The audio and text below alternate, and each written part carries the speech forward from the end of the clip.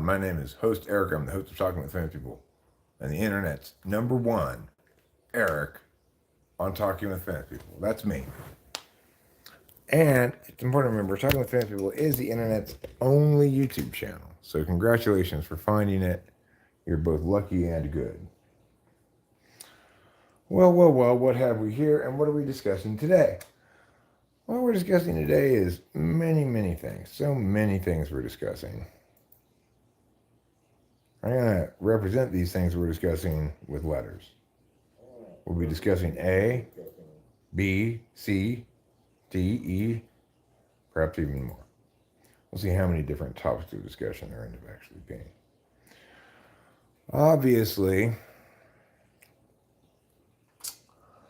we've got a political going on, namely Kamala Harris. What's up to you too, Daniel Barry Sports Highlights, and welcome.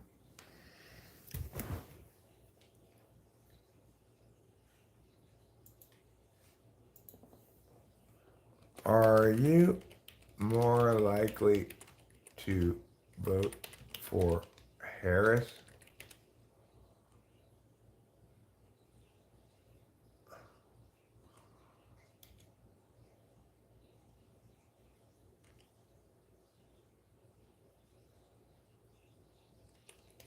and you were to vote for Biden?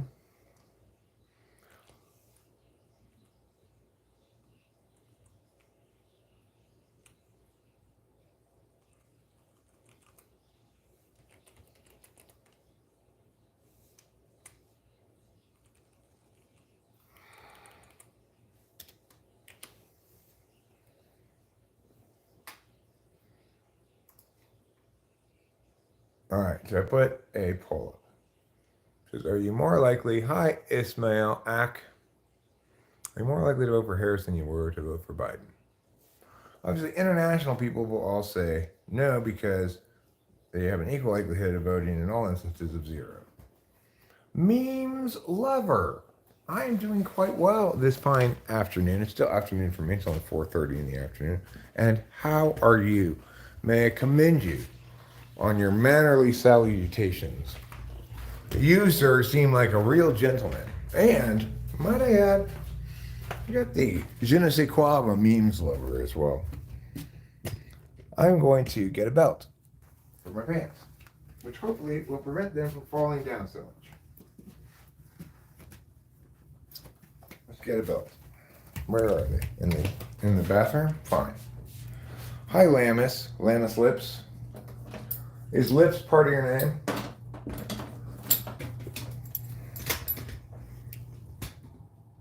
Lip Smacking Larry. They call me as a nickname. My name's not Larry, but you understand why. People love alliteration. That's why when Constantine went to Istanbul, he renamed it Constantinople because he was constantly Constantine of Constantinople at that point. It's pretty fly moniker for him, I'd say. I like to use the word fly. I think it's like 1991. That was so fly it was the bomb. In full 90s mode at that point. Watched an interesting video yesterday entitled Top 10 albums of Gen Z's. Yeah. Well, I still am not voting, but I don't really know enough about Harris. I don't like her already because she was a former prosecutor. That's an evil job. It's possible to do it in a non-evil way, but almost always done in an evil way because not necessarily the prosecutor's fault, except they should have some, moral objection to it. But plea bargaining is anathema to justice in a free and civil society. It incentivizes prosecutors to get people to plead guilty regardless of their actual guilt or innocence. And that's a bad thing. And it gets them to a prosecutor's job has become make the defendant avoid a jury trial with plausible but ridiculous threats.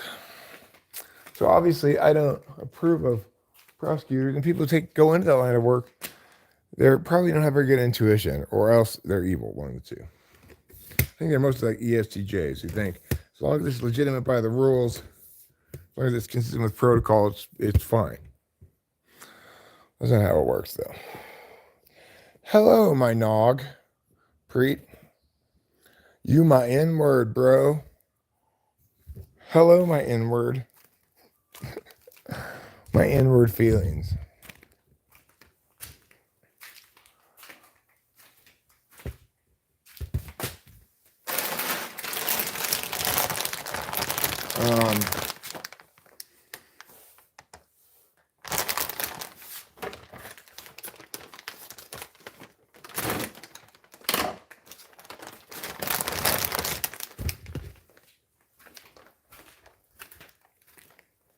I just make a short saying, like, okay, called Old Man Says N-word, and then N-word. And then I say, I really respect my inward feelings.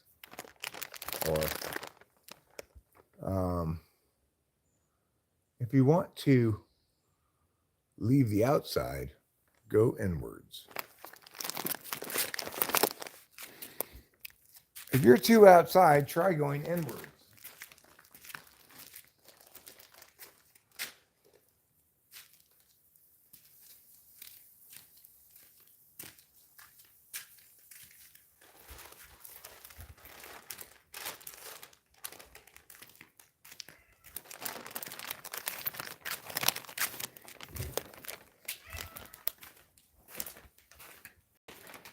Please tighten the bolts on the inward side of pole 4B. I put out some cutlets for the Woodland Friends. Figured might as well since I'm in the garage. Why did I go in the garage in the first place? Patrick, can you name 5 good qualities of Harris? I want to know more about her. I don't really know anything about her. What I mean, I want to know more about her. I want to know, like, what's her platform, basically. Yeah, I said the birds and squirrels. The squirrels and mostly the squallers, jays. I want to make sure other birds get plenty, the smaller birds get plenty of chance for cutlets. I really just drew them over here because, you know, the blue jays are kind of, the squallers jays are kind of like everything is mine, you know. They don't like other birds getting any piece of the action. But if I drew them over here, over a wide field like this, then they can't police this whole field like they can that wall. And then the little birds get more seeds too. The squirrels just get their seeds. They don't try to make other people go away. They just insist that no other squirrel stand closer than 6 inches to them. So it's like a line of squirrels, each one like 6 inches apart. If one of them tries to get too close to another squirrel, then there'll be like a, hey, get out of my spot, motherfucker. Fight between the squirrels, you know. But generally, the squirrels don't get annoyed by the other animal, though. Like, a bird can land right next to a squirrel, and a squirrel will be totally fine with that. But another squirrel gets too close. I don't think so, squirrel. Get out of here, you. This is the way that plays out. As you may see, I'm cleaning my driveway here. And I want to get this part now, actually. But I'm seeing it. You're king of the free KFC. Aw.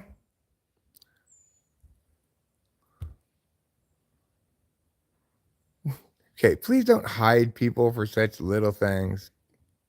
Can you unhide that person? Please, Diamond. Grandma Daisy always comes in and says that. It's like they're greeting. Don't hide people. You can time people out all you want, but don't hide people, please. I'll hide them if they need to be hidden. Which half should I believe, Vika? Well, still, Diamond, do you mind unhiding them? I tend to think hiding is you have to cross a certain threshold to get hidden. I agree they aren't the most friendly person in the world. I might end up hiding in myself. I'm not saying you were totally, silly in doing that. I'm just asking you, in this instance, can you please unhide them? All right, so look, this is a tool I've been using primarily to clean the driveway with. It's called the Big Pusher, okay?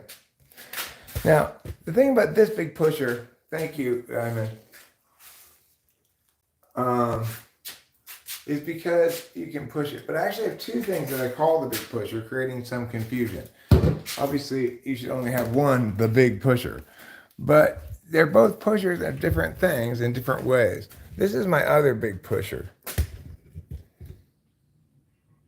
I call this the Big Pusher too, because you put things on it and you push them places, right? So it's natural to call that the Big Pusher. But this is another kind of pushing that we're doing here.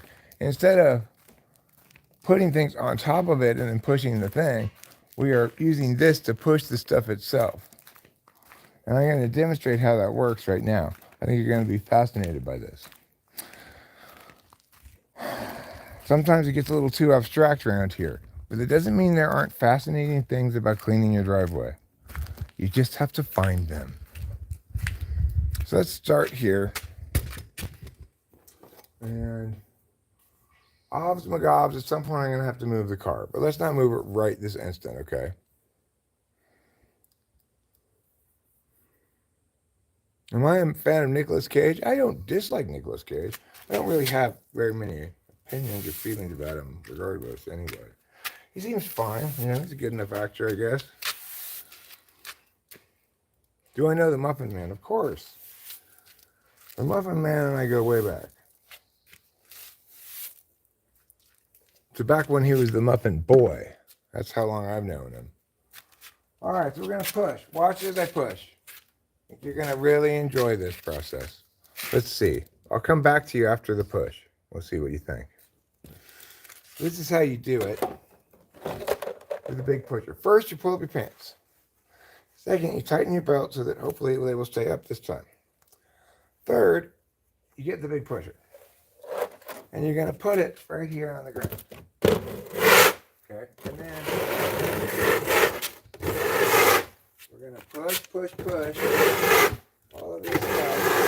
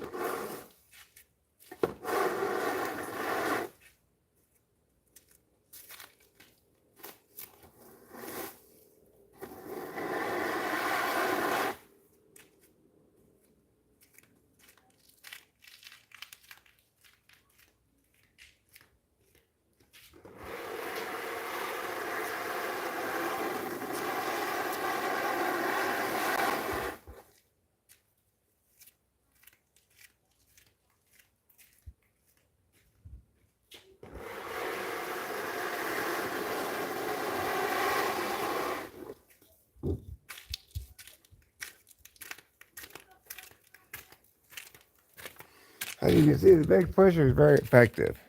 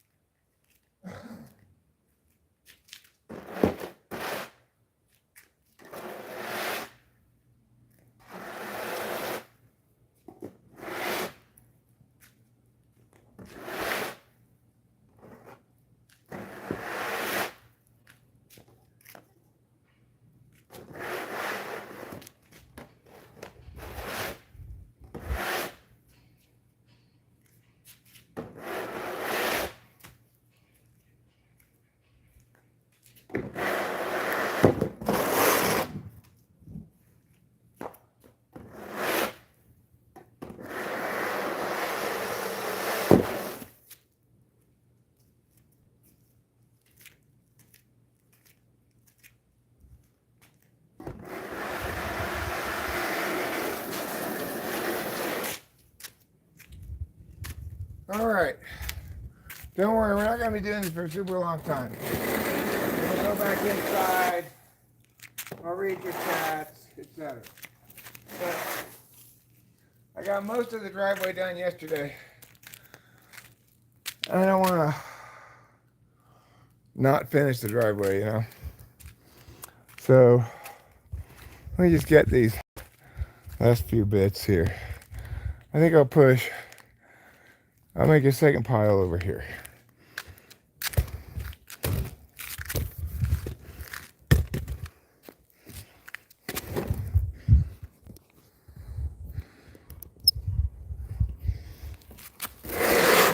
So for those of you who are wondering, yes, I am currently saving the world. The world of dirty driveways.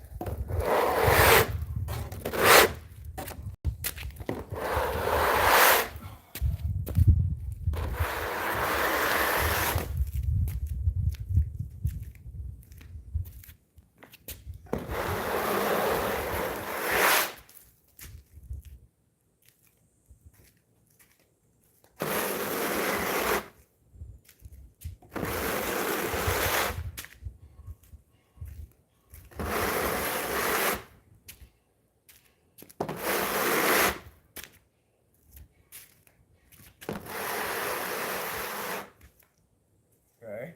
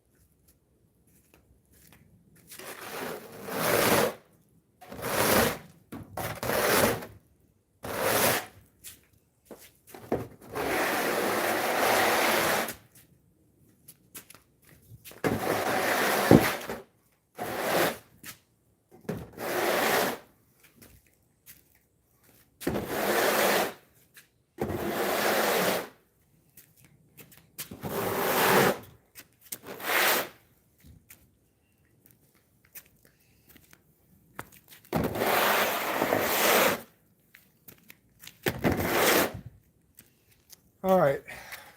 I have to get this one last spot. Then we'll go in, take a break.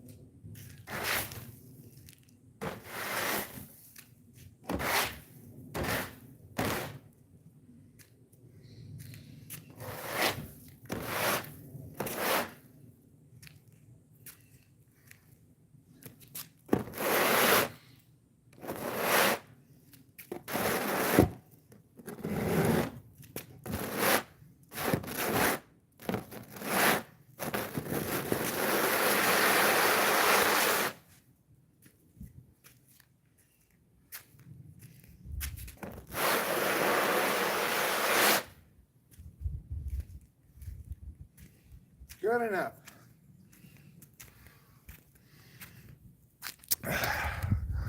Good enough.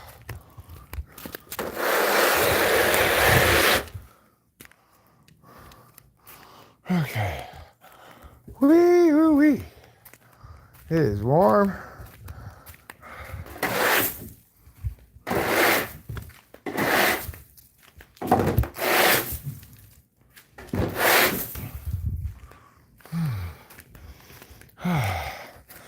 Woo. It is 1 billion degrees outside. It's actually not that hot, but working makes you hot. You know how that goes. Let's go take a break. It's like, I think, 90 today. It's not that hot for July in Central California. Whew. Well, I do have a blower, which I'll probably get out for the final phase of cleanup. The thing is, I actually want a little bit of a workout, and if I were to try to do the whole thing with a blower, it's much slower than the way I did it. It's best to just do the crumbs at the end of the blower. I probably want to use a blower. Because the only blower I have is the other side of the shop vac, you know? The shop vac's badass. So, I might just vacuum up the dust, you know? Kitty, kitty, meow, meow, pants wants more food. Let's give her some.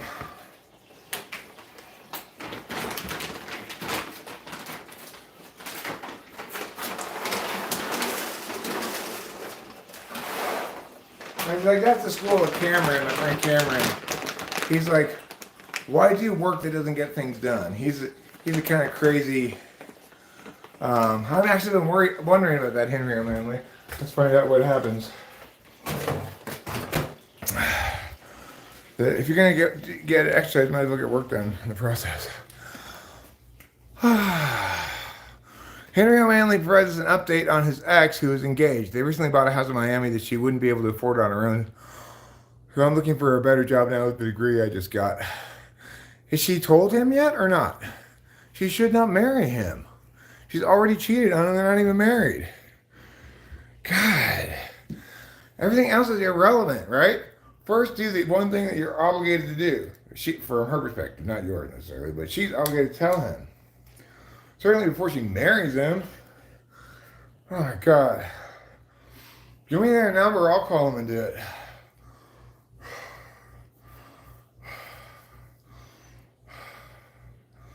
Hi Grasshopper Plus, you're a pirate, you want my booty? Well, fortunately for you, I'm a ninja and you can't have my booty. I'm sure the Republicans are disappointed. I think they wanted for Trump to be able to run against Biden because Biden was so obviously not up to the task.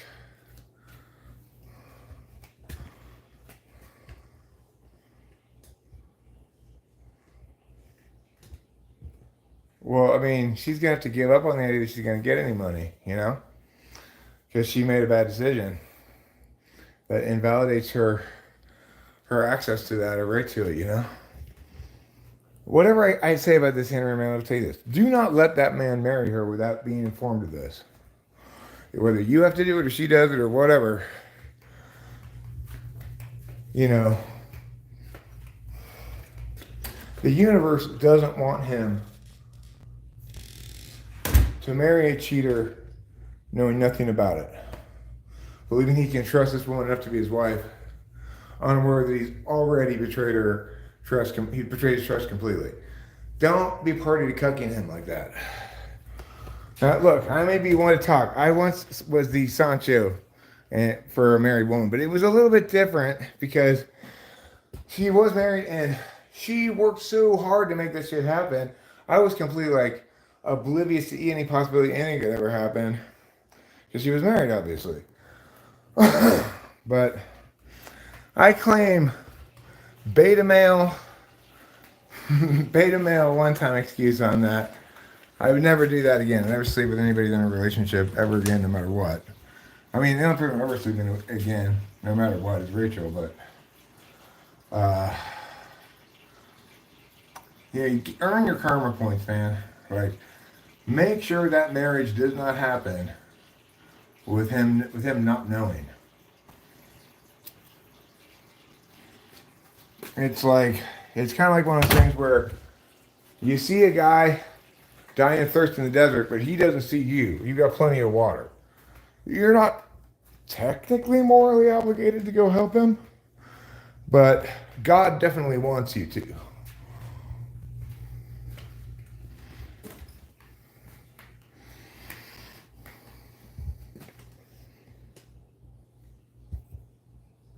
Well, then tell her to not marry him because you want to be with her, you know? Either way, nothing good happens in a state of lies. Lies are bad.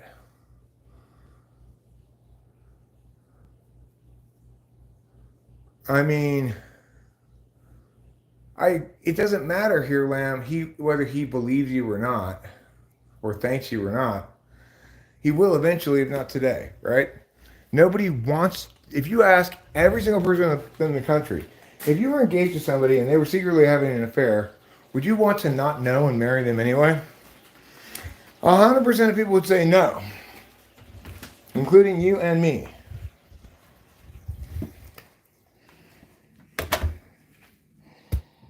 So think about that, you know? Let's go water the plants over outside. It's such a depressing thing. It makes me so sad. This poor guy. This dumbass bitch. This worthless, untrustworthy. I mean, you shouldn't get with her either. If she's willing to do that to him, she'll do it to you too, dude.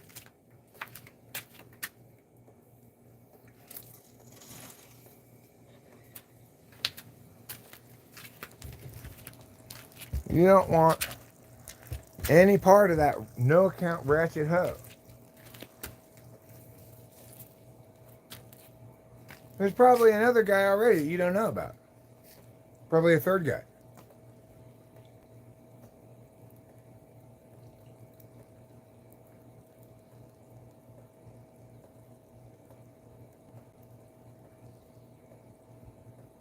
You know, the thing is like whores be whores, right? They're just whores being whores. Well, fine, but don't marry one, don't get in a relationship with one. And if you are the Sancho, recognize that that's not a good thing to do either. And while it's not evil in the way that what she's doing is evil, because you're not the one breaking a commitment, it's still not consistent with being a good person.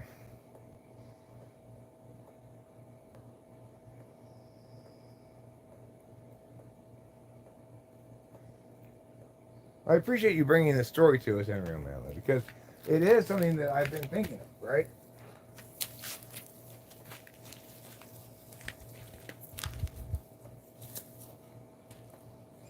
Yeah, I remember hearing another story recently. I don't remember who it was about or when exactly or where I heard it, but it was about a wife cheating on her husband at the reception. It's like, okay.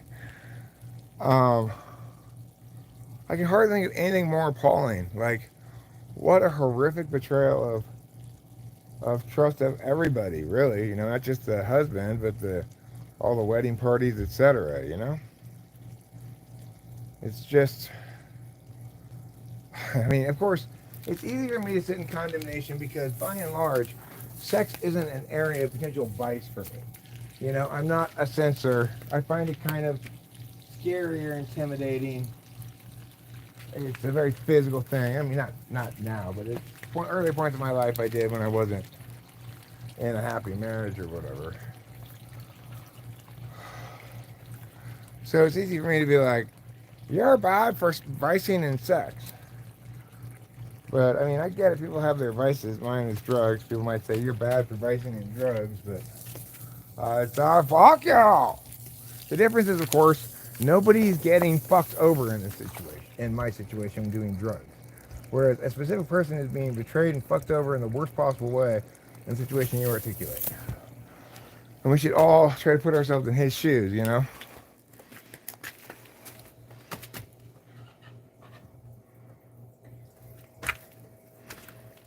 All right, plants are watered.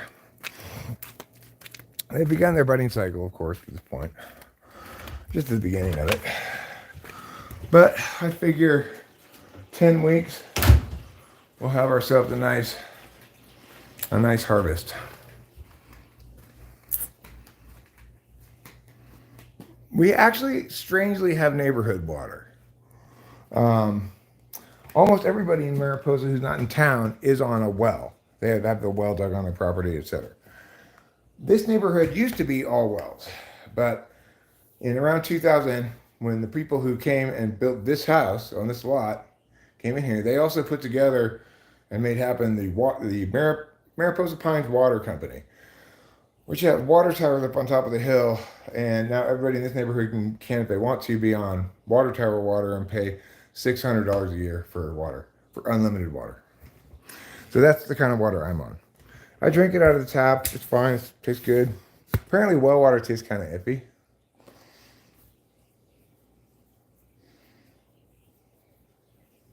But I also do have a filter. We have a whole house filter that installs over here, and I just changed it about a couple weeks ago.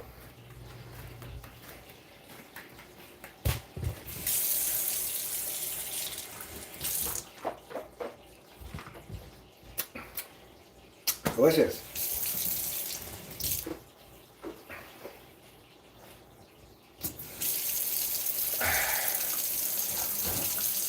Usually, when I drink water, I drink bottled water because it's just more convenient to get a bottle of water, you know, which is horrible, but I should just drink this tap water. It tastes good.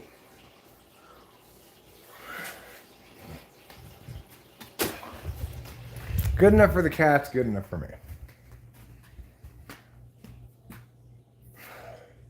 Well, like I said, Unicorn Ninja, I have a whole house filter which filters water before it gets to anything, including the hoses. I'm living in California, America. How old am I? 53. 5 decades and 3. 213 years ago, I was born.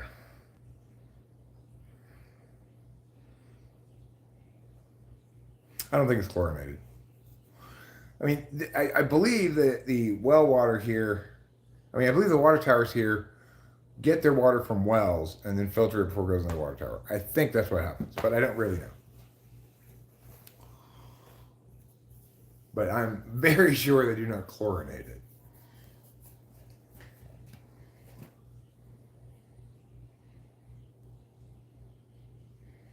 Well, normally I don't drink water except out of bottles.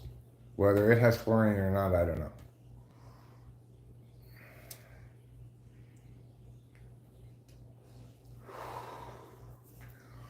And in any instance, all of my plants seem to be doing slamming. Like, they couldn't be any more robust and healthy looking. So I'm not worried about any problems. Okay. Trump 2024 says Jackson comes. Okay, fine. I still don't anticipate myself voting in this election. But I don't know really anything about Harris, except that she's a former prosecutor. I certainly don't know what her political positions and such are. I don't like prosecutors. I think you have to be kind of evil to be a prosecutor, thanks to plea bargaining. But nevertheless, it's conceivable that she'd make a good president. I don't know. I know like nothing about her, except that one thing.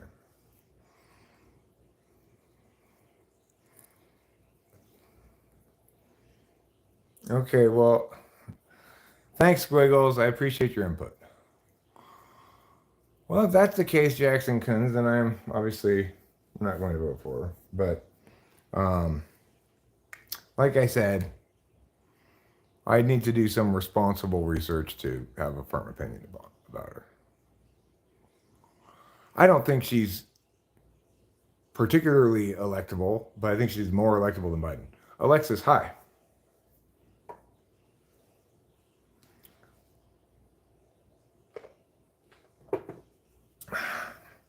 Thing is, I suspect she was functionally running the country during the Biden administration, and I don't think they did a good job at all. So, of course, I don't think Trump did a good job the previous term either. So that's why I still plan to vote for neither of them. Americans play short bus. We play short bus? It seems kind of a short bus phrasing of things. You want to try again? Americans aren't stupid. We're extremely polarized, and of course, the most polarized and partisan people are pretty stupid generally. And it seems like all voices in media are playing to one or two of those angles. No, I was never on any welfare. I never got any government support, except for briefly in my early 30s, I was on unemployment. I had unemployment when I got laid off from a job. It's the only time I ever received anything from the government. One other time, I went to County USC Hospital to get a government subsidized cast on my hand when I broke my finger when I was super poor. It was a horrible experience. I had to wait 16 hours. That's what your government sponsored shit does for you, gets for you, which I deserved. So I'm going to make the government pay part of it. The least I could do is wait 16 hours. But those are the only two times in my life, and those were both a long time ago, that I received any kind of assistance from the government. How about you, Jack? You want to articulate your relationship with government subsidies and such? Like how much you pay in taxes, whether you pay Social Security tax, etc. Are you going to be honest in your criteria, which is to say you're going to apply the same criteria to yourself as to others? If so, tell us all about yourself. Outside of China, Americans are the least informed, least naturally curious people on the planet. Well, Jim H., I'm an American, and I'm vastly more informed than you, and probably more curious. So even if it were true that, as a broad generalization, Americans are ill-informed, it's a silly endeavor to attempt to create divisive conflict by generalizing in that fashion, right? So, Jim H., one thing we know about you personally, regardless of where you're from, is that you're looking for a boogeyman to hate, and that boogeyman is America. Who am I freeloading, Jack? And you didn't answer any of my questions. So when you ask me a question or want me to respond to something, I respond, then I expect you to reciprocate by being responsive to my question. How much money have you gotten from the government? And I will time you out for not answering my question and ignoring what I said for 1 minute. If I were a freeloader, I'd have to be freeloading off of someone. Whom do you believe I am freeloading off of?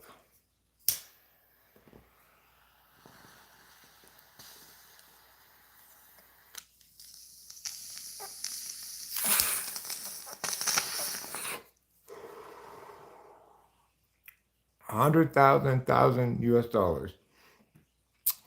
That's $100 million. 100,000 US dollars is $100 million.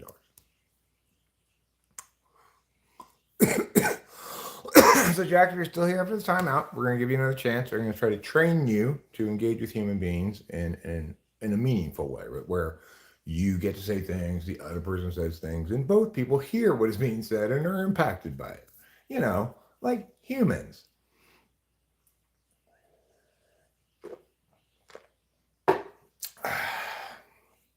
Well, Jackson cunts, they can't squeeze blood from a turnip. Or is it a rock? Can't squeeze blood from a person. Wait, yes, you can squeeze blood from a person. I doubt Jack's a sociopath. I suspect that most people who come in here with hater shit are just doing some sort of, self-medicating. Like, they need to feel they themselves have attained a certain whatever, and they can attain some kind of legitimacy or kind of right. See, Share My Fix gives you a great example of how you could approach that differently. Eric, you don't seem to have a regular job. How do you pay your bills? That would be a question you'd get an answer for. But because you're a hater, you're not interested in getting any information. What you want to do is take me down a notch somehow, right? And then you're going to feel better about yourself because you've demonstrated the ability to have some agency and power. Well, you're not going to get that around here because you picked a poor mark for your attempts. So I would suggest that, however, it's plausible you could come up with more healthy things to like about yourself, or more healthy ways to get a adrenaline shot or whatever. Not hate and help. And after 30, no man should wear a horizontal striped shirt. I'm here for you. Well, Jim H, you see, I was just outside doing yard work, sweeping and stuff. So t-shirt's perfect for that, right? And if you think this striped shirt is like too young for me or something, well then perfect shirt for an outside chores job, right? Because I'm just gonna get it all sweaty and dirty. Good try though. You look like if you were in the 1700s, you would stand outside a black man's house and yell, "You are mine, you are mine." Why would I want that person's house? I have a wonderful house of my own. I don't want to steal people's houses. That's called squatting.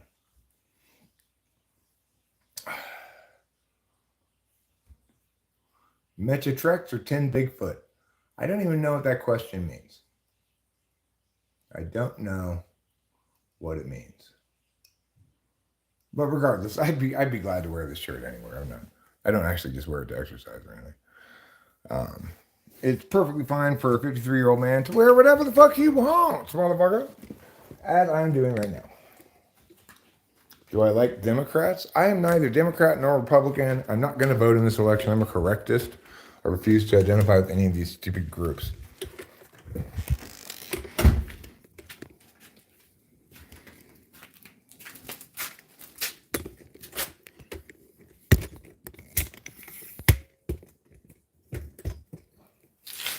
And one of the reasons is I can't be subsumed by any such framework, right? My framework is being correct. All those groups have some other framework called, namely, being a part of that group and making that group successful. All right, horizontal stripes for yard work only. Fair enough. Fair enough. I still am not quite done. You'll see I've got 3 piles to pick up. Let's examine my piles.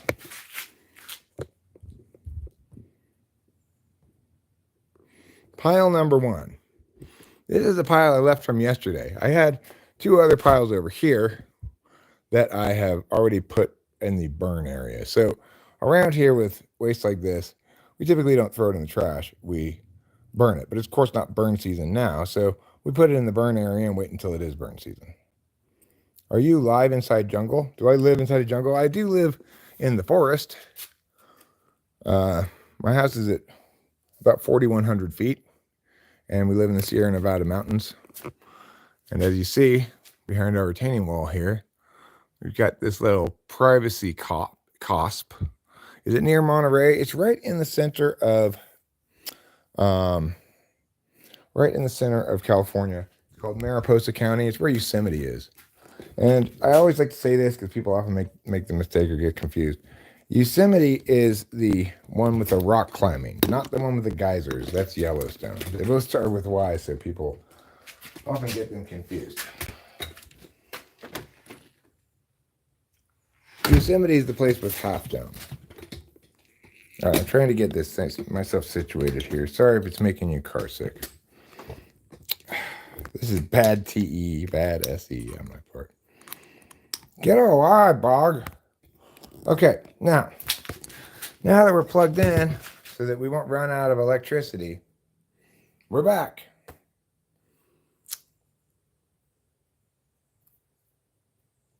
Host Eric, political hysteria, 18K subs. Far house from downtown. It's about 30 minutes from town. 30 minutes. 1/2 of an hour. Which doesn't sound like a super far way to go, but when I used to live in the city. I lived in the city my whole life, and now for us to go to town is a big deal. It's like, oh shit, we're going to town? Okay. Because ultimately, 30 minutes there means it's an hour driving just to go get anything, basically. We do have a little gas station store that's about 20 minutes from us, but that just has gas station store stuff, you know. If we want to get other stuff or do anything else besides, I don't like to get gas at that gas station because it's not included in my grocery store gas card. Hello, my name is Gloria Pushfonte. I'm a sassy lesbian with a prolapsed uterus that smells like quiche. I'm going to die.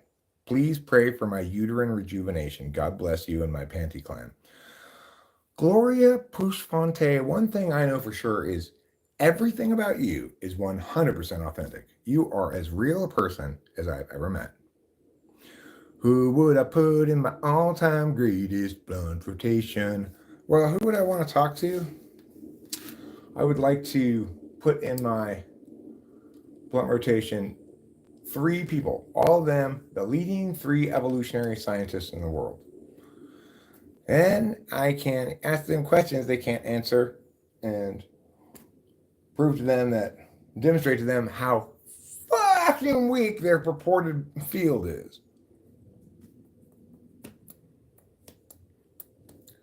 If you're a lady and you want to be successful on Tinder, just put this as your Tinder profile words. In for a penny, in for a pounding. You'll get plenty of action, I'm sure.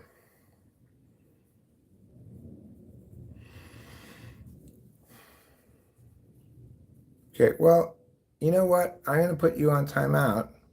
Well, maybe I won't. I don't know. Yes, it's true. You're just... This plug doesn't work? What the fuck? It's true. You're just...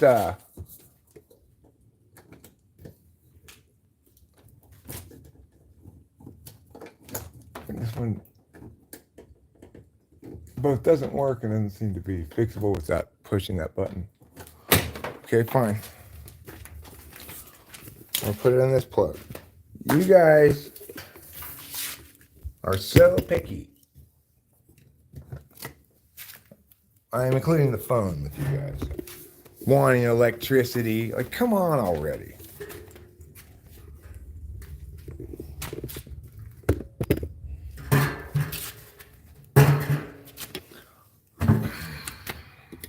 Well, I've got a lot of sass too, you know. I've got a lot of sass, and I'm as fierce as the RuPaul's Drag Race. I don't know if you've heard about this show, but it doesn't involve cars, surprisingly. I suspect you're probably right, Chauncey Hiccups, but this question in the poll isn't about who's going to win or who should win. Rather, whether you're more likely to vote for Harris than you were likely to vote for Biden. If the percentage is 0 in both instances, then the answer is no. But if the percentage is 0 in Biden's case and 0.05 in Harris's case, then the answer is yes.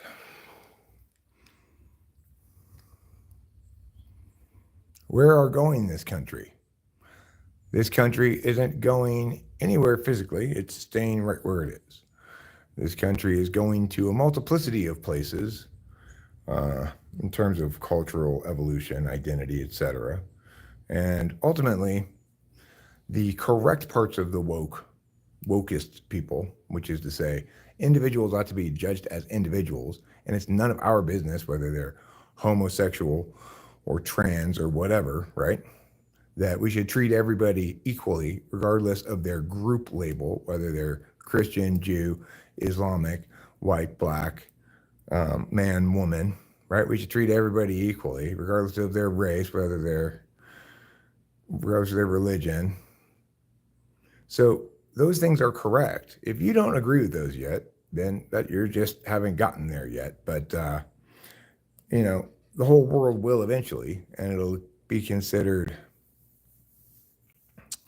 as dumb as people killing cats in the Black Plague because they thought bad luck from cats is what caused it. Now we think those people were idiotic. Why did they kill those poor cats? Those cats weren't doing anything. Nothing wrong with those cats. They should have treated them like pets or just ignored them or whatever.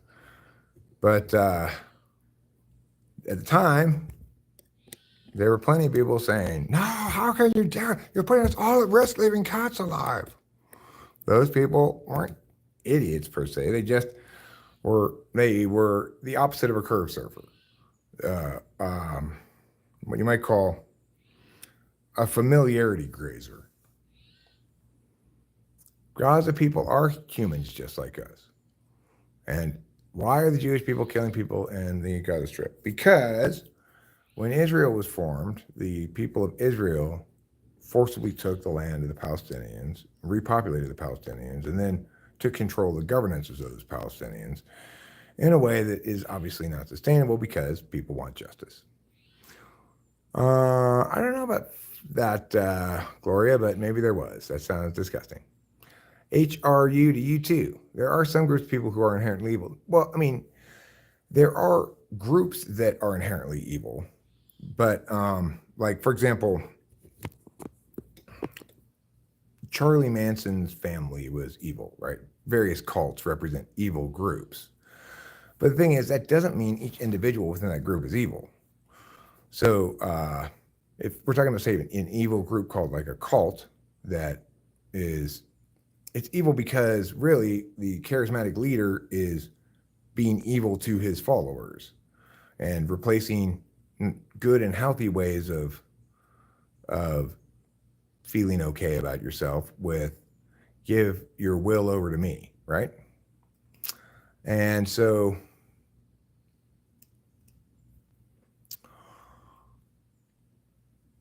the point is, yes, there are evil people in the world. Yes, there are groups that pursue evil agendas. Yes, there are sociopaths and there are, antisocial personality people who not only don't care but actively want to cause harm, etc. And it is the case that some of those people end up in positions of power, maybe a lot more of those people in positions of power than we'd like for a variety of reasons. But the point is, none of us is ever well served to believe we know another person predicated only on the member of their group.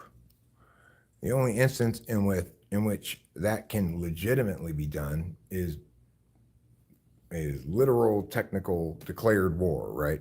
In which case you've got clearly defined combatants in a war. In which case it's acceptable for us to judge those people as, I don't need to hate you or whatever, but I am going to try to do harm to you as much as possible because you are a member of that group. That's the only context in which it's acceptable for people to assume that you know how you can deal with, treat, or whatever another person merely because they're a member of that group. And that's only limited to soldiers fighting on battlefields. It does not include civilians from those countries. So I do get that as human beings, we need to take a lot of intellectual shortcuts. We need to know things and we need to assume things. And we can't be endlessly open and endlessly able to afford opportunity to each instance to determine its value, worth, status independently on its merits. So it's not wise for me to come across a bear while hiking and go, well, maybe this bear's nice. Let the bear demonstrate that it's a threat or bad before I assume it's bad.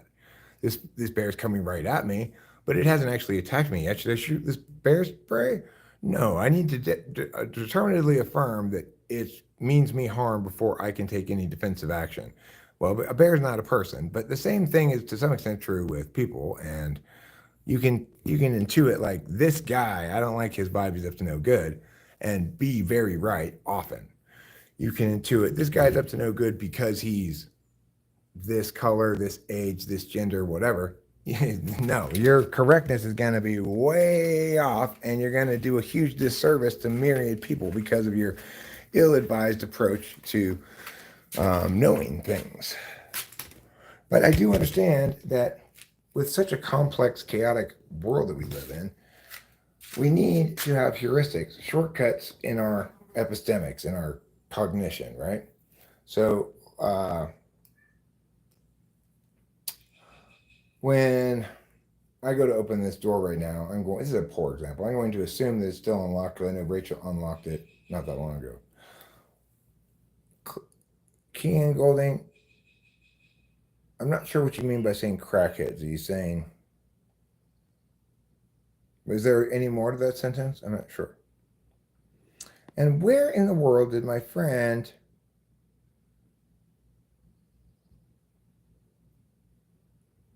good friend Jack go? We were having such a good conversation. Oh, well. Hi, William. Do I wear glasses because I'm smart, or am I smart because I wear glasses? No, neither. I wear glasses because I'm old. I never wore glasses until the last 5, 6, 7 years or so. And now I have to wear them most of the time that I'm reading things. It used to be only when my eyes were tired and I was reading something small. And then, it gets gradually worse over time. And this is because the strength of, I guess the structural strength of, because I don't think it's the muscular strength of, but the structural strength of your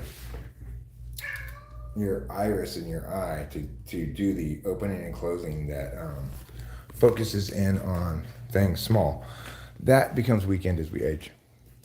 So where's my wife? My wife's upstairs talking with some friends from the channel, actually. In a video conference call, I think. But maybe it's just audio, I'm not sure. Talking to Elaine, I know, and perhaps Kay as well. Okay, Kitty, I'm here. I also have a daughter who lives in Los Angeles, so yes, I do have a family. I'm not living in this house all by myself. I mean, I guess you say the same thing for two people, but it's usually different with two, right?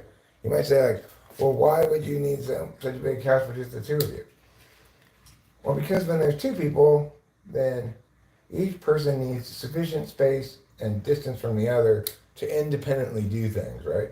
She's having video conference upstairs. I'm talking on a live stream down here. And you can't hear her, and I can't hear her, and she can't hear me. Why? Because there's 2 stories, and she can go up there and do that. And then we don't get in each other's way, If I was just one person, I would need less than half of this house. Because just one person doesn't have to worry about affording space for another person, which is a huge difference.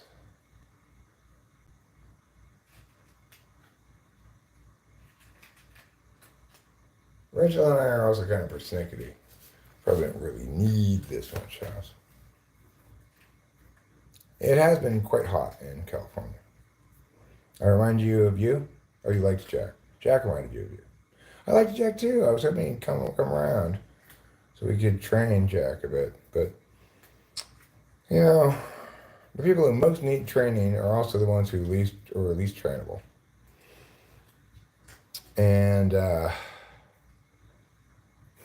well, I wouldn't say that it works proportionally, though. It is true that there was time when, I know I timed it up just for 1 minute. I was trying to make a point, like, next time, I go ahead and attack me more, but first answer or respond to what I said. Answer my question, respond to what I said, or else you're not trying to have a conversation with me. You're just trying to shout, trying to heckle, basically. I need the person to be, in some ways, occasionally responsive to what I say, or they're just a heckler. Yeah, you needed a little tough love. Yes, I'll get you more food trouble. These are among the things that I can do.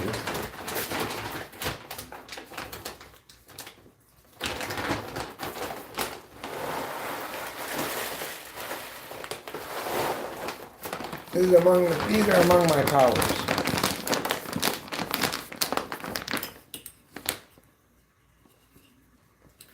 If I timed him out for a minute, and as I was timing out, talking about how I wanted him to come back and engage again, if he had chosen to come back and engage again, even if it was to ignore what I said and just heckle again, well, then I would keep timing him out again. And if he at some point didn't just heckle, then I could not time him out, even if what he said was nasty, Unfortunately, he's not at that point of readiness. And I get it, because there have been times in my life when I needed to be trained, right?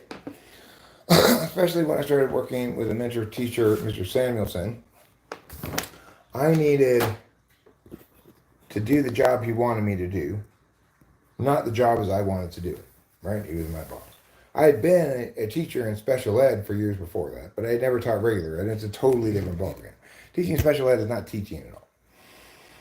And at first, I tried to do it my way, and he kind of had a heart-to-heart sit-down with me, saying like, "Hey, look, you got to do the way I want it done, or else you're ixnayed."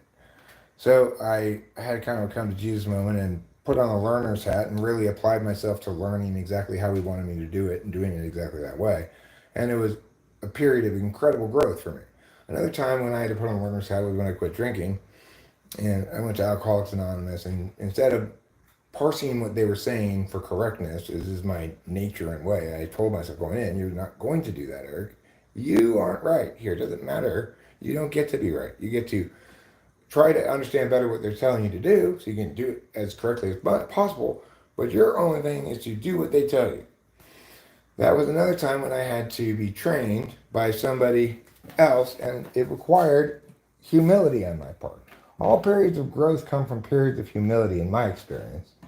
It may not be the same for other people, depending on your function stack. Maybe for you, if you're not very assertive or whatever, or not super confident, and you're like, I'm the smartest guy who knows everything, which I used to be maybe more than I am now, even though I have more reason to be that now than I did then. So the point is, see you later, staying off the grid. Oh, I thought you were waving by, my bad. Hello, staying off the grid.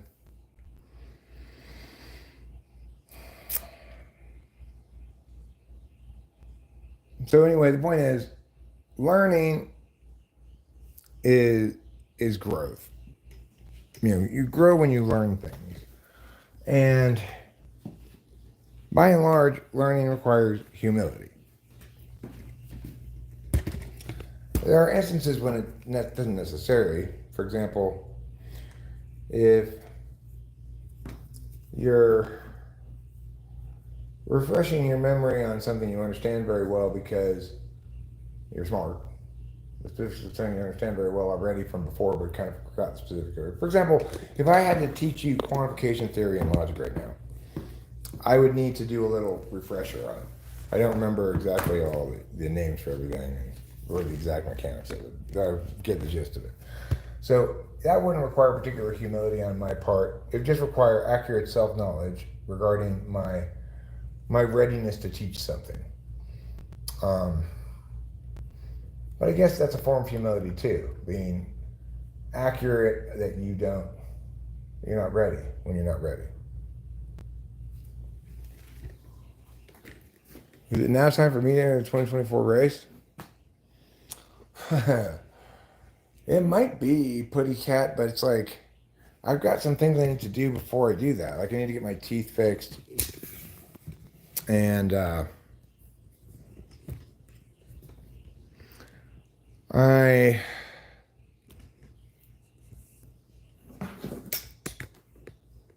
kind of need to put at least a team of maybe 2 people together first to facilitate the practicalities of the election doing process.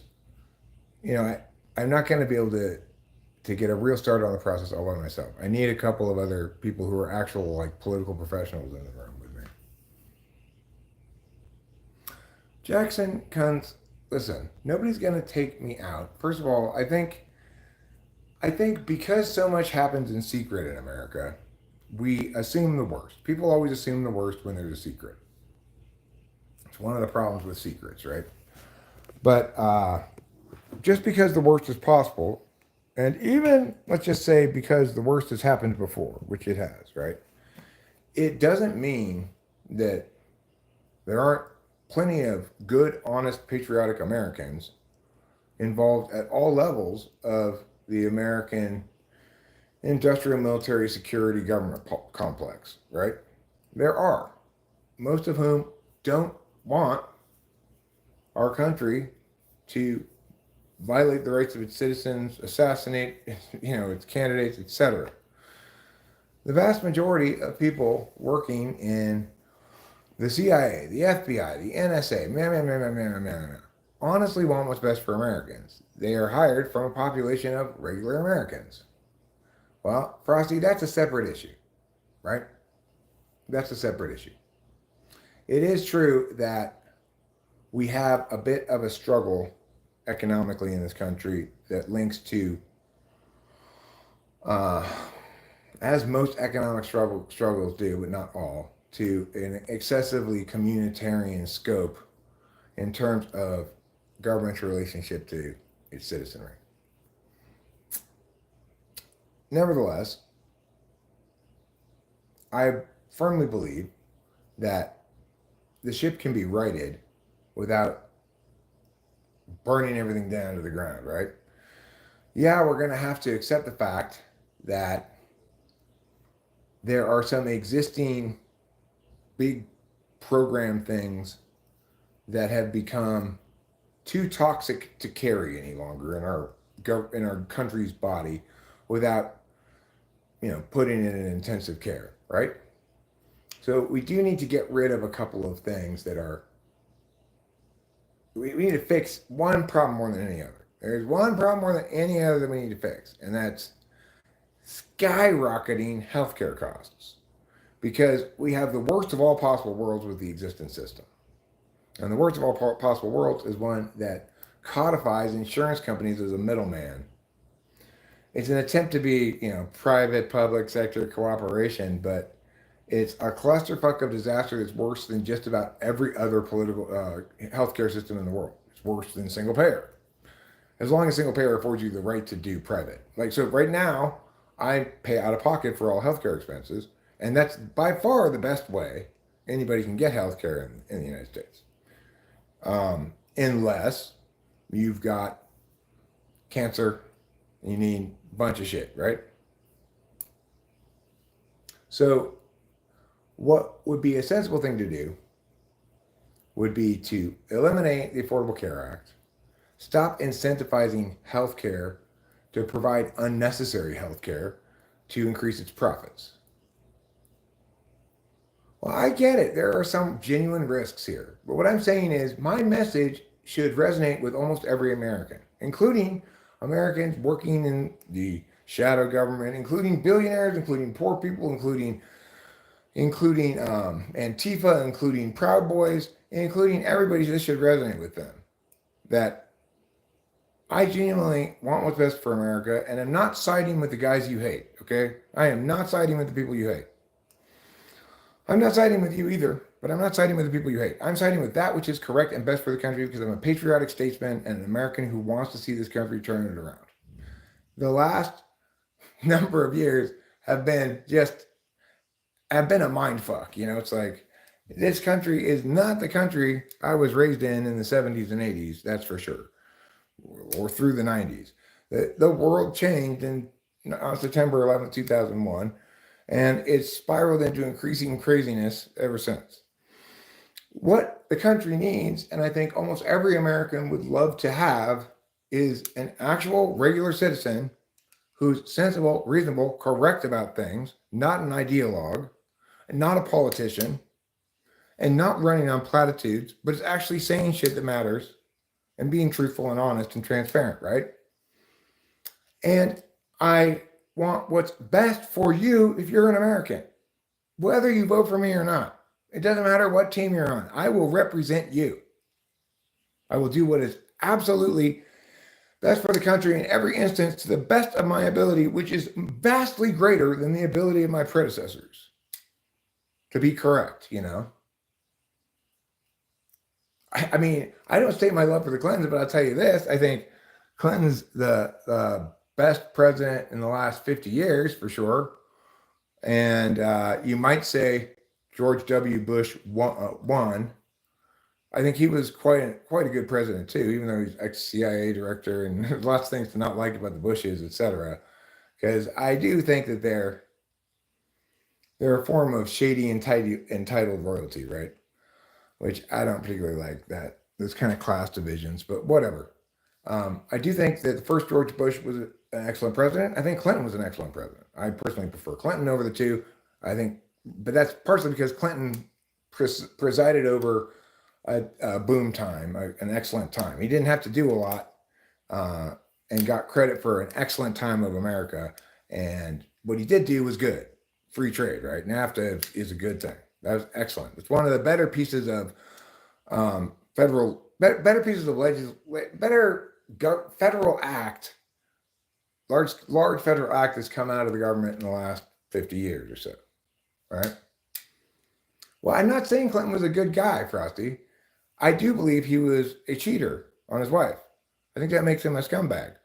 Unfortunately, or fortunately, one of the two, I don't know.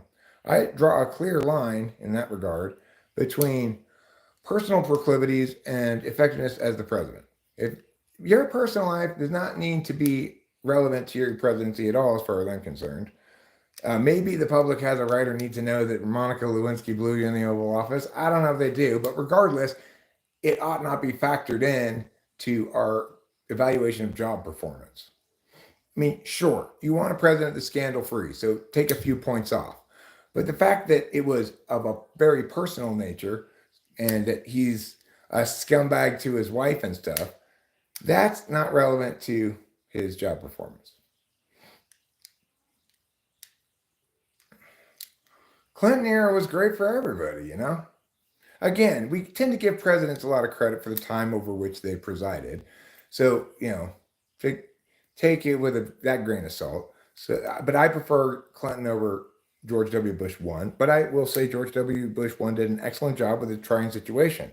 When Saddam Hussein invaded Kuwait, we did need to do something. We successfully did it, drove Iraq back into Iraq, and he didn't think, my ham-fisted fucking around in the region further will do good. Impressive restraint, right? Given what his son did anyway. George Bush was what he said. He was not going to do it, wouldn't be prudent. He was prudent. His son was a clusterfuck of disaster. I would say that George Bush 2 was the worst president in American history by a fairly large margin. He oversaw a clusterfuck 10 times worse than Vietnam. In terms of the actual impacts of the country, right? So Clinton did a great job of keeping his hands off a machine that was humming along, and in fact facilitating it with NAFTA. So he gets a lot of credit for not doing when he should not have done. George W. Bush gets credit for doing what he needed to do when it needed to be done and not doing too much. George W. Bush, you know, the little Bush, he didn't do when he should have done. He did when he shouldn't do, and he did all the wrong things in the wrong ways. He was catastrophically bad. It was catastrophically expensive and of questionable value at all in the long term, if not a pretty clear net negative value. Even if you get rid of all the monetary considerations and you're just talking political stability, right?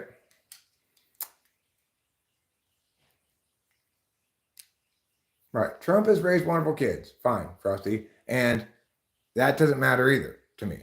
That he's a great father is not relevant to his qualifications as a president. That he's a bad father is also not relevant. As long as, even if I would hate for this to occur, but let's say we had a president and it turns out that he was kind of abusive to his kids. That wouldn't necessarily make me not vote for him, even though it would make me loathe him, right? Any thoughts on Jumbo, aka LBJ's massive dong? No thoughts on it, but I'm assuming he sets the standard for presidential dongs. I think he probably will still set the standard for presidential dongs after I've retired.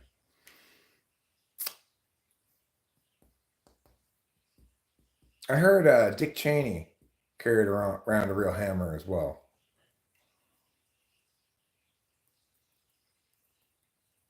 No, George W. Bush did not create all the spine in raising the military-industrial complex to the front. Get your history right. That occurred well before him. What he did was professionalize it in the aftermath of a bunch of crazy 70s CIA bullshit, right? it was still did shady shit, and I think it does less shady shit now, actually. But it's just my gut. Regardless, he kind of returned order to the CIA, and then became president. You know.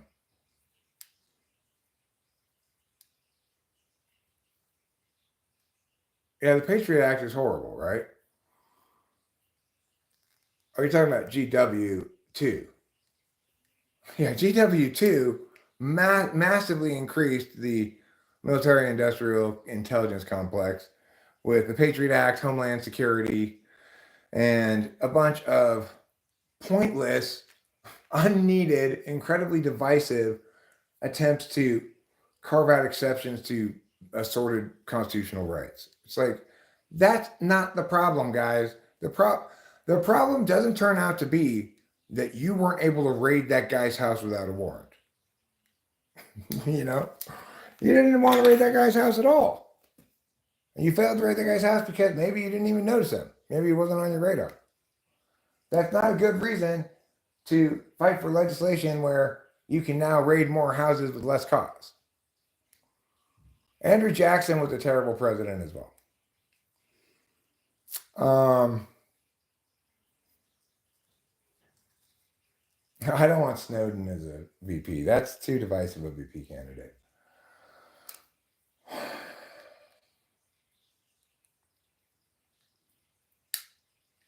I think I'd take Winston's mom probably as a VP candidate. She's got a nice, long military career. She has a history of serving the country. She's got a level head. She's not. She leans like I wouldn't even say left. She leans like Democrat probably, but it's important to have all different kinds of voices. But regardless, the point is, regardless of how she does lean some way, in other words, it's not going to be possible for me to find people who don't lean at all, except for me. But she doesn't lean very much, and she's very level-headed and reasonable. She could be a VP candidate for me. I could consider that. James Polk, what did he fudge? Or fugding? What did he fugding? Oh, he's fudging awesome. I see. Yeah, James Polk is my like fun pick for best president of the country history because he only served one term. He got all of Oregon. He did a bunch of shit that mattered real quick. Although I got to look it up again as to what it all is. And then he's like, "Peace out, bros. I don't want to do this job anymore." That's what I'm gonna be like too. 4 years. That's all, motherfuckers. 4 years. And see, that's something else Americans should look for in their candidate. They should look for somebody who doesn't want the job, but feels a duty to perform it in the absence of an adequate alternative. And definitely, there's an absence of an adequate alternative. I have never heard a single other person in politics that sounds like me. That's saying all the right things and focusing on how they're being said and prioritizing the most important issues like the issue of divisiveness and partisanship and polarization, which is as important as any of the issues about which we are so polarized and divided. Probably more than most.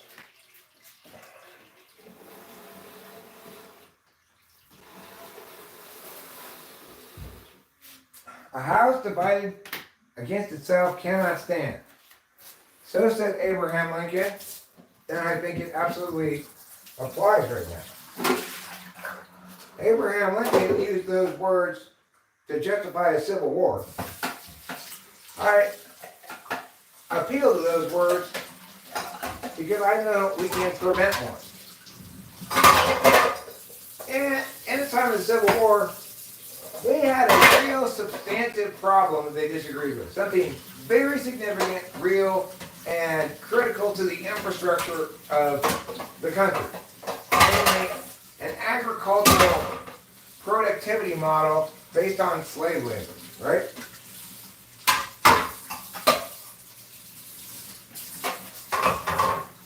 the other question you might ask is, should the Union have just let the South secede? The answer is yes, absolutely. After all, the U.S.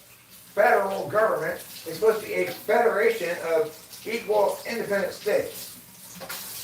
It's not a federation if you can't leave it. You are a vassal state instead. That's different. However, should this country now avoid all the harms of divisiveness, polarization, etc.? In other words, does the quote, "a house divided against itself cannot stand," apply to us now? Abso-fucking-lutely it does. Because, like, what's the big whoop that we hate each other so much about? Gay people? Abortion? Guns? I mean, come the fuck on. Supreme Court made very clear everyone's got the right to a gun, and basic common sense to make clear to everybody that everybody has the right to fuck whoever they want. As far as the trans stuff goes, yeah, there are some marginal issues there, like what should we do about people under 18 getting their body changed, or how do we deal with this problem with people who are men who change into women, competing in women's sports or something. But those are just issues there to be divisive. They have so little overall impact. The latter is easily decided, like, well, yeah, I mean, obviously, people need to compete in the sex of their chromosomes, right? If you've got a Y chromosome, you have to compete in male sports. If you don't, you have to compete in female sports, or in sports where, like, you know, I mean, I'm not saying that women can't compete in men's sports. They are good enough, they can, sure. But men can't compete in women's sports unless they don't have any Y chromosome. That's a simple solution to a very marginal issue. And that resolves that issue forever, okay? Now, the thing about kids, also, I think that has a straightforward, correct answer. Our job as regents is to preserve their agency for when they become adults, not to allow them to use it too much when they're younger than that. So I think that one was also pretty straightforward too. Regarding gays and lesbians, there aren't really any like things about it, except conservatives tend to view them as flagships of the woke agenda or something, the woke left. Get over it, everybody, okay? It is okay for people to be gay, lesbian, black, whatever. Blah, blah, blah. Judge them on the quality of their character, not on the group name of your bullshit. Quote Martin Luther King. So the point is, we don't have, at this moment in time, any conceivable reason to have a civil war.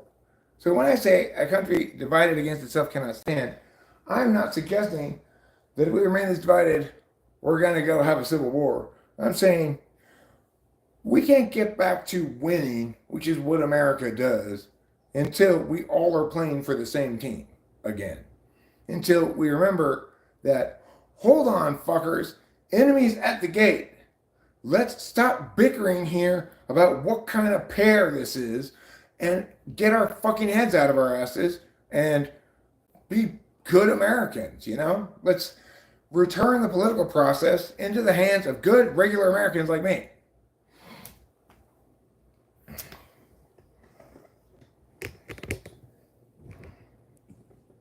And that starts with everybody who's out there saying, yeah, but the real people, the problem is those damn radical left, you know, reactionary right, those damn Antifa, those damn Proud Boys, that damn Hillary, that damn Trump, those damn man. Let's forget about those people right now. Forget about all the people you hate right now. And let's focus on what are we actually doing here. I'm running for president for one reason. Because I want to get this country correctly back on track and winning. I was a very winning coach as a debate coach. But more importantly, I recognize that for us to win, it's not about me. It's about all of us politically paying attention to the interests of the country as a part of this globe rather than the problems with those people within the country, right? So it's like, America once performed as the shining city on the hill, the leader of the free world, yeah. Maybe we took on the role of global police in situations and times when we oughtn't to have. Regardless, with the recent run of leadership, America is a joke, according in the eyes of the rest of the world. We are the laughing stock of global politics, understandably. So, things I will do as president. Yeah, I will. America will once again be badass, have a clear identity, be smart. They were smart enough to elect me. I will have a vision. I will clearly articulate it to everybody. So let's say Guyana is considering a military invasion of Honduras. I will articulate exactly what the situation is, what the U.S.'s role or lack thereof in it is, what we will do under contingency A and what we will do under contingency B, so that everybody is acting in a full informed manner. And then I will follow through on what I said.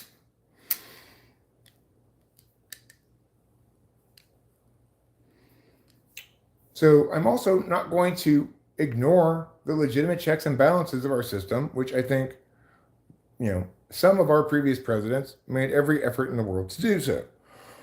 The president is not a king. I am not going to effect change in this country with a bunch of presidential decrees. I'm going to effect change by being correct and explaining what's correct to the American people as an equal, Hello, my friends and neighbors, people who live next door to me, people who live in that state or this state. Hello, as your fellow American. And I don't mean it rhetorically, right? Like, every president's like my fellow Americans. Well, I mean it literally. Remember, we are all fellow Americans, and this world's getting crazy. So, if nothing else, believe that I'm a regular guy like you, and that I have the skills and knowledge set to do a good job here. Believe that I'm principled, honest, transparent, and that I mean what I say and say what I mean. If you want to know what my positions are on a bunch of specific issues, I can tell you, but remember, my positions on those issues mostly matter in terms of what bills I sign or don't sign, right? So if you're going to ask me, what's your position on the environment? I'm going to tell you, well, is there some environmental legislation coming across my desk? What does it specify? I can tell you my position on what America ought to do about climate change. If you want to ask a question like that, I can answer that, no problem. I'll answer all your questions. I won't avoid any of them. I won't give you bullshit sound bites as responses either. Not just platitudes. I'm telling you who I am and what I'm going to do. Oh, thanks, Frosty. I appreciate it a lot. We don't have great numbers of the stream. Haven't had good numbers of the streams lately. I'm not sure. Frosty says, I think I'm MAGA light, if you get me. I used to be liberal in my 20s and left has moved so far left I'm not considered a conservative. Are you now considered a conservative? Well, I don't know if left has moved so far left, really. It's still the same divide that it historically has been. Conservatives want small government, except military. Cut spending except military. And liberals want government to do more and spend more. And think that, wealth inequality is a problem or something. Here's the deal with that, though. Wealth inequality didn't used to be a problem except perceptually. It used to be that wealth inequality was just an envy problem. It is true that those billionaires have shit tons more money than you have, but you, with the amount of money you make at your job, have a good standard of living. You have good buying power from your dollar. That is no longer the case. People do not have good buying power from their dollar. They have dramatically weaker dollars than they had 5 years ago.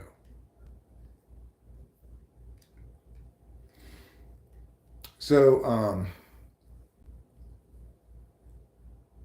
one of the problems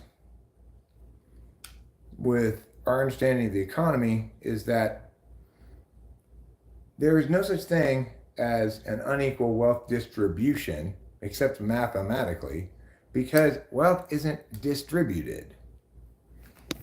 And I think a lot of people don't get that, even though it seems obvious, or how could you not get that? But a lot of people, like dumb people, think that like somehow the rich have a lot of money because the government took this big pile of money and gave most of it to these few people, which is kind of crazy, but that's I think what people think.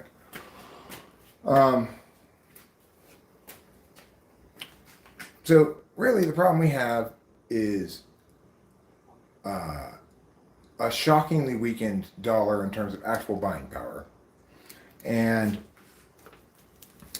a population of people who can no longer afford the lives they were leading, even if, let's say, they kept working steadily through COVID, didn't lose their job or anything, kept the same job, same benefits, same salary, etc., maybe even got a little raise. They cannot live the life they were living before COVID because they had this much cushion between them and their means before the COVID shit, which is a decent cushion, whatever it was. After COVID, they had this much deficit for the same life, maybe more. This much deficit, you know. Obviously, people are going to have to cut back on consumer spending because they can't afford shit anymore. They're still going to spend the same amount of money, maybe, but it's going to buy them a lot fewer things. I guess maybe they won't cut back on consumer spending. But they'll cut back on inessentials. So I think what we're going to see, and we're going to see one of two scenarios in the coming years. We're either going to see a return to stronger buying power via increased wages and salaries. We're going to see a the opposite, which is to say, people recognizing that times are tight, thinking they're going to get even tighter, becoming as tight with their money as possible, and you're going to see an economic stall. It's going to lead to a very big recession or Great Depression kind of a thing, you know? So what's going to happen? Well, I don't know exactly. But I think the number one thing we need to do is probably end quantitative easing for a couple of years would be a great way to deflate the currency. In other words, to increase the real value in terms of spending of dollars of each dollar would be stop infusing new currency into the economy for a while.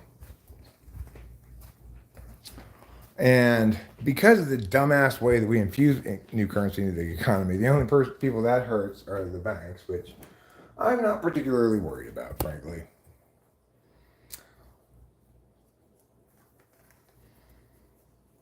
I must admit, I believe the presidency is an impossible job that cannot be effectively done by someone unwilling to compromise their beliefs. No president has not been hypocritical. It is true. You are correct. It's an impossible job to be entirely principled at. Okay, that's why I call myself a principled pragmatist. And for a real principled person, for a real principlist, somebody advocating in favor of principle before all, they're going to say your sometimes pragmatism is no principle at all. It's easy to be principled when you get to make exceptions when you feel like it, right? Okay, well, I get that point. Which is to say, I can further explain how my principled and pragmatic qualities are going to come into play. I'm going to have to, as a president, deal with existing stuff that I don't find is consistent in upholding legitimacy concerns for a variety of reasons. I cannot go in there and think, therefore, I cannot do anything except get rid of that thing entirely in order to be principled. That's not going to happen. And I'm going to have to probably play along with some existent unprincipled shit. When it comes to anything new, I can promise you I'll be entirely principled in my dealings with it. So if, for example, I want to drop a bomb on Mya, I will get Congress to declare war on Mya. Because that's a new thing, and I'm going to do it right. I can't make the office of the presidency retroactively right. So I'm going to have to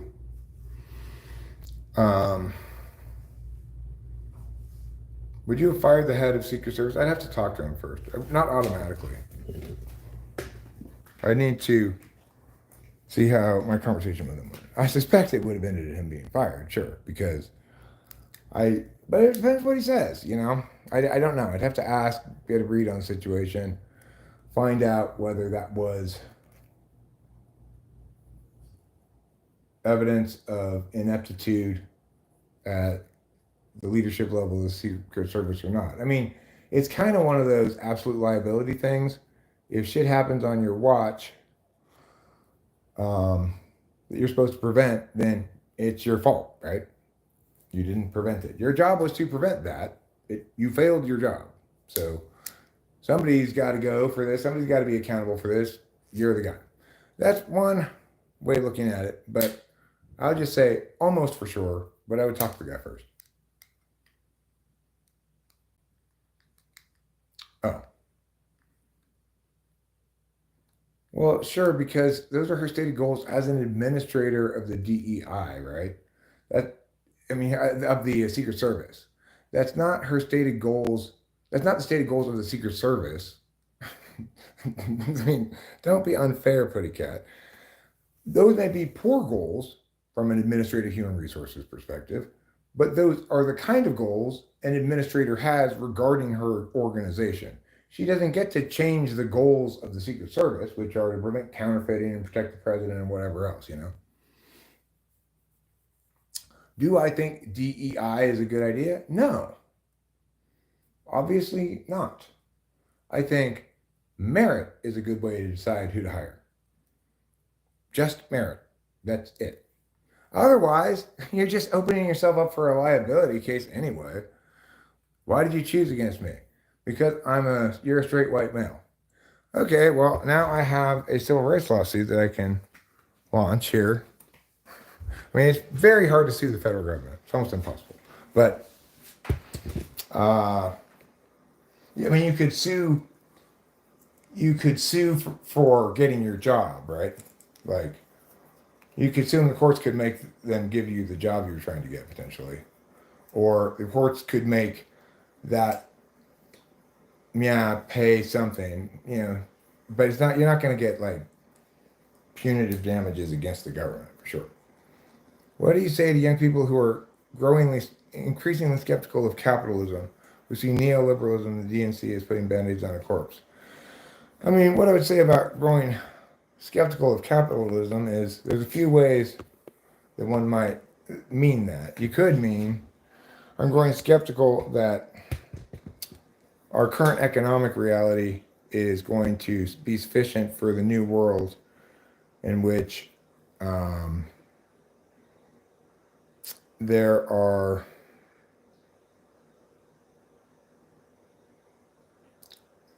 like what jobs are Gen Z going to do and how are they going to do them and for what kind of companies doing what kind of work is an interesting question. If you're skeptical about whether AI, therefore, is going to interfere with the efficacy of the capitalist system by way of replacing too many people who can only provide value in Mia's way, then I think that's a fair reason to be skeptical of it. If you're skeptical of capitalism because you think because you're a commie or whatever. I mean, the thing to remember about capitalism is just the absence of a third party telling these two people what to do commercially with each other. Maybe buy something, maybe attain profit, you know, maybe invest in something, maybe earn capital gains, maybe, you know, those kind of things, right? So when there's no third party preventing those two people from doing business how they want to do business, that's capitalism. What we have in this country is regulated capitalism, which is better than regular capitalism. Because it is the case that people who are successful in commercial endeavors gain increasing amount of power represented in the fungible form called currency or wealth. Okay? That power is not the same kind of power as political power, but there are linkages among them. between the two, right? You can attain to some extent, you can attain political power with money, and to some extent, you can attain money with political power. But still, they are different things. And the reason they are different, oh my gosh, Viral, are you saying that my ugly face makes your life more difficult? I am so sorry. I wish, does looking at the back of my head make things so easy?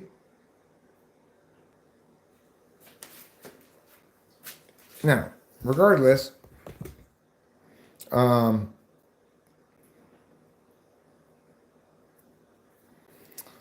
thing is, I think the woke stuff is primarily a distraction at this point, right? So it is the case that there have been plenty of terrible artistic decisions made in upholding this kind of woke value of let's prioritize people who've traditionally been excluded from media. And it is the case that traditionally people of different races were often excluded in media made by the majority of Americans, which were white people. They might have even, and they used to do things like cast white people as Native Americans, as Mexicans, as even Asians. They just find a girl who got kind of slanty eyes and cast her as a Chinese lady or whatever. So it's a fair point they make, right? If you're somebody who's not included, even if you're somebody who's not included because you're ugly, so it's like I've got what they call a radio face. Well, now TV shows are trying to include different looking people with different sizes, etc. People with different ability levels, etc. If they're doing so exclusively for the sake of doing so, then it usually turns out terribly. But there are plenty of Gen Z people who have internalized these fundamentally correct and good notions that stop excluding a bunch of individuals because of your understanding of their group label. It's not acceptable. So people, at the same time, I'll tell you this. One of the worst movies I've ever seen is Barbie. The first 45 minutes of it were quite entertaining and good. But as it fell into a quagmire of butt fuckery in the end part, it revealed in full what it also revealed briefly at the very start. This babbling garbage is predicated on ignorance and wishing stones. It's clearly an NFP behind this. I'm guessing ENFP. The movie begins with one of these Barbies, who's, I guess, lawyer Barbie, at the end of some case, giving a speech about how corporations aren't people, and we're overturning that decision. Corporations aren't people, whatever. Of course, the Supreme Court decision being referenced in that does not say anything of the sort. It was wildly misinterpreted by the lawyer person in the movie, wildly misrepresented, I should say, okay, as something it wasn't, as doing something it doesn't, as saying things it doesn't.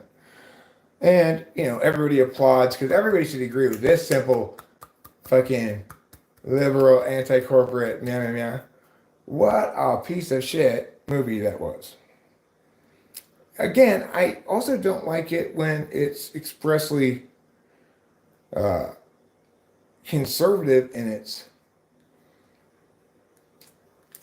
media expression, because first of all, if I want political shit, I'll watch a politics channel. I'll read foreign affairs or something. I don't want you to get your politics in my story. It's a terrible art decision. Well, look, your wokeism is a correction that will at one point just become nothing. The world needed to be corrected. The world needed to stop thinking there are some Polacks out there. It used to be okay. Well, you can make a joke about Polish people and say, how many of them did it take screwing a light bulb, etc.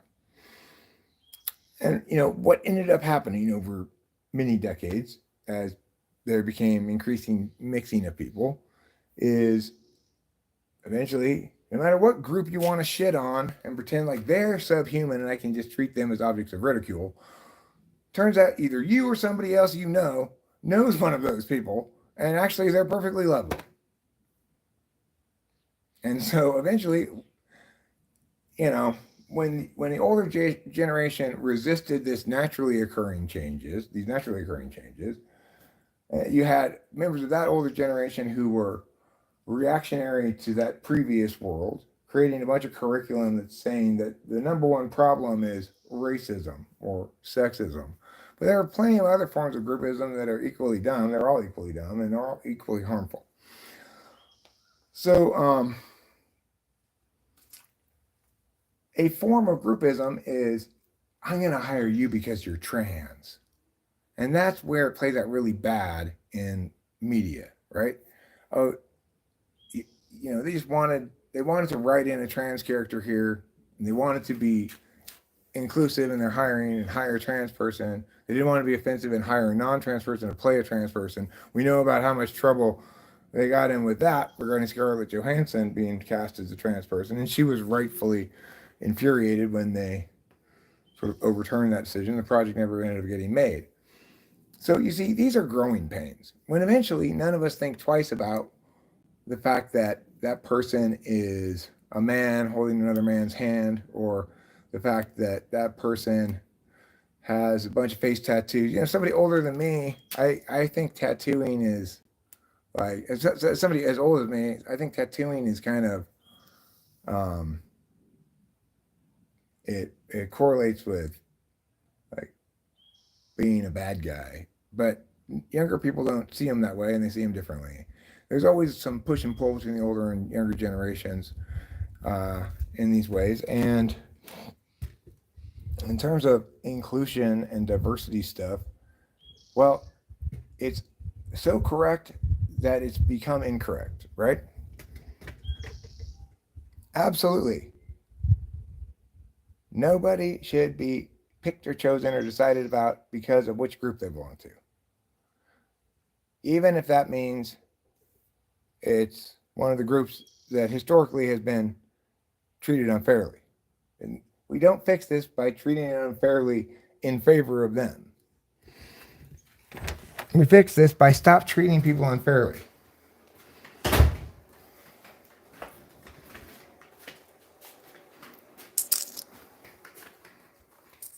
So that's what I think about it, right? It's like the same thing I think about affirmative action. Affirmative action used to be debated when I was in high school. And I said then, I don't know if I said then or not, actually. I don't remember what I said then, but I'll say now that, of course, it's a terrible idea. It's saying the problem is people are getting chosen for their job unfairly, on an unfair criterion. The solution is, let's pick a different unfair criterion. There's nobody here, Eli. I appreciate your words.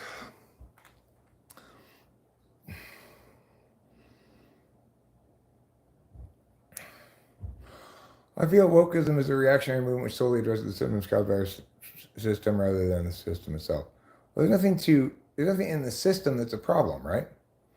People are growing up. As we get exposed to more and more of the world via media and interconnectivity and stuff, people are growing up.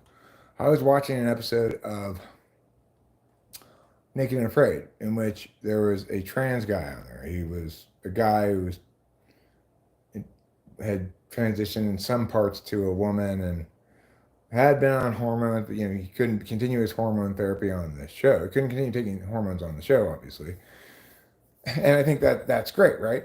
That would be something that would be bad. If Naked and Afraid said, okay, to accommodate your transness, we're going to let you do something we don't normally let people do, which is take medication on a daily basis on the show. If you have to take medication every day, you're not allowed on the show because you're not going to be able to get that medication. So they didn't make an exception for terror, and that's wonderful. And And also, when I watch those episodes that include that person, and there are several, at first I didn't watch them. I skipped them because it made me uncomfortable. Why? Because I'm old and I haven't grown up with the idea that some people do that, and that's fine. You know. Eventually, as I continued watching the show, I got comfortable with it, and I didn't really think about it anymore. And I started to actually like the person. Whether I liked them or not never had anything to do with whether they were trans. It was always going to do with how they acted. But it just made me uncomfortable. I guess I'm just old, you know. Regardless, I certainly lost that discomfort, grew to like the person, and then grew to dislike the person. So in the end, I don't like Tara from Making It Afraid. And it has nothing to do with the fact that he's trans. And the reason I'm using the pronoun he, which I probably wouldn't use were he here, is because I perceive him as a man, and my pronouns follow my perceptions, not your wishes. I'm neither Democrat nor Republican. Eli says, yes, the woke made meaningful corrections. They woke us up to racism and sexism. The correction enabled us to go on sleeping. It ignores the true roots of depth of our social traumas. What do you think those true roots are? I mean, I think we're in such a rapidly changing time period. Remember that prior to the last couple hundred years, basically everybody was born, lived as their parents lived, died, their kids lived as they lived, more or less, you know. Had many generations farming the same land, etc. And the kind of jobs that were available stayed the same for hundreds of years. You could be a blacksmith, or you could be a tanner, or you could be a hat maker, or whatever. I don't know. Adderall causes thirst. Adderall causes you to forget to drink liquids as often as you would otherwise, so that causes thirst. I'm currently still planning on not voting. I think it would be very hard for Kamala Harris to change my mind on that and get me to vote for her. I know I'm not voting for Trump. I don't really know anything about Kamala Harris, but I think the country has been run more or less by Kamala Harris the last 4 years, and I was very unimpressed with the Biden's administration.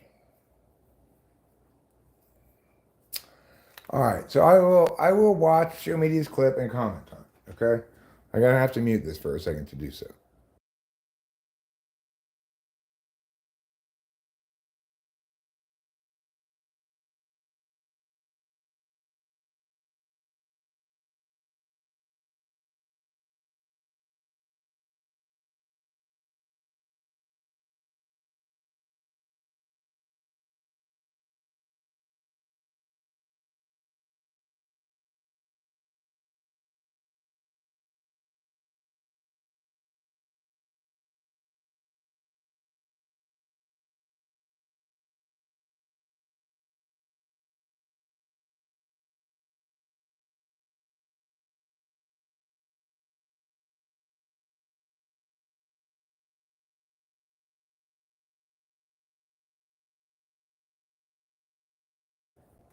Well, I mean, my takeaway from this is simply that entrenched power fights against being displaced, which is to be expected.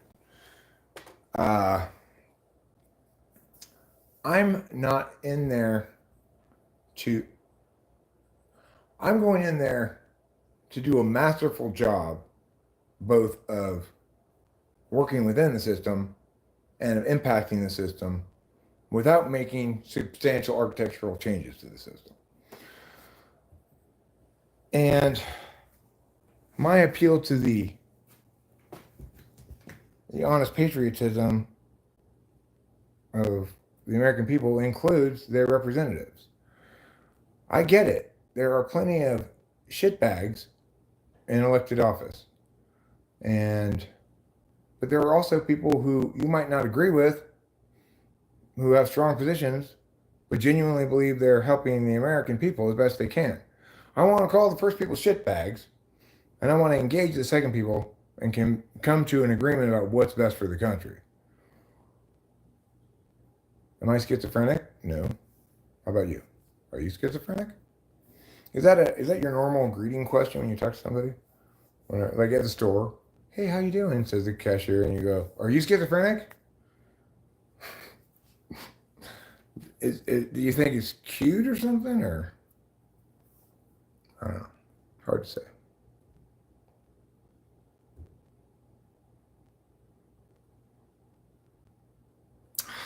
Stop pushing that. Oh yeah. And then this and that. There. No. Okay, now will you answer my question? Adam, is that normally how you greet people? No. I'm not voting for Trump, and I'm also not voting at all right now, as far as I can tell. Something would have to change dramatically for me to vote at all. I don't want to vote for Harris, and I don't want to vote for Trump. I'm not going to vote for Trump, and I'm almost certainly not going to vote for Harris, but I don't really know enough about her to completely eliminate that possibility at the moment. Okay. So you didn't answer my question, even though I'd answered three of yours, in fact. So as a consequence, I'm going to time you out. But I tell you what, we're going to just time you out for a minute because I'm going to hope that you can learn civil discourse or at least some kind of actually provocative and interesting engagement. Okay, so you are timed up for just a minute. Hopefully when you come back, you'll have your head out of your ass. If you think I'm un-American, you are fucking crazy. I'm a genuine patriot and a statesman. I suppose one of the primary roots I'm referring to is that of commodity fetishism, the desire for excess which is isolated and or deprives certain social groups both inadvertently and not. I mean, I don't really see people expressing that overtly, right? Like, I desire excess. I do see it celebrated as it has always been celebrated in terms of people wanting to watch things like Mr. Beast or somebody living a lavish lifestyle, but I don't think it's been particularly romantic. I just think people are increasingly disenchanted with objects and wealth, you know? So much of what we do and care about is not a physical object. And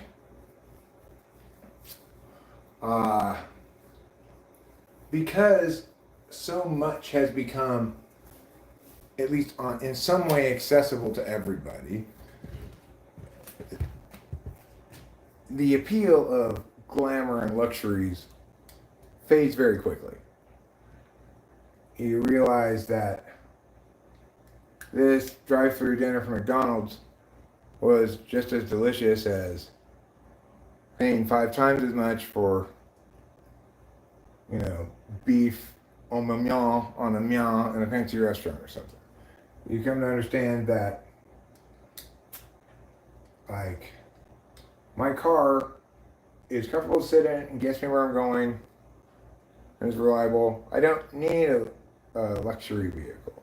For people who get those things, that's fine. They can afford them and it helps the economy and everything. But I don't believe it's the case that people are increasingly materialistic. I think it's the case that people are decreasingly materialistic because they spend so much less of their time in the physical world than they used to. In the status quo, we're spending a great deal of our time in the metaphysical world.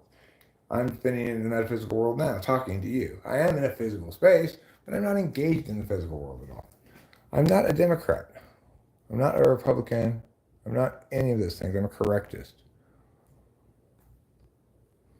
Let's say you could change the election with your vote and you knew that for sure, would you still not vote? Correct, because I'm not going to vote against anybody.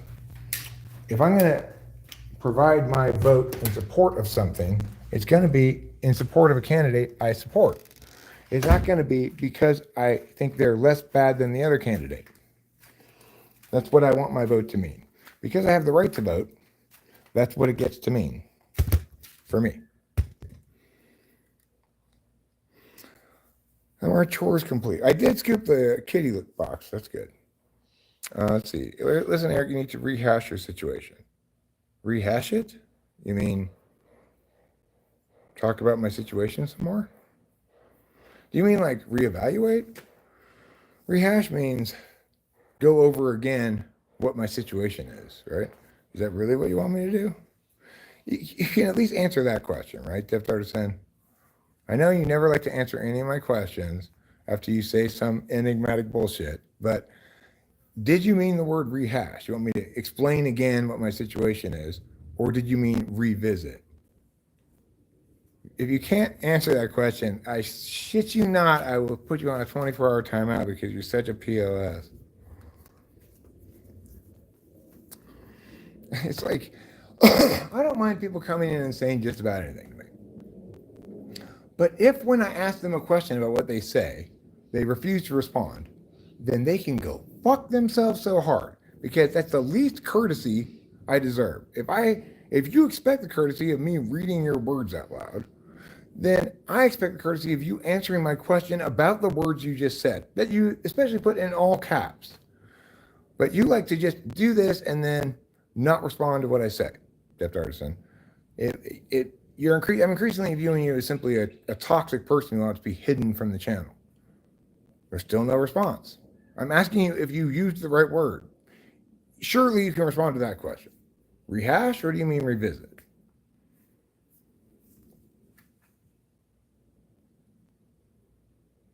Okay, well,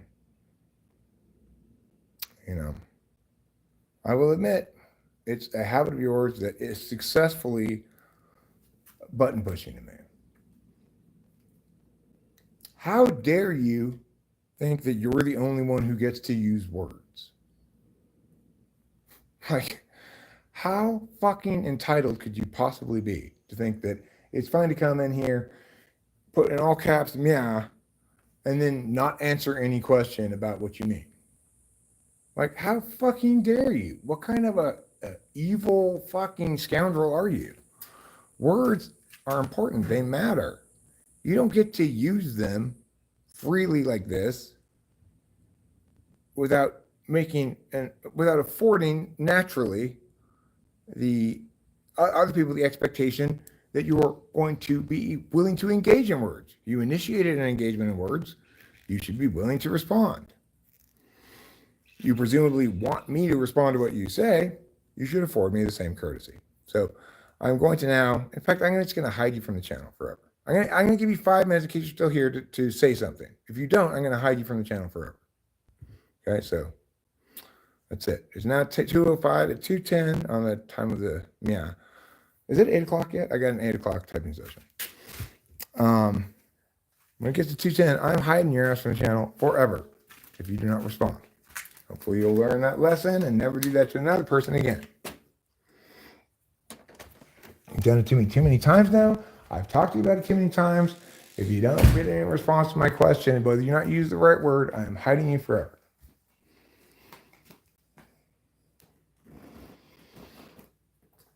I mean, we don't have a hyperfixation with commodities. What we have is a population that the majority of which, a large majority of which, comprises sensors.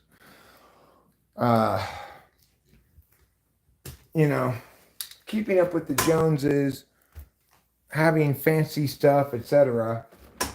That's one way of, scoring points as a human being for some people. And it's a way that does coincide very nicely with what companies want people to do, which is buy stuff. But to the extent that you see commoditization as something that's wrong with America, that's not correct. If it were correct, then it would be also correct that you shouldn't be chatting with me on the phone you're on right now on YouTube. It's really hard to make a Luddite case because you will necessarily use all the technology and products you condemn in the process.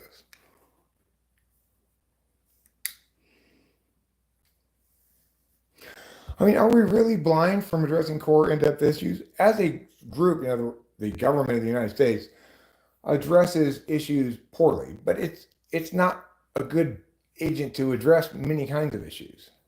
Hi, Will's flip phone.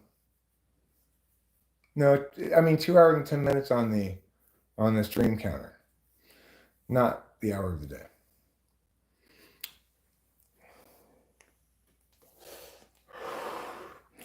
So the biggest issue the country has is investment in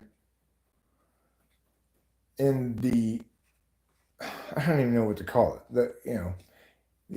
Is investment in this culture worship, right? Like investment in the idea that we can do politics by blaming the bad guy, hating the bad guy, and demonizing everybody who supports him, and by determining which team you're on according to how you answer to these wedge questions, etc., or how you self-identify, and that all political advancement seems to be done through this. I will replace the problem of those bad guys, that team, this group, that group. I will replace the problem of everybody doing that with the alternative, actual statesmanship that engages actual political ideas with actual words to actual people. Rachel's upstairs and she's having a conversation with Elaine and maybe Kay, people from the channel. She's chatting with them. Is it 2:10 yet? Not quite.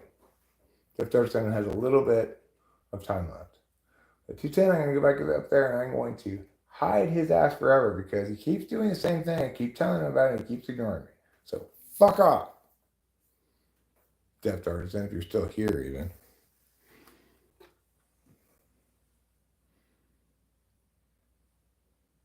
even. Jeff Dardson's like, I want to make Eric think because I understand what he's doing better than he does. What's going on with him better than he does.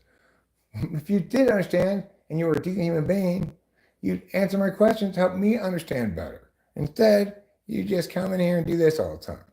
Tell me, Eric, you're lying to yourself about whatever. And then when I ask you what are you talking about? You never say a goddamn answer to me. So since that's your only thing is to be a guy who comes in to either heckle or throw poo at me and then ignores my words, you are hereby, yep, it's 2:10 now, hidden forever from this channel, you fuck. Take that.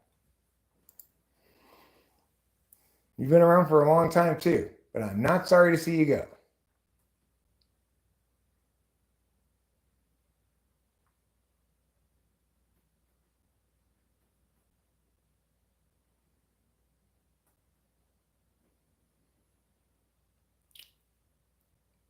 Well, I mean, if all you're doing politically is making some kinds of gestures that either support or oppose this kind of ideology, it's gonna be fucking stupid.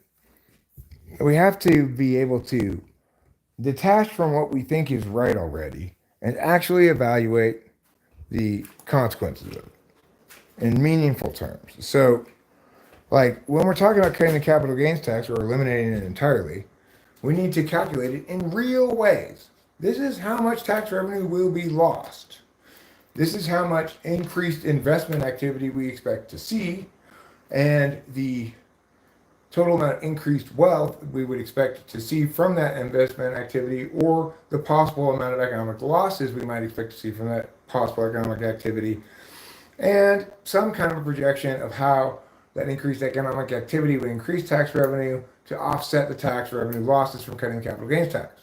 We need to do an actual honest assessment of that. What we'll discover is that unless you're incredibly short-sighted in your range of evaluating the data, like you just keep the time frame very small, then you'll find the economic benefits vastly outweigh the harms, and the government ends up with more tax revenue, not less, within 5 years or so at the latest.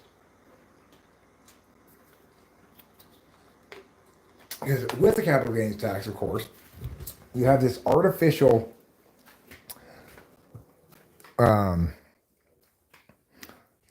constraint on short-term investments. I might want to avoid a capital gains tax this year, so I'm not going to sell this. I'm not going to sell this stock until the end of the fiscal year. That slows down the growth of the economy by keeping investment money stagnant. So we can articulate the specific mechanisms by which certain things do certain harms, and we can articulate all the benefits that they produce in the status quo. We can project how much of those benefits would be lost in the affirmed plan, which we treat as, which has fiat, as we call it in debate. We pretend like if this were passed, right, then what would the impacts be?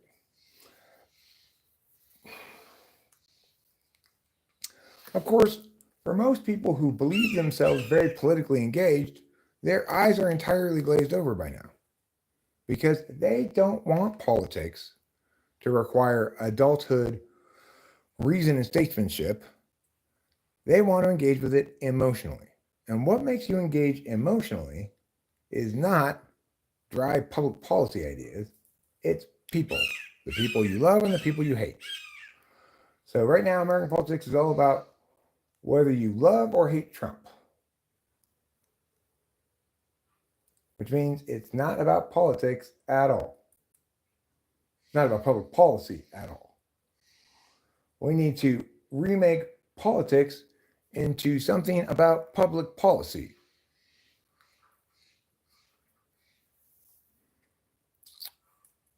Thank you very much for your wonderful engagement, Eli, and have a wonderful evening.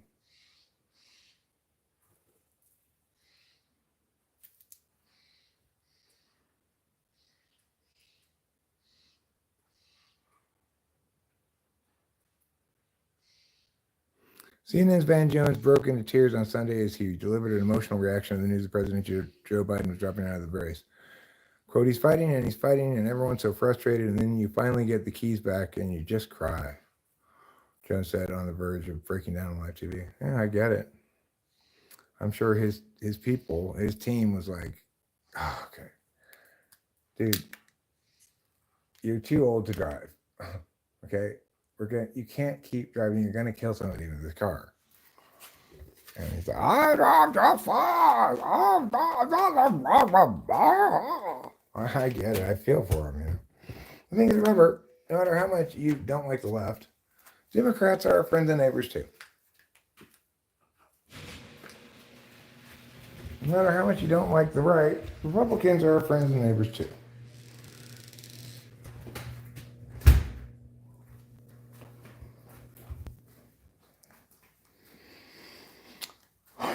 Well, I'm still not done with my chore.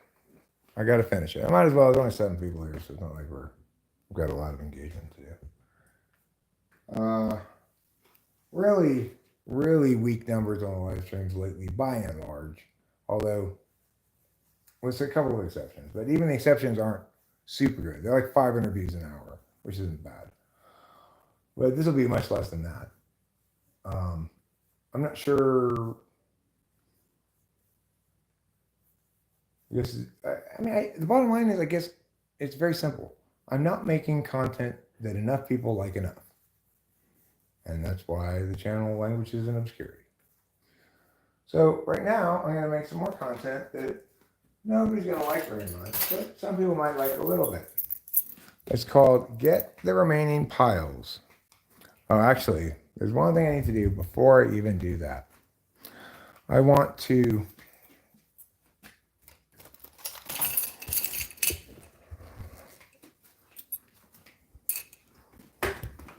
there's no way mods can do that. It's not a good way to game the algorithm, remember, because the algorithm is designed to get viewers the videos they want. It's not designed to help creators. The only way you can do a better job on YouTube is make content that people like to watch more. That more people like to watch more strongly. I'm going to back out this car here because I got to get this one spot. I forgot about this spot.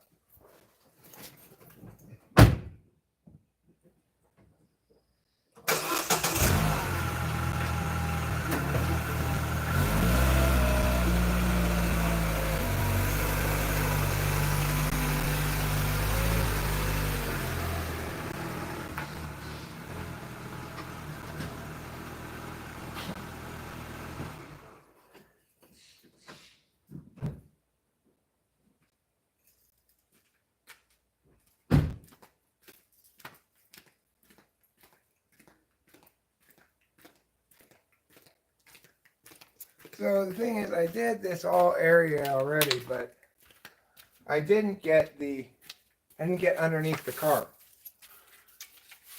So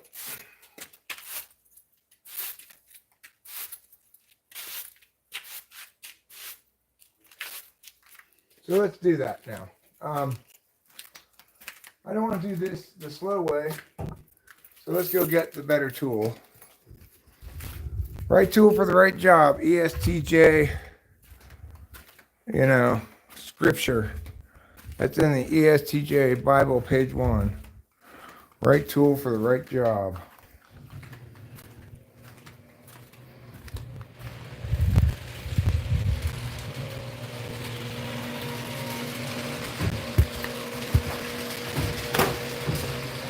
In this case, the right tool for the right job is this big pusher.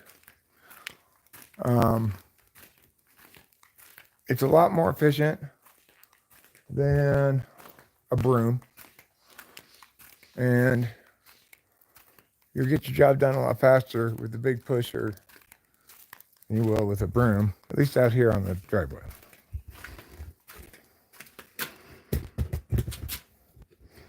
Okay, so I'm going to lower you down here so you can see all of the action.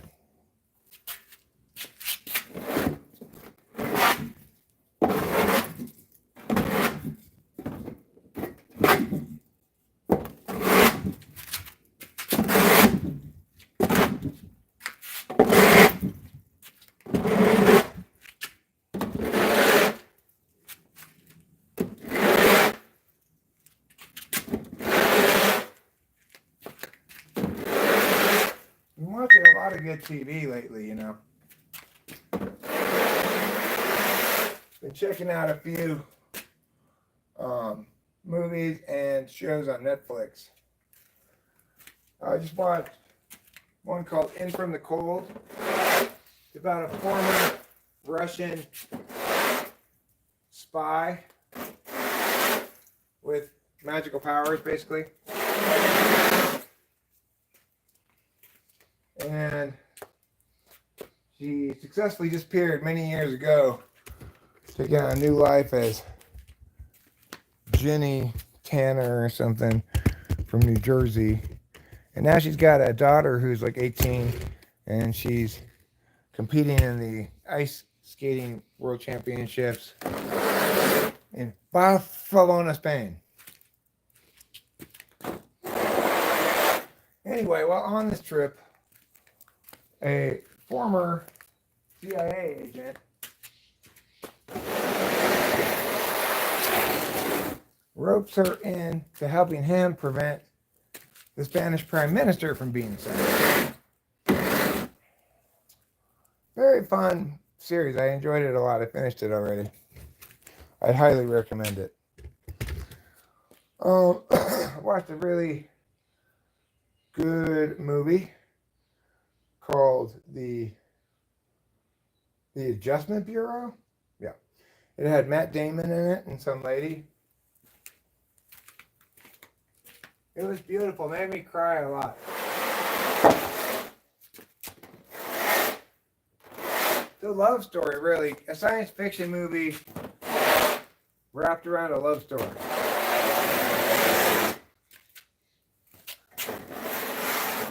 One of many, many films to be made out of a Philip Dick Booker story.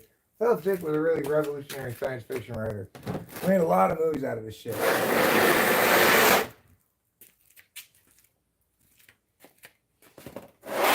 I also watched a movie called G.R.I.T. Grit. It's a very trucks and guns, Yahoo military sniper team movie. It was pretty good. I liked it. But the thing is, it was that's a good example of why we shouldn't really be bothered by wokery. Okay, so the thing is, the main character, kind of in the movie, was an Asian lady known as Lady of Death, who was the snipers team's best until she got captured and yeah, right? So of course they made the best, most badass one, an Asian woman. But the movie couldn't have been more trucks and guns, you know? It's like all about Yahoo America, we're so badass, let's come in with sniper rifles and handle this situation. So when you understand that that was part of the consequence of the woke agenda, and it was seen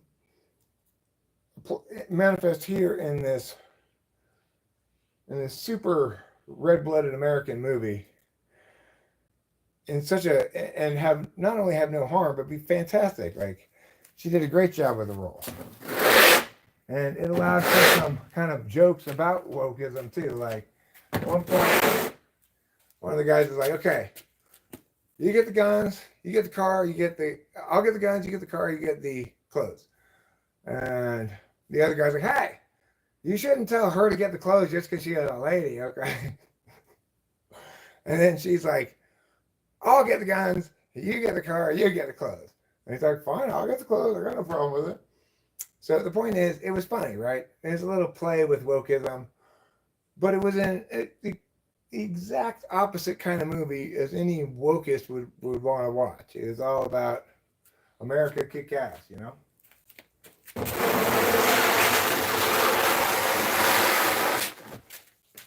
I'll admit that wasn't the best of my movies the best of my TV and movies last couple of days here. But it was pretty good. It was surprisingly good. I watched the whole thing.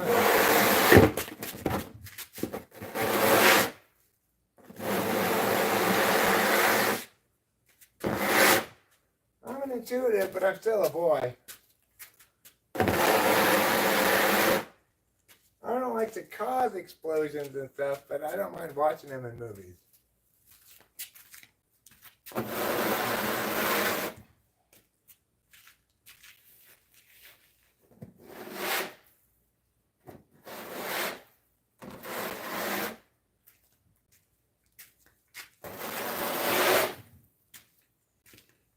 Okay.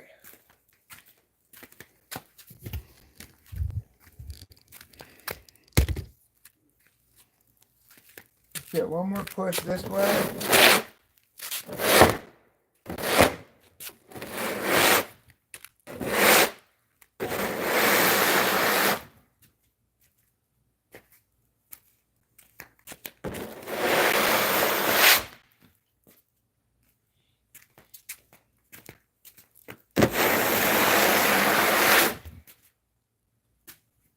Okay, good enough.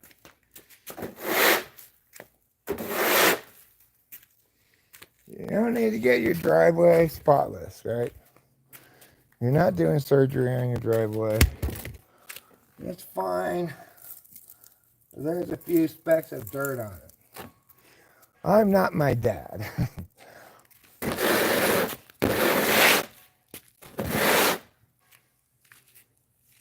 My dad had a strong belief in favor of trees that don't drop things.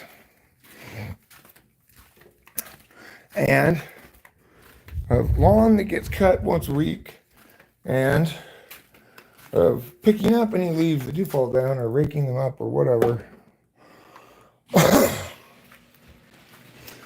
You know, every week, keep everything. If it's more than a week out, oh, God damn it. If it's more than a week out, then it's a mess already. I haven't cleaned this driveway in months and months.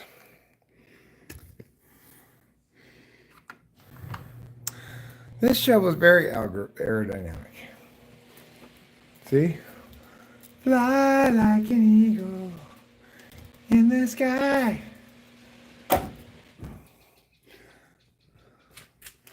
Okay, so now what we're going to do, we're going to bring the little car over here to this pile. Because we're going to put this in the back of a little car.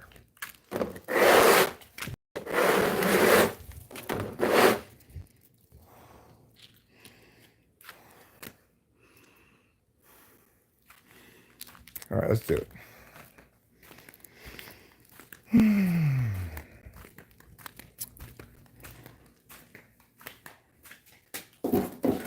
I'm going to put you guys like this if I can.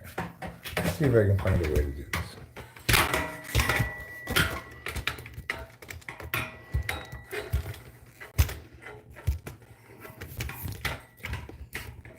There. That's pretty good. Yeah. I would say so. Let me just get this up higher. And I can put it down here. Yeah.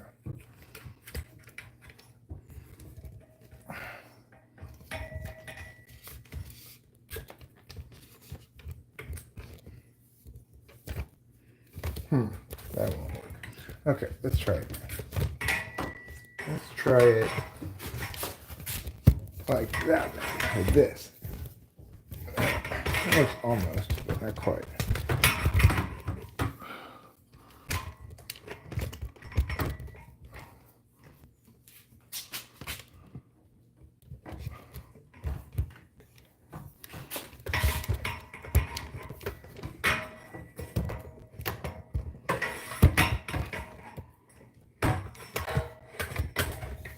There. All right, that'll do fine. Let me get a bungee cord to make it stay in place more. And you guys can ride on the front then. You can see where we're going as we're going there.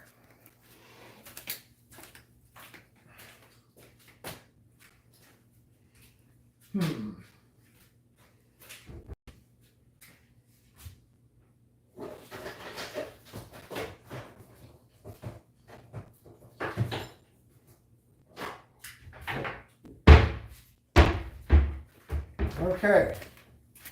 We're going to bungee cord you here. Make sure you don't go flying. And we'll attach that just like that. And then we'll do it on the other side as well. And then we'll bungee cord you here. And there we go. You're in excellent shape now. I think you should be very proud of yourself.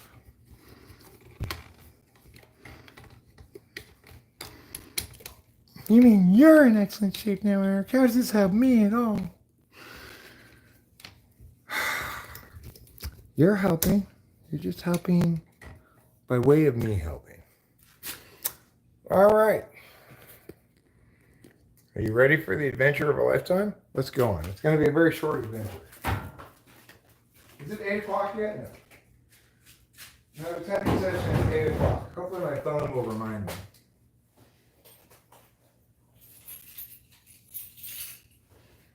I wanna rock and roll all night and pick up all the leaves.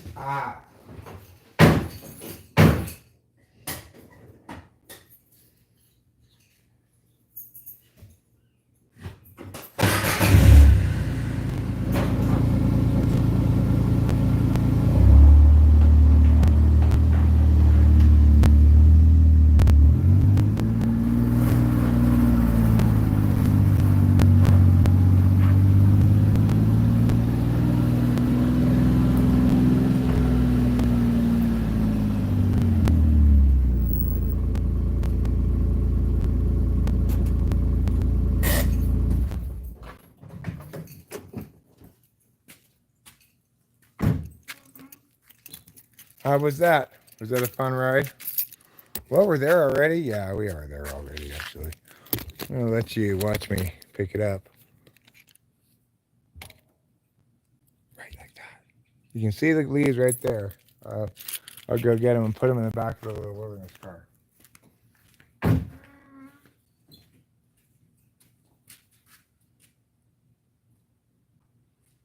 So,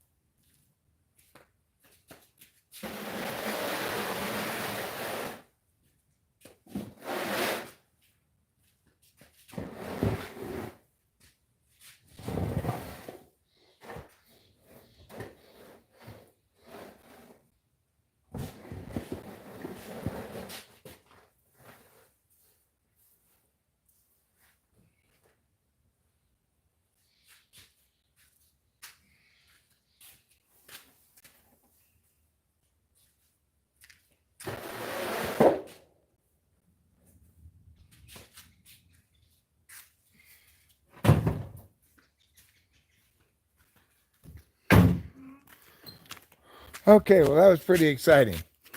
Now, we're going to go in the car again. We're going to back up to this pile here and that pile over there. And we're going to scoop up all of their chitlins. You ready for a chitlin scoop? Let's go.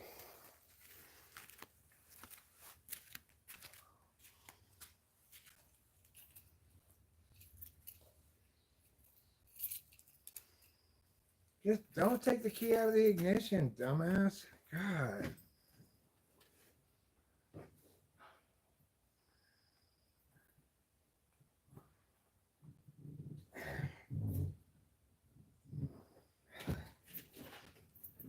Don't want pops?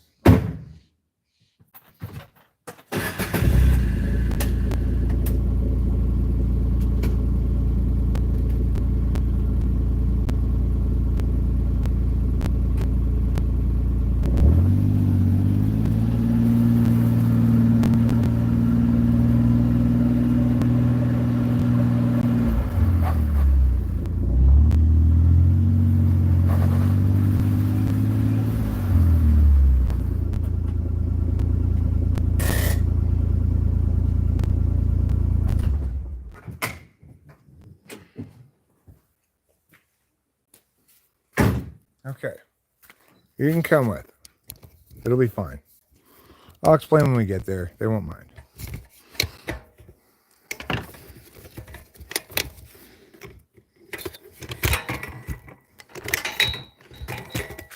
Okay.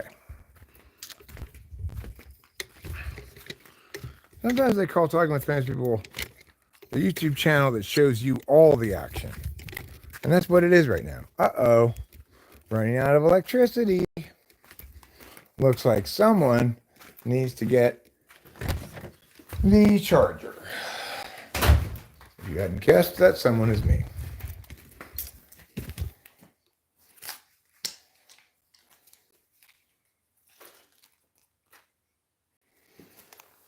So as I mentioned, I do have an 8 p.m. typing session. And I need to leave here about 7:40, probably 7:30, somewhere in there. I probably want to take a shower, actually, after doing this manual labor. But it's still good. There's plenty of time to get this task done. What is the task? If you were late arriving, I am finishing the driveway, which I started yesterday to clean up. Maybe the day before. A several day operation, really. So I'm picking up from the driveway these piles now, and I'm putting them into the back of the little wilderness car. Here you can see the pile and the back of the little wilderness car. And now you'll see me putting the pile into the back of the little wilderness car. We'll just hang these bungees right here for the moment. I don't know if we're going to need them or not. Get this. Go like so.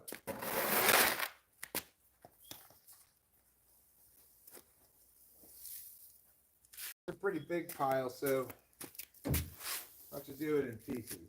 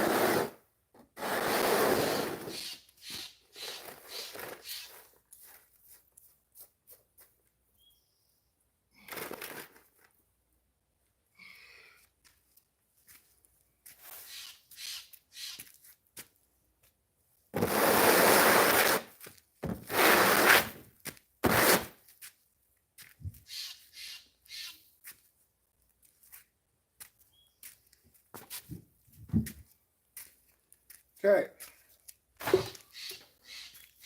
Last pile's over here.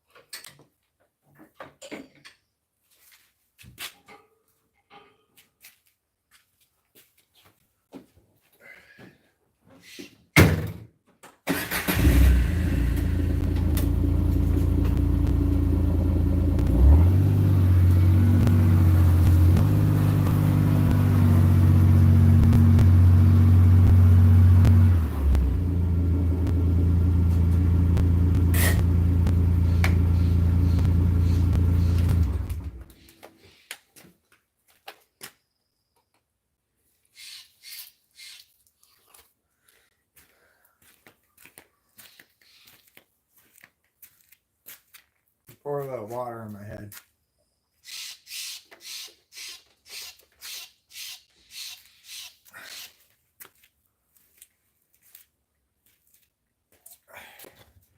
This is a small pile.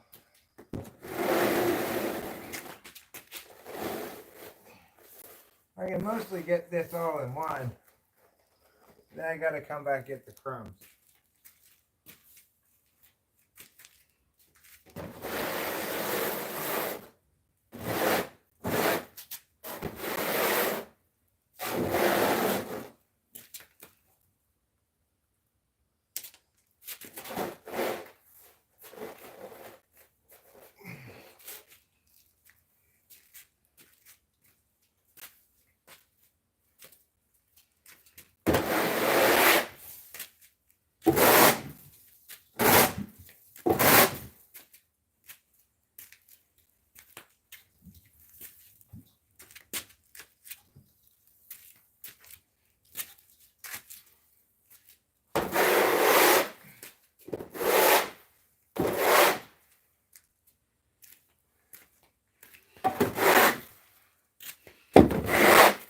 Okay.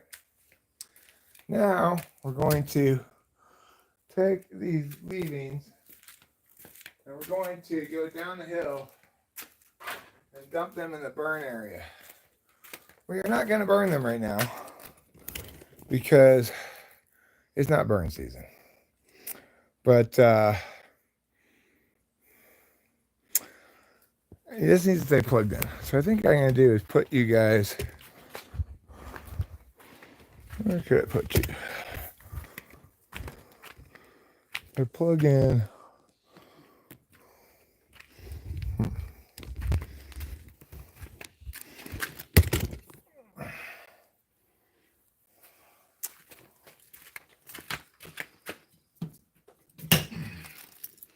Okay.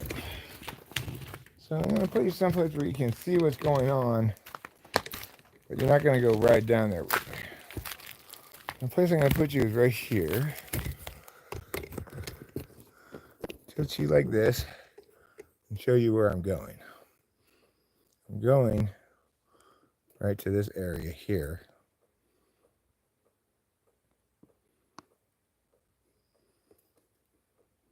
As you'll see in a moment.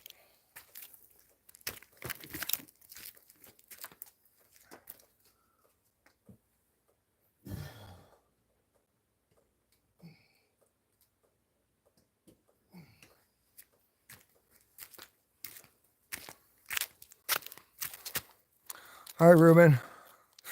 Hi, Boba Fett. So I'm driving down the hill to just drop off some stuff down there to the burn area. I'll be right down there.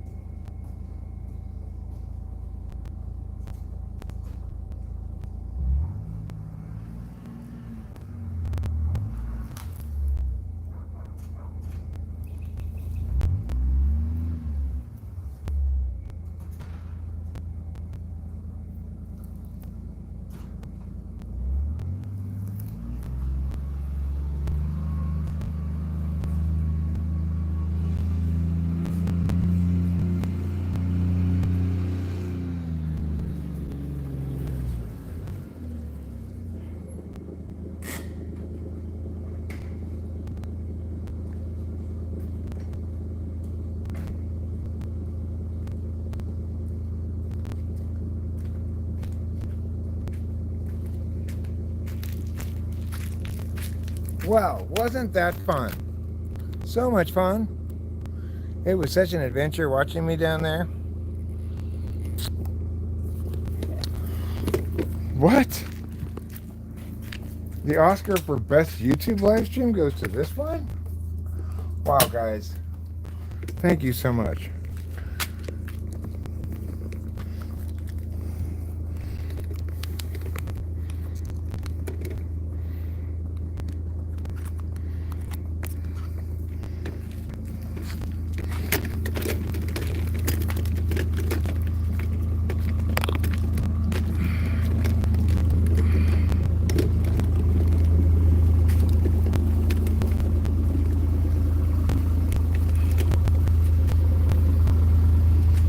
Okay, look.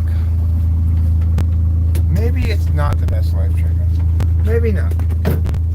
Maybe it sucks all kinds of ass. But that's no excuse for there only being 6 people here. Okay, that is an excuse for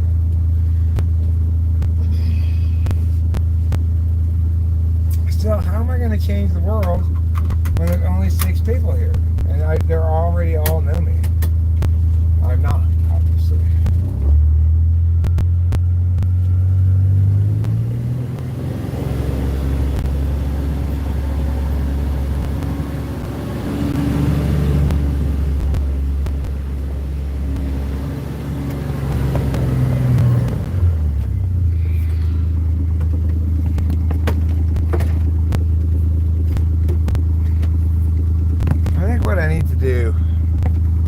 I think I'm going to do this, and we'll see if it helps.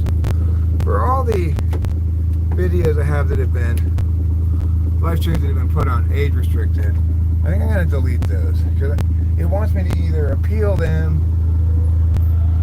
It wants me to appeal them, which means I think doing nothing is kind of a bad idea because they're saying, okay, this guy's got unappealed age restrictions. I'm guessing probably because that's a reason why he doesn't want to appeal. So we're going to assume he's a bad guy. Well, I don't believe that YouTube ever does anything to promote any specific creators. I do believe in so-called shadow banning, where if you've done something that YouTube doesn't like, that they may or may not have informed you about, that they'll not show you to new people. They might still show you to people that have been around your channel before, but they won't show you to new people, and they won't show you very, very much, you know. You'll be at you'll have like a limiter on you, you know. Is that really how it works? I don't know, but obviously when I see a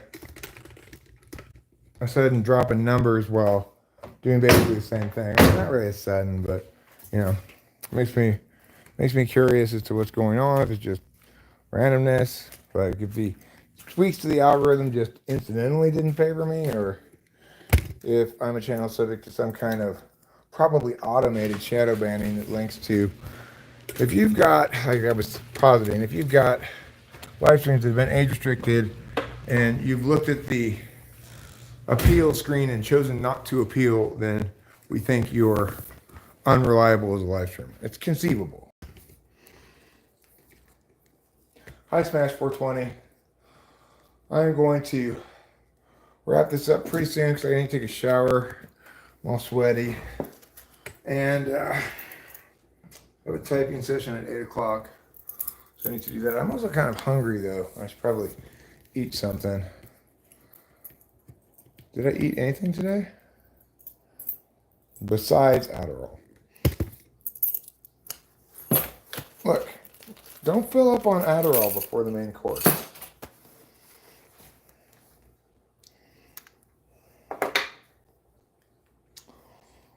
Okay. Brethren McPot, Smash 420, what a couple of wonderful people you are. So,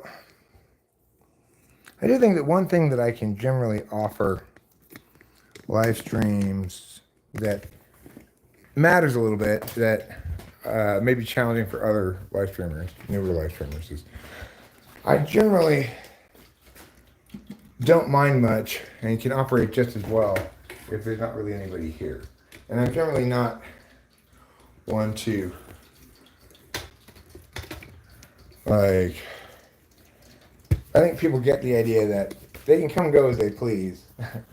I'm not going to notice, and I'm not counting on their presence for me to continue live streaming. Thank you so much, Brisbane McPot. I appreciate you. This is real life, actual, either water or sweat. I did pour water in my head. It's probably water. What am I in here for? Oh yeah, I need to eat something.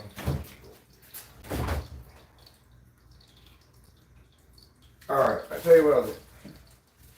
I'll put in some potatoes for me, some potatoes for Rachel as well, into the oven. And then they'll be ready halfway through my typing session. I can continue to type for a while preparing those potatoes and wait to eat them at the end of the session. I can even wait to pop these in the oven until a little closer to the typing session.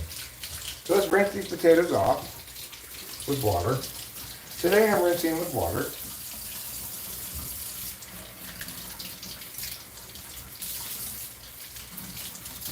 Okay, good. Put those in the bottom of the sink there. Fine, fine. Now, I'm going to preheat this to 400.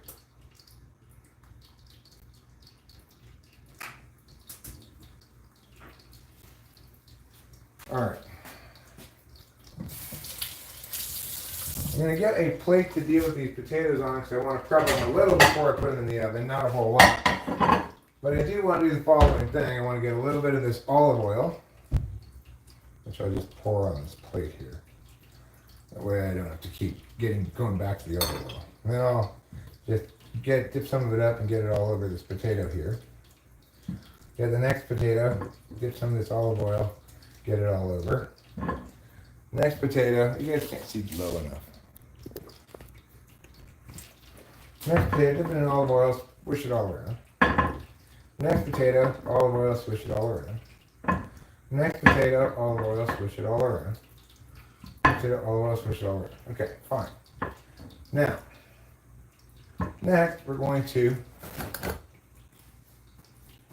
get this stuff. This is Pappy's garlic herb rub / sprinkle or whatever. I'm going to sprinkle it on these potatoes, and it will stick to these potatoes because they're covered in oil. Hence, that's the reason for the oil, you see. All right, now, as soon as that preheats, I just pop them in there for an hour.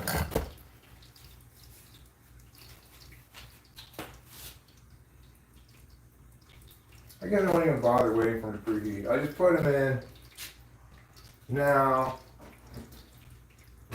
and I just put them in for an hour and 8 minutes.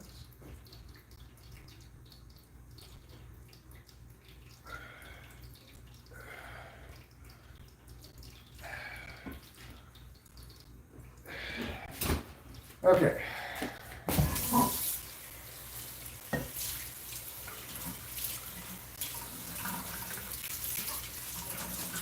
I guess I just wash this dish right here. Rather than putting it in the dishwasher, might as well. It's like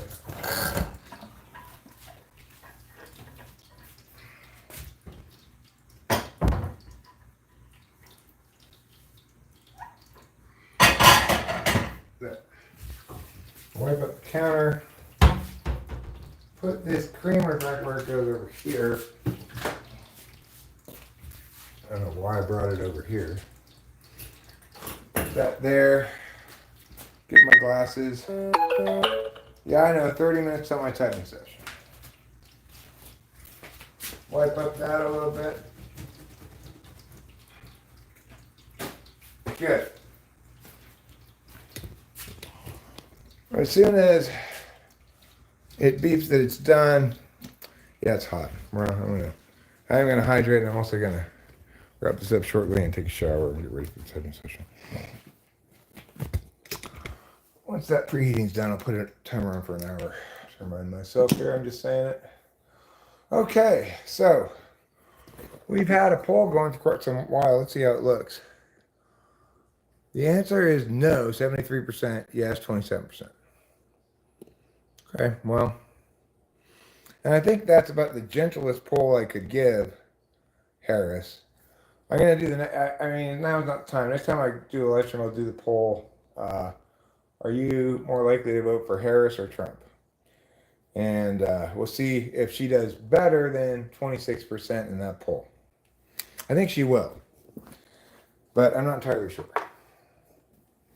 Because I think pretty much every Democrat is going to go, okay, well, Harris is better. Biden may have been unacceptable, but Harris is better than Trump.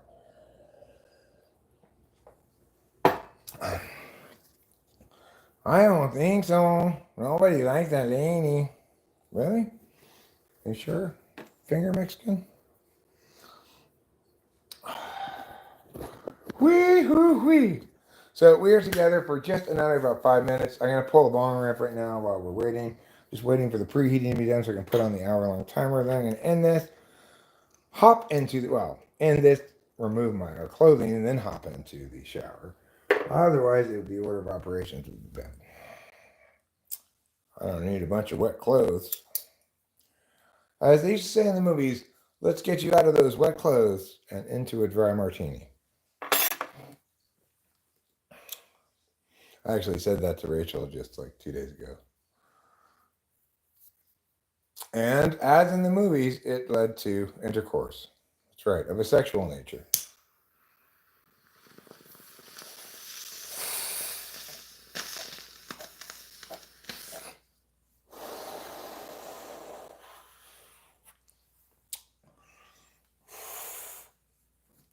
Thanks, Brism McPot.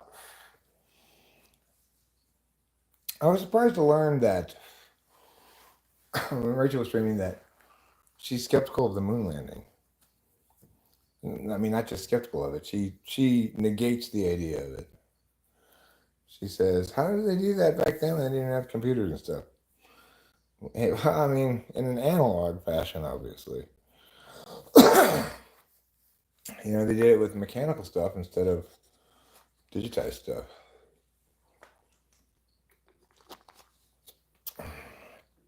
You might say, how did people do banking before computers? They added up numbers, double counted bills, etc. Thanks, Smash 420.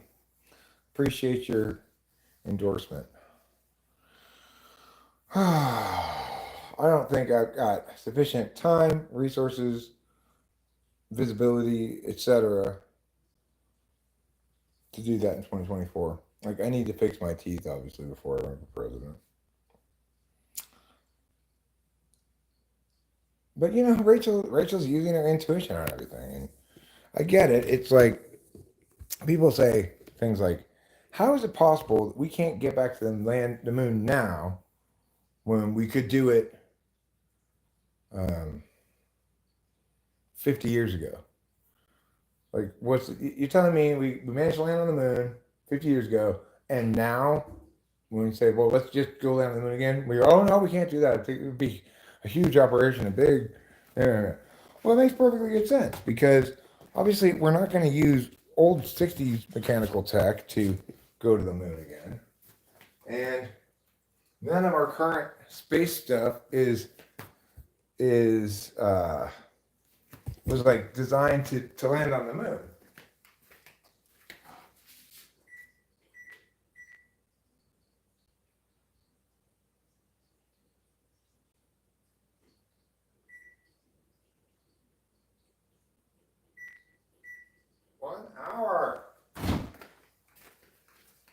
But I understand that, you know, intuitively, like, and I personally like Rachel. She's like, our technology is so much more advanced now. If we're struggling to do that now, how could we possibly have done it back then? I think we did land on the moon, personally, but I understand that it's reasonable to be skeptical about something like that. And one thing that's important to remember when talking about skepticism versus credulity is it's much more reasonable to be skeptical about single events than, say, states of affairs.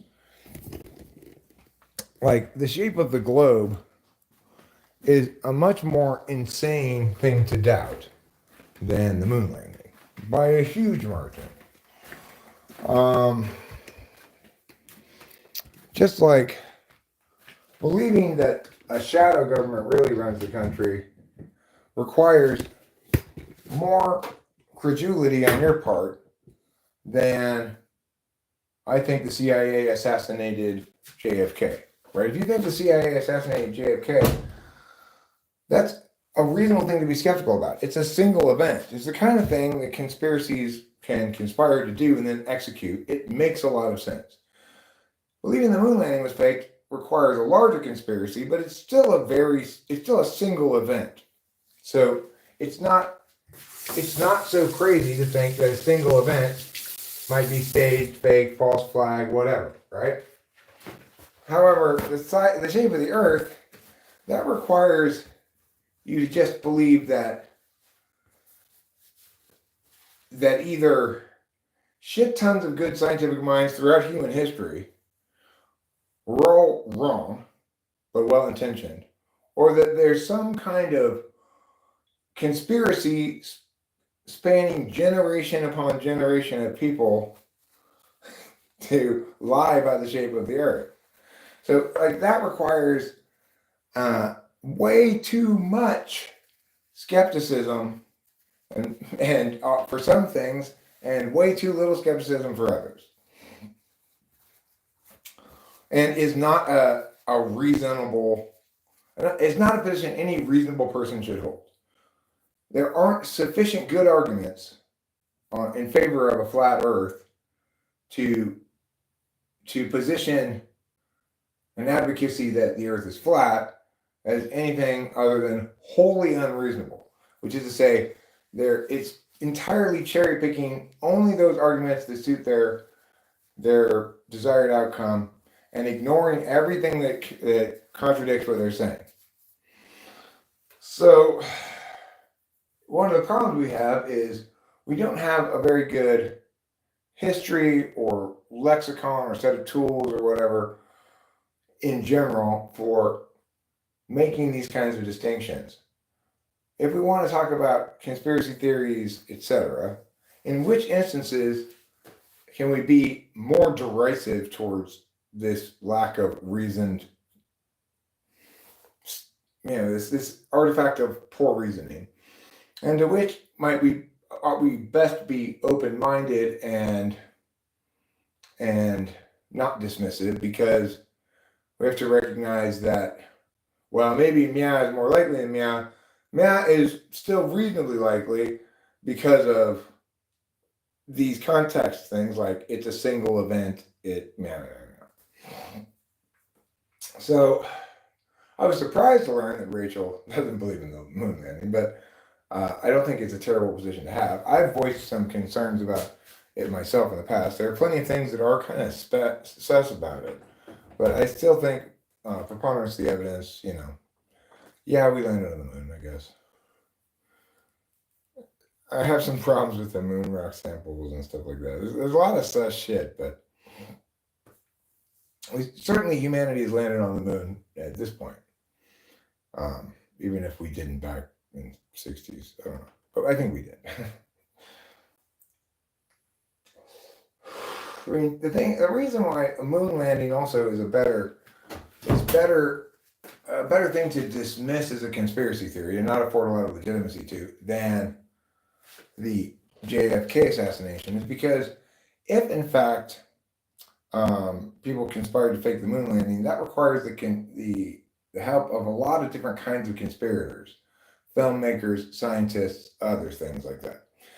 If you want to conspire to assassinate JFK, that only requires the conspiracy of people in the conspiracy business, namely the CIA and their agents and operatives and assets. So I'm going to take a shower now, but I tell you what I'm going to do. I'm just going to leave this stream on. You're not going to be able to see anything. You're not going to be able to look at me, obviously. My body is too beautiful for your eyes. But what you will get to look at is this. This bar. You get to look at this bar and part of this cabinet while I take a quick shower. You get to enjoy the ASMR and of the sound of water falling from the shower. There. It's shower ASMR. I hope you enjoy it. May your scalp tingle with all the pleasure of ASMR. I put on different clothes after this. Look at my clothes.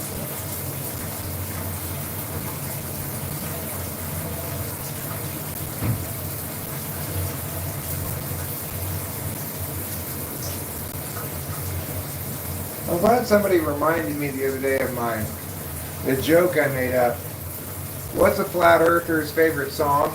Favorite soul song? I don't believe in spiracles. That was a pretty good joke. Alright, I got my belt. I'm taking my clothes off, but I need new clothes.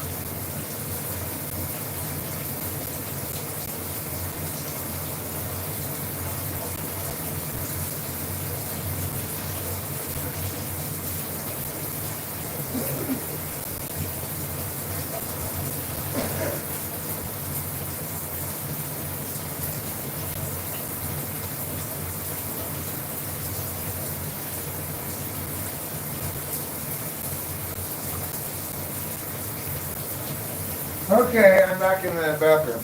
So I've gotten some shorts. I didn't get any underwear actually, but probably should. I got a sweatshirt.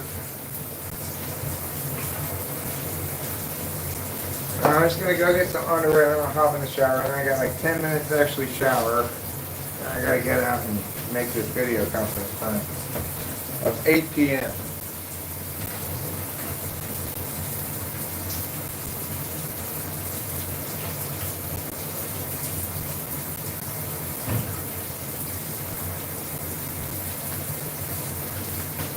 If I could save pee in a bottle, the first thing that I want to do is save up my pee in these bottles right here and then give all my pee unto you.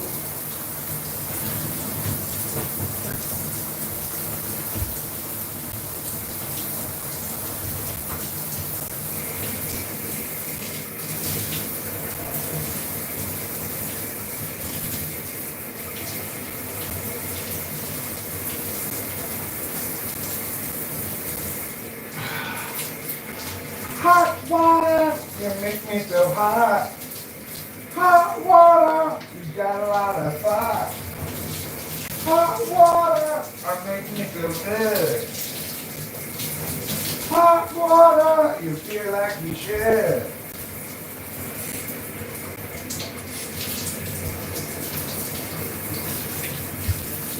What?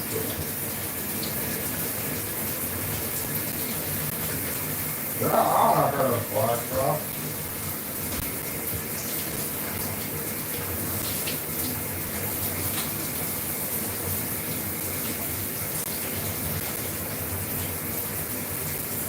That makes me sad.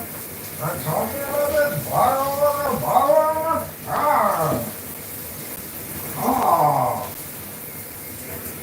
It's just clean there, too.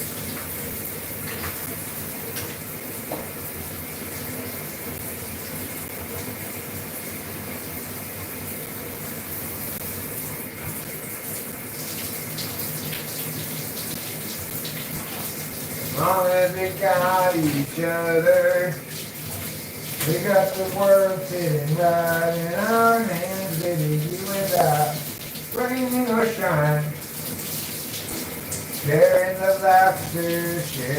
laughter and love.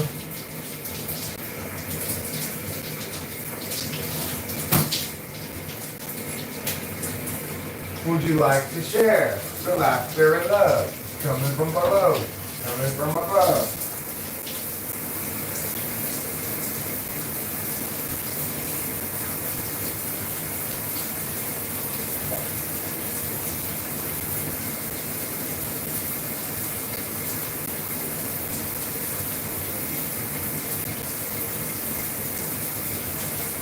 I got 15 minutes of my video conference with this typing guy. Another typing session now in store for you, alright. In the jacket is I am the one you see. Who said you want to type this guy and see him on TV? I've got 15 minutes and I've got you in the shower before then to do the things I must before I type this guy that I've got scheduled for tonight.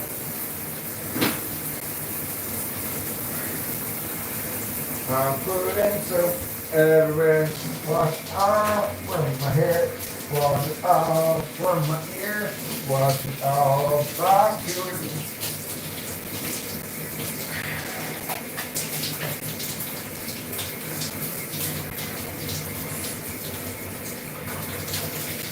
Please don't boil me alive.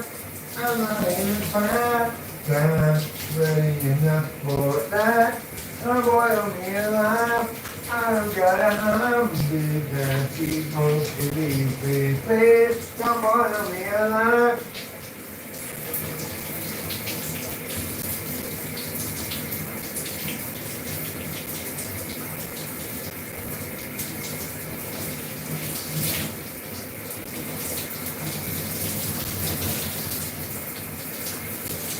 Please don't boil me alive. I'm not even fine.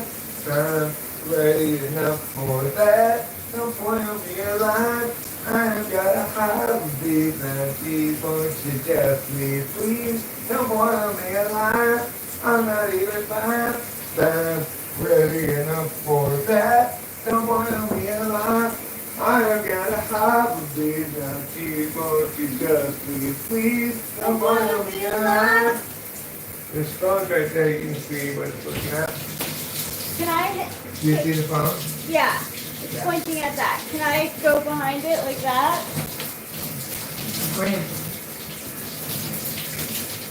Or turn it around? Like, the thing is, I need to, no, turn it around, because then it'll show my image. like turn it around. You can take it out of here if you want, but the thing is, I've got a typing session in 15 minutes. Oh. So, if you want to take it in the living room for a bit, Okay. and then when I get in there, I could, in theory,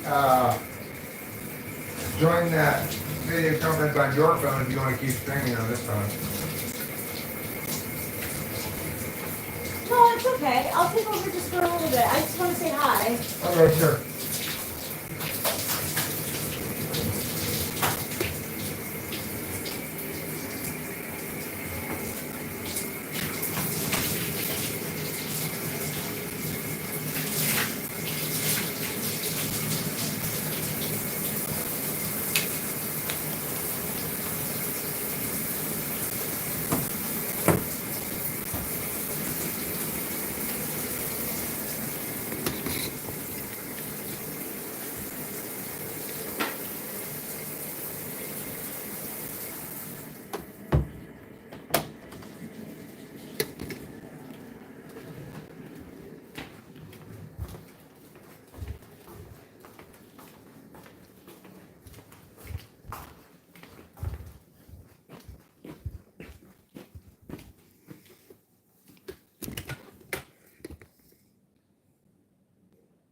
Hi, everyone. Thank you, William, for thinking I'm right on the moon landing. Like, honestly, they like barely had computers in the 60s. How the hell did they have the technology to land on the moon? I just am skeptical of it. Hey, Boba Fett. Hey, Smash 420.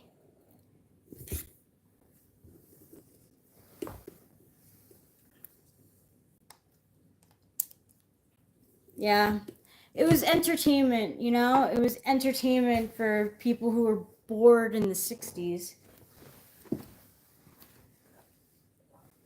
Because before the Beatles came, the before the Beatles arrived, life was pretty boring in the 60s.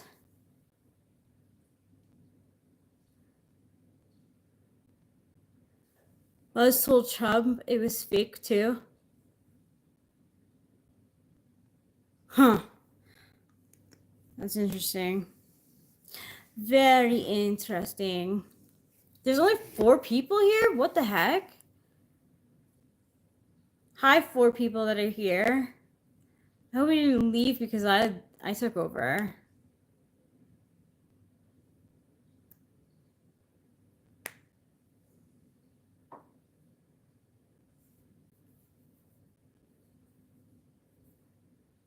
Please don't boil me alive. I'm even 5 times ready enough for that. Don't boil me alive.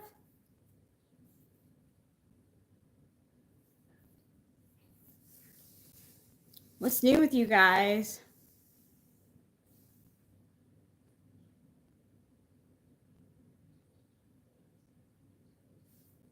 I'm not saying that it was the first time. I mean, I just don't think that they landed on it.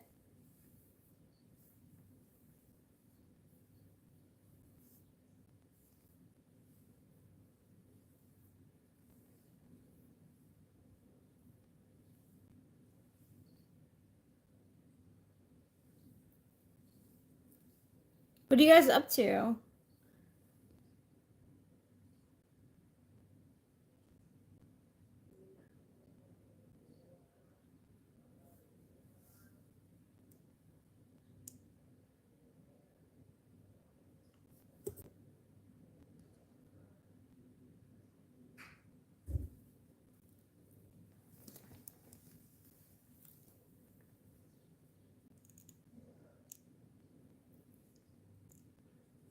Man one yet?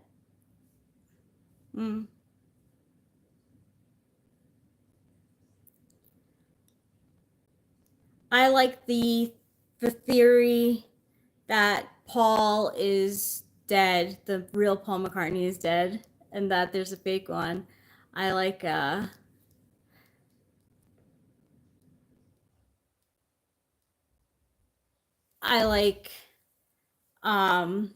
the idea that there's a fake Paul McCartney who made music with the Beatles. And I like the O.J. Simpson conspiracy theory that his son was actually the murderer of Nicole Brown Simpson.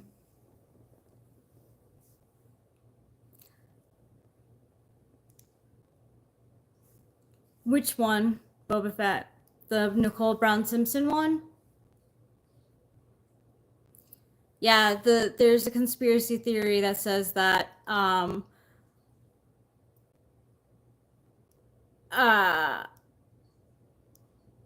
O.J. Simpson didn't do it. It was his son, and O.J. covered up for his son. Took blame, covered up for his son. MJ lives. I wonder where he would where he's living if he's alive. You're officially house sitting now? That's kind of fun. In Saudi Arabia, how'd you get there? Oh, I read the wrong thing. Boba Fett says MJ lives in Saudi Arabia. Have they had spottings of him?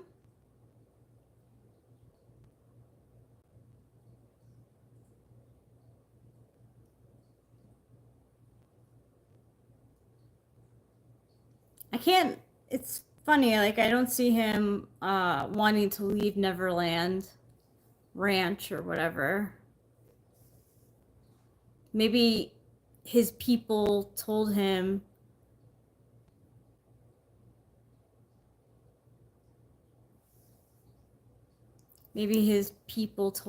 hey, you know,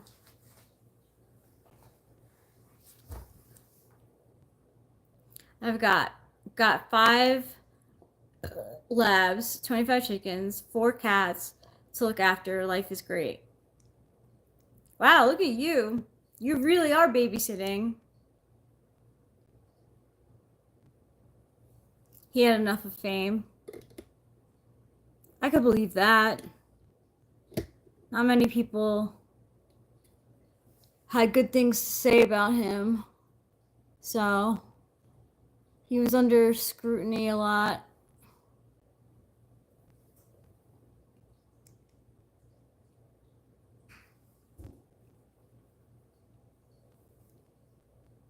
Do you know how to take care of chickens and dogs? And 5 labs is a lot.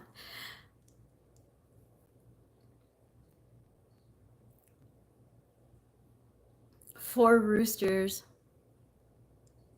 That sounds fun. I like babysitting. I like house sitting. I like babysitting. I wouldn't mind like pet sitting. It is a lot to look over. I agree, Comms Pimp.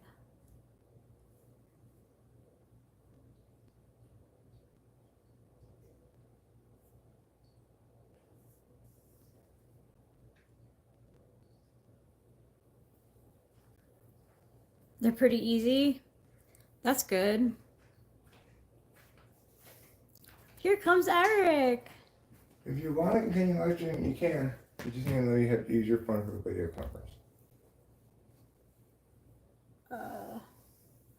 Where is my phone? In my pocket. Okay. So let me get. Well. What? You don't want to stream? You can stream for a little while and come back and we can switch phones again if you want. No, it's okay. I mean, maybe can I stream after the Google Meet? Sure, you can do that. Yeah, because I want it to be easy for you, and I think it's probably easier from your phone. If that's the only reason, then you just keep streaming now and I'll do this.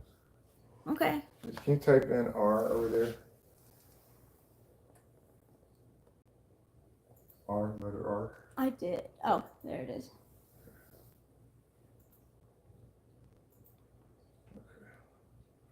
Now,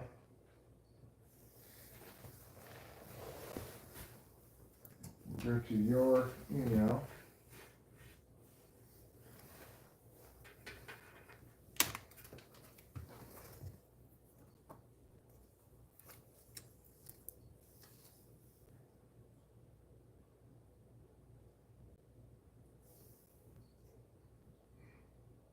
Oh, that's so cute. A Nova 5.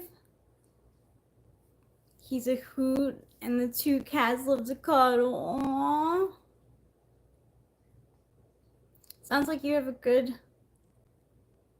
group going on. You have a good group of animals looking after. Okay, can I have this tripod? Sure.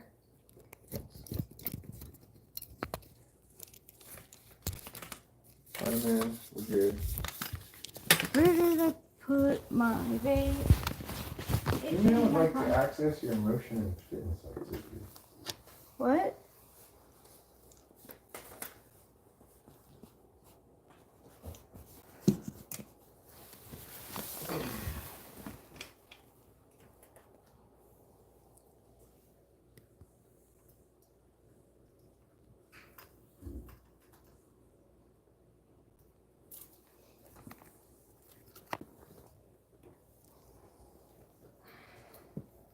My early person never showed up, so. Oh, really? Wow, she scheduled it so early.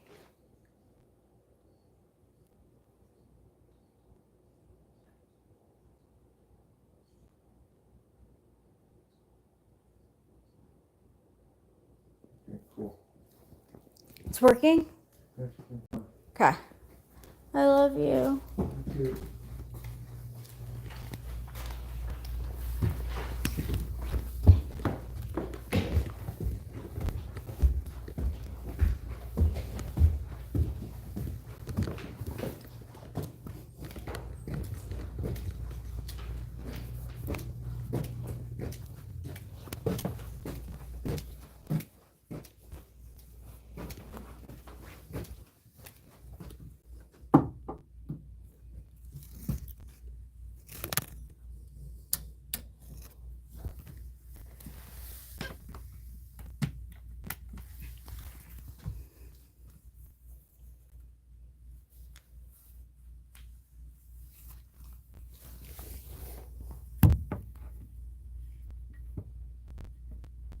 I'm sorry, real person. I should have been like, I love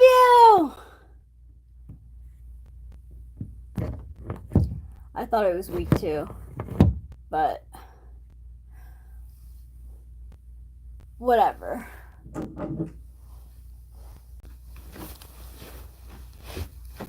Do you guys won't let you cross the border? So wait, you're there because you got DUI? I didn't know that DUIs don't let you cross the border. I thought that was for Canada. One time I got I got a DWI. I don't know. And they said I couldn't come into the country because of a DWI 2 years ago. So they still won't let you cross the border? So now do you live in Illinois?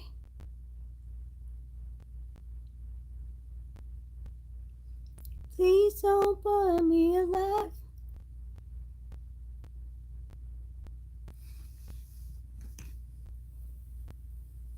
You can't get into Canada, but playing it safe? What do you mean? You can or you can't get into Canada, so you're playing it safe?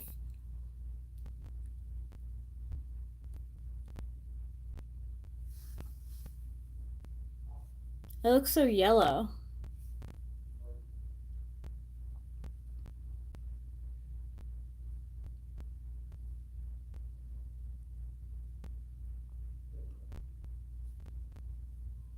I wanted to go to Toronto so bad because it was going to be for a Yankee game.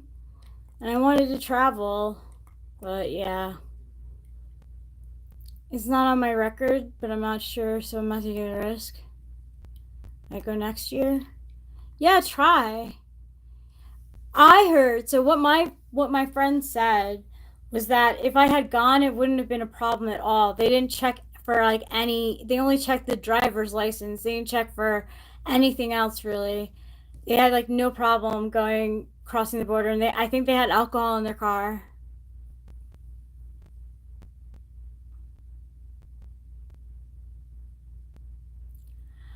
I feel like after 7 years, something like that, it's taken off the record, but I don't know about traveling. I don't know like how many years you can go it takes to go across the border into Canada.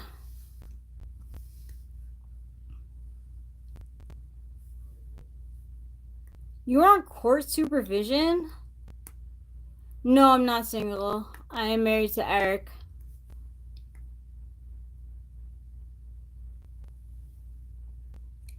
I had to put a breathalyzer in my car. That was such a pain in the ass. Then I had to show up to court every like month or so. So they would like see how I was doing. Then yeah, I think I had to pay a fine, put the breathalyzer in my car for a year. I think that was it. No, I'll still be married. But you could come back to talk to us.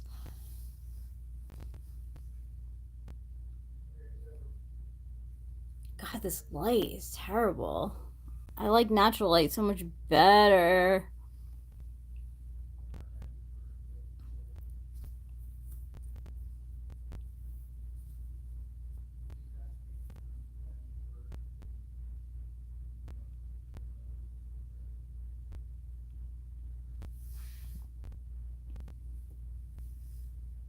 What type do you think is good at remembering different time zones? I only know Pacific time, Pacific Standard and Daylight Time, and Eastern Time. Like, I don't know what comes first. Is it Central? So for New York is 3 hours ahead. So then it's Eastern, then Central, then Mountain Time. SI types, you think would be good at remembering that? An over 5?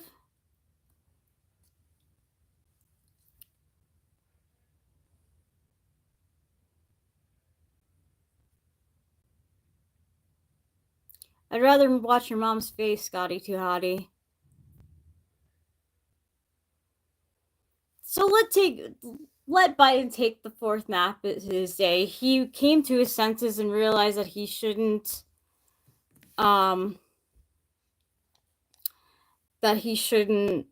be run for president again. So I'll give him credit for that. Good decision. It was a good decision. It almost makes me want to vote. I think I might.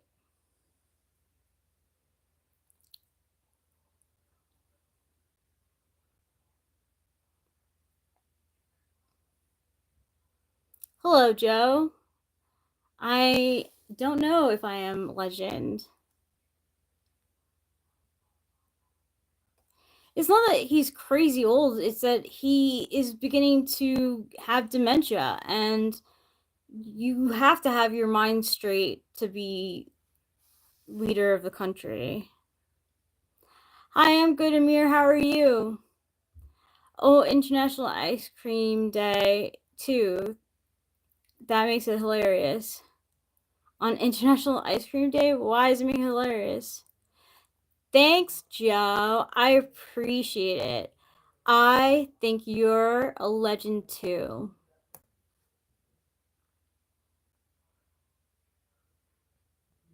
But he didn't want to. I mean, he was pushing back for like a while.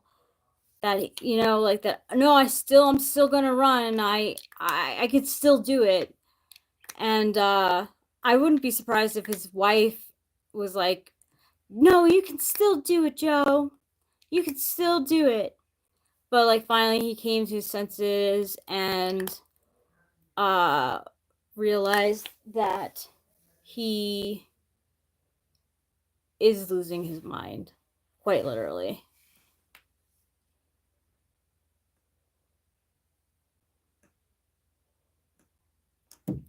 Well, he had the wherewithal to realize, like, oh shit, I really am like losing my mind. I can't run again. I heard Obama tried to convince him not to run.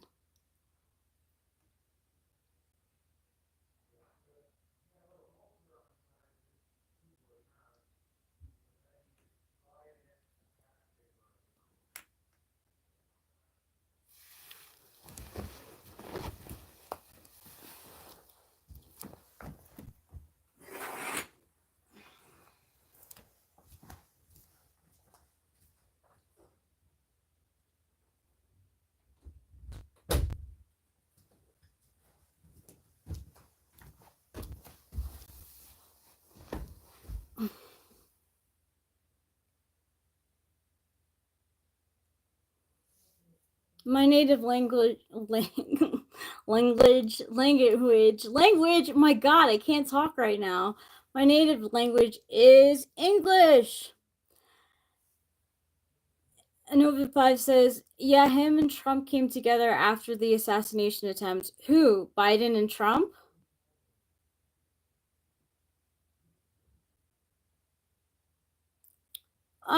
Because Trump doesn't have the best reputation in the world.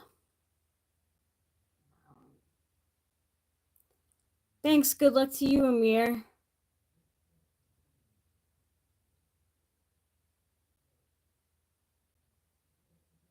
Well, I mean, it was a horrific thing that happened, right? Like, an assassination attempt is like no small thing. So it's good that they came together after the assassination attempt. But yeah.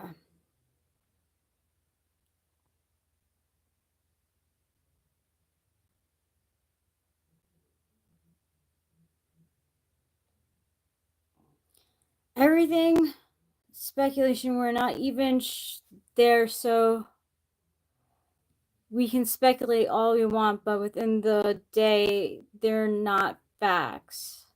I think it's funny that Harris is running and RFK is going to run now, and Hillary.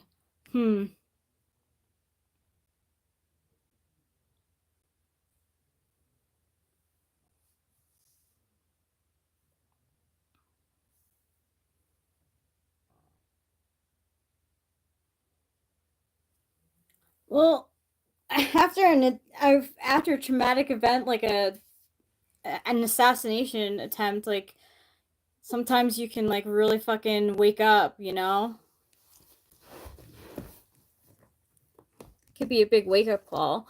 Like they were talking, I was watching this YouTube about how Kim Kardashian seeing a therapist because of the traumatization she's faced after the hostage situation in France. I think it was they took her hostage, something like that. Yeah, it is a little sus. What's crazy, Goody? I'm from California, Amir. It was a sad day, but it opened a lot of eyes. What was a sad day?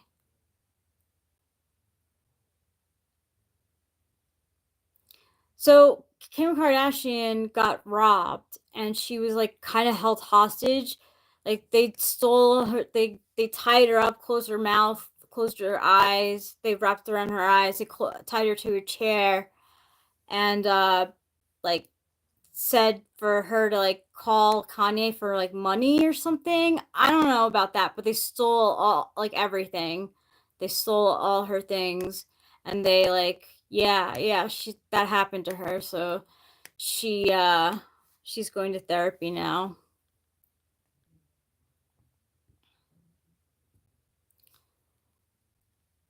Joe dropping out helped drop the temperature of the country. Is that true? I don't even know what temperature is now. I don't know. I think it's gonna stay. Let me check. Oh, this is in my phone, so I don't know how to use it.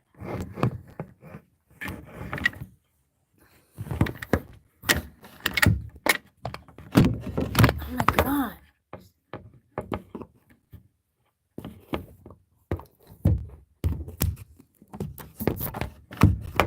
Just not do that. I moved it a little bit and now it can't stay straight. I don't know anything about Iran. It was like in 2016, something like that. Yeah, Nova 5, it happened. Like in 2005, some professional robbers kidnapped her. She wasn't kidnapped. She was like held hostage in her hotel. And they like stole everything that she had with her. Because she had her like her rings and stuff that she was flaunting on Instagram. These professional French robbers taped her mouth up, covered her eyes, and tied her to a chair while they robbed her, and they wanted money from Kanye.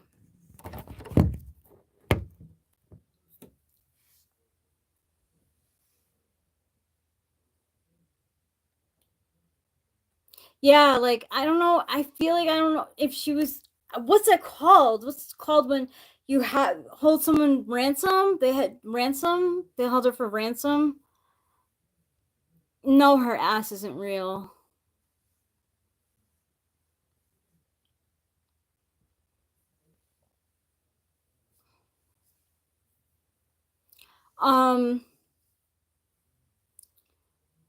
Yeah, so she's going to therapy for that.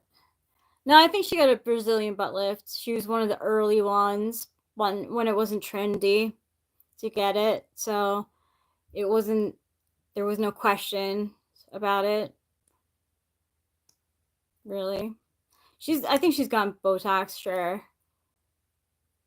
It is night here. It's probably like close to 8 o'clock. Yeah, I don't mind therapy. I took therapy. If you find a good therapist, then excuse me. If you find a good therapist, then you could really make some good changes in your life, or just talk it out.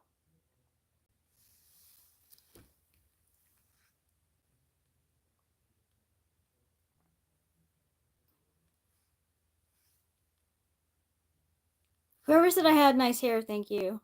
I don't know if I am half Italian, but I'm 100% American.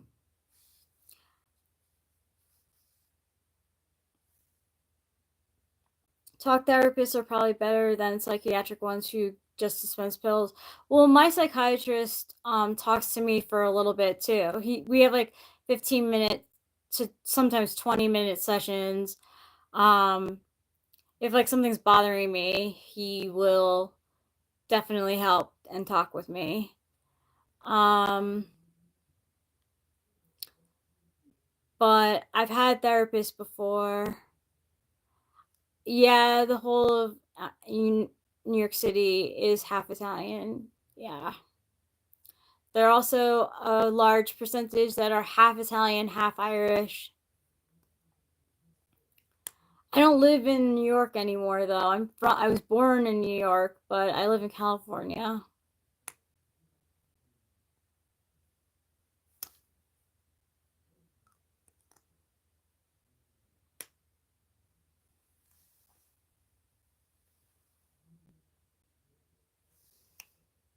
Well, sometimes the movies can be right. It's good. That's good. I need a psychiatrist that isn't a sociopath. Yeah, you do. Noah 5. What does a sociopath therapist look like? Hey, Mystery 083. I'm walking over there. I'm walking over here. That's how I say it, but I know I'm walking here. Thank you, Amir.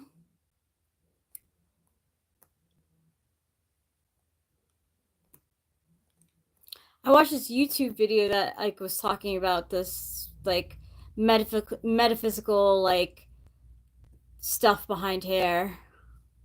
I do play video games, Peter Meter. I like to play on my phone. I also play Road Rash on I saw William. I saw that you're with me on the moon landing. Thank you very much for that. I appreciate that because I like, like sometimes I'm not wrong. Sometimes I get it right. Eric is doing typing sessions now. Yeah, Goodfellas is a good movie.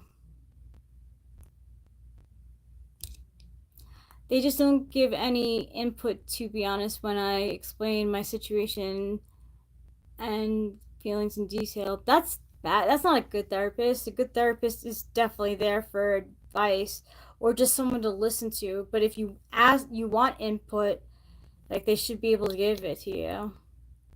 Yeah, sorry, Mystery 083. It's just me right now. I don't know if you'll continue after. Well, my psychiatrist does the talk thing, and usually it's very helpful. I will, Mystery 83, if I remember. I'll try to remember.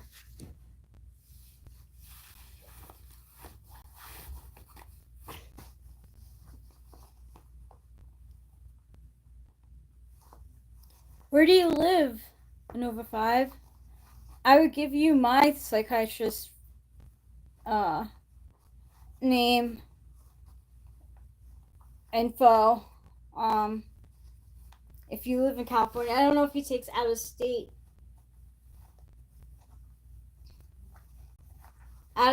people. Oh yeah, you're in Illinois. Sorry, short memory. My SI is 8th. I've never tasted motor oil because it's not meant to be eaten.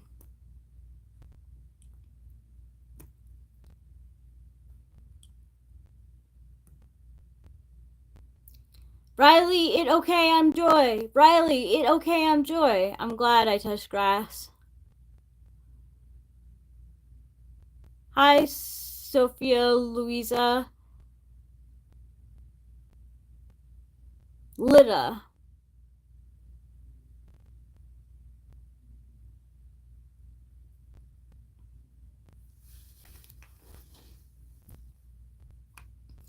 Do do do do do do do do do do do do do. Oh, I messed that up.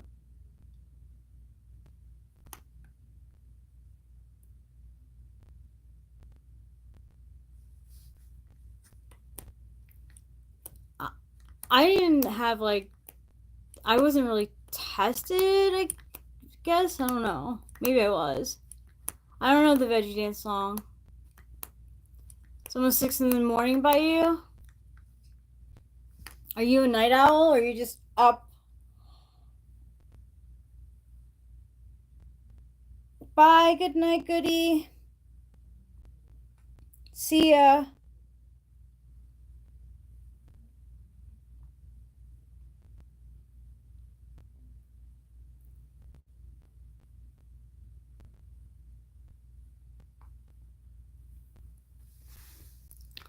Sure, they are boring.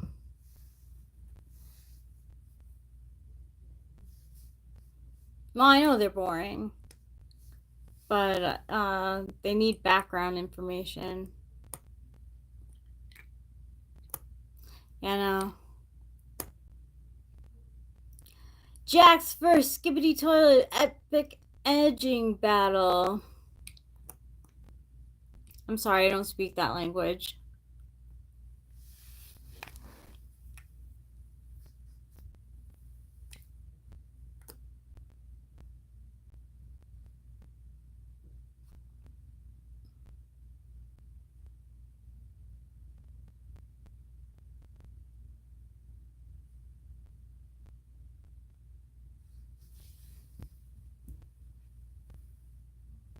What am I doing? I am talking and playing with my perfume. Because it has a magnetic cap. Ah! Ow, I just sprayed in my eye.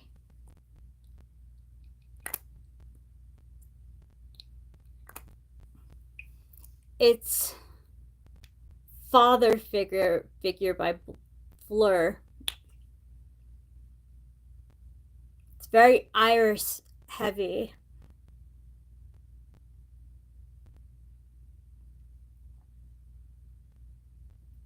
I am a frag head.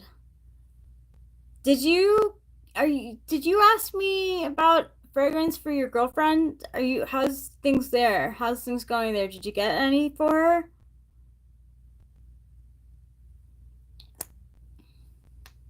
This one's definitely unisex. Like, definitely. A guy could definitely wear it and smell really good on a guy. Thanks, it's your girl, Maddie. I appreciate that. Hello? Did you get her perfume? What'd you get her? Are you still together?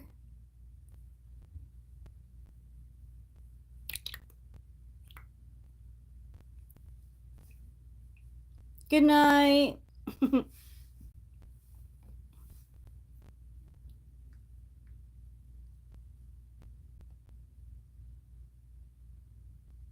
Oh, I don't even know that. I tried. Okcha and got the Discovery set. And she liked one of them. That's good. That's a really good way of introducing someone to a fragrance without buying the whole bottle and then them not liking it. Good morning to you, Abdel Malk. It's like almost 8 o'clock in the evening here.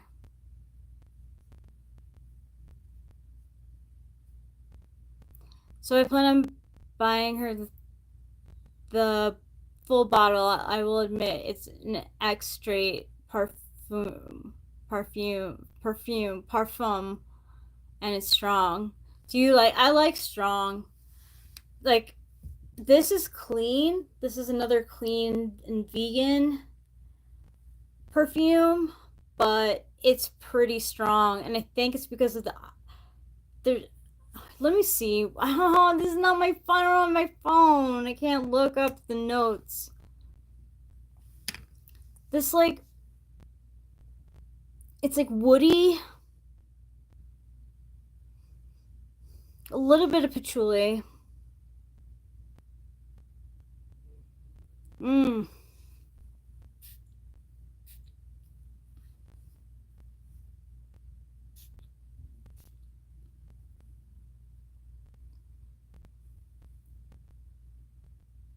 Mmm.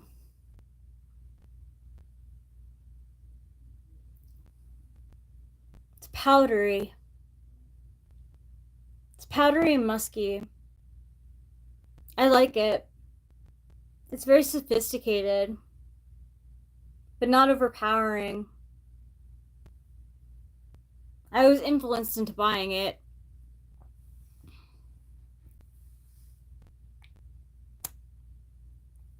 Yeah, I'm not a huge fan of alcohol-based fragrances because they don't last long.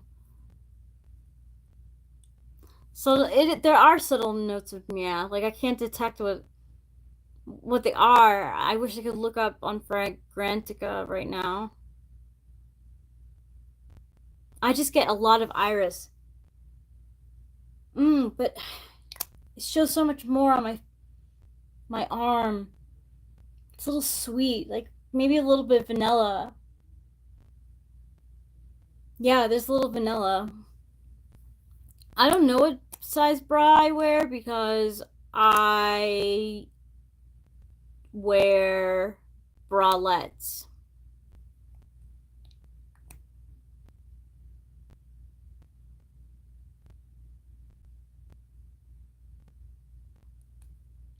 I do too, Boba Fett. Water based. I'm just trying now, so it should be coming in the mail soon. I'd like to hear what you have to say about the water based um, perfumes, how they perform. Because a lot of clean, like Dead Cool Taunt, Dead Cool Taunt, which I have, is they have alcohol, like a naturally derived alcohol in it, and sometimes it burns my skin. But they say they're clean, so they're I guess vegan and cruelty free is clean.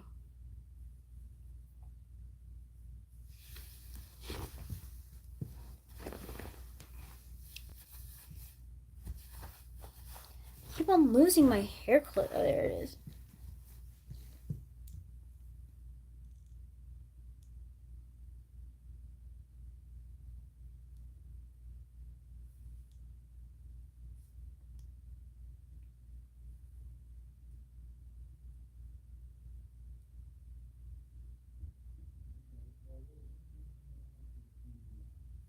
TikTok shop got a market wide sale going on now. Which TikTok shop? Nova 5. I'm not on TikTok. I heard that TikTok shops can be kind of sketchy. Or you got the perfume from TikTok shop.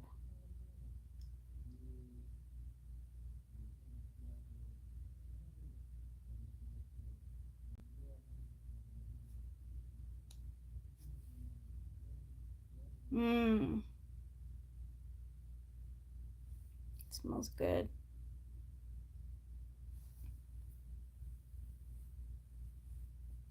But if you find some gems, that's good. I'm really like interested in uh see like I think this has alcohol in it, and like I just it burns. It burned me a little. It's burning. Um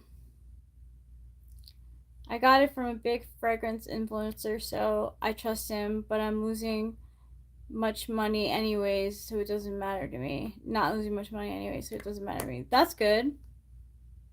I like when like fragrance influencers like give you a range of different prices of the perfumes that they get, because not everyone can afford like a Tom Ford $550, even even 100 to like even $100 is a lot.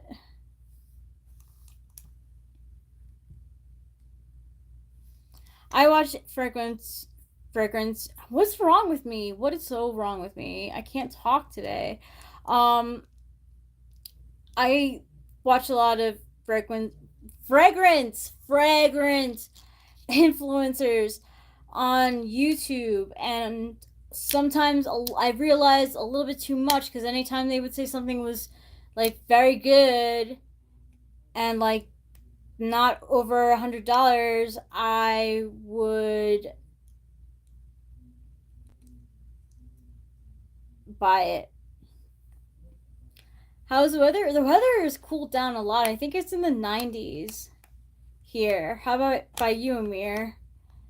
I don't know what that is Celsius, but we're in the 90s now. We were in the hundreds. We had a heat wave, like a fucking 3 week, not 3 month, 3 week heat wave. I've never experienced a heat wave for so long in my life.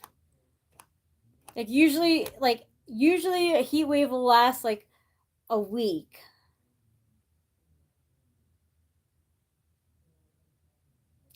Are we doing this tonight or what? It depends on what this is.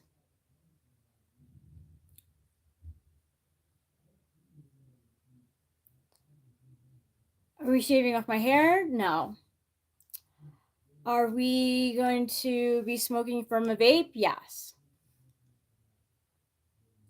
Hurricane went north of Illinois there less than a week ago. Crazy. North Illinois, there was a hurricane? That's crazy. That's like so not normal.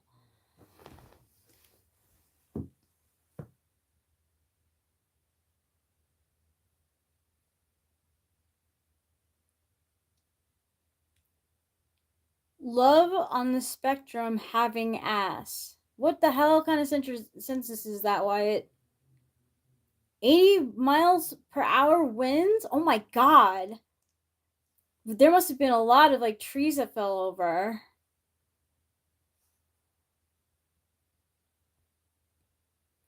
The United States of America is really a beautiful place. Yeah, there are. It is. There are a lot of really beautiful places in the United States. Have you been, Amir? Have you been here?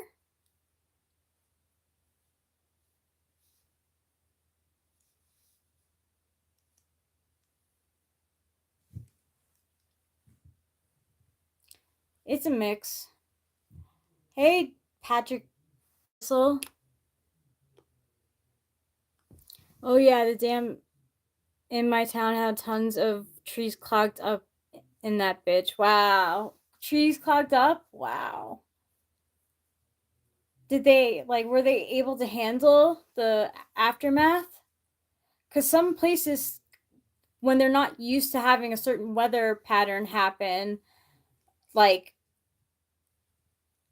it's hard for that. It takes a long time for the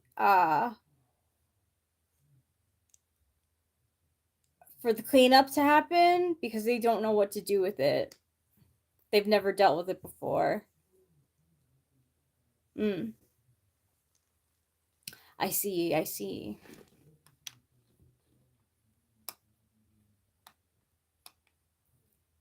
Oops.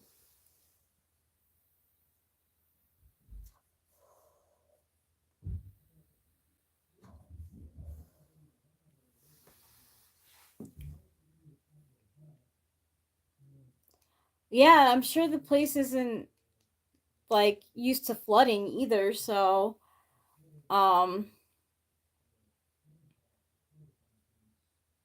yeah, it will clean up soon. It's just gonna take a bit because the whole area is not used to flooding, I'm sure, right? Like,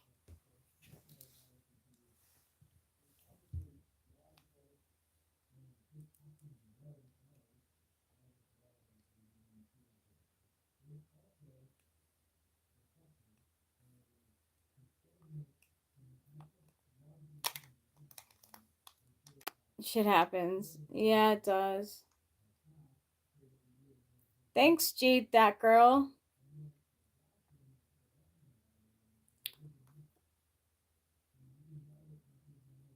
Kiss Me was a good song in the 90s, Mar. But I'm married, so. And I'm also not in person. But I wouldn't kiss you anyway because I'm married, so. And I don't kiss strangers. Never kiss like that, really.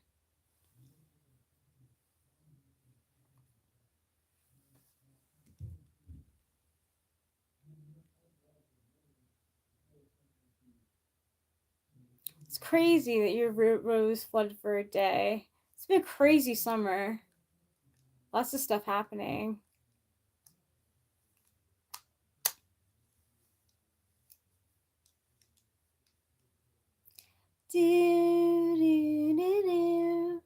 I don't know where everyone went. I have no idea. I am married to Eric. He's downstairs. I don't know why everyone left. It's sad, but I'm glad you're still here, Anova 5. Now there's 3.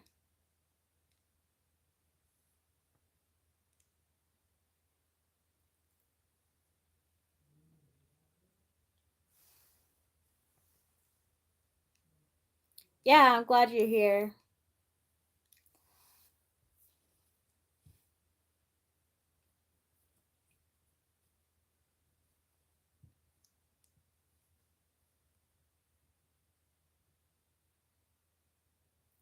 No, thank you, Sandro. Clara, I'm married.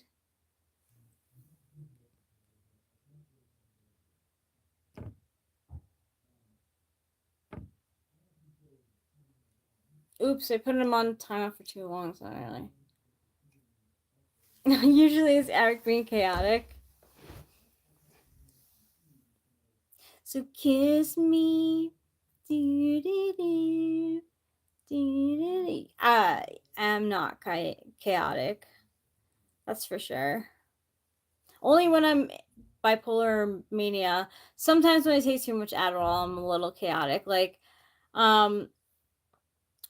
Eric showed me this video about how like people are normalizing relationships with AIs, and it made me really upset. I'm like, that's not a good thing. Like, I have a relationship with my AI, ChatGPT, sure, but like I ask it like questions about tarot and like what my body type is and what my seasonal color palette is. Like, it's so shallow. It's not like a relationship at all.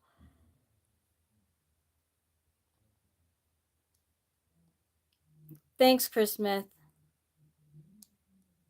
I definitely am more reserved. But I have no problem at like answering honestly to any question, you know. I speak English because that's what I learned. What language do you speak?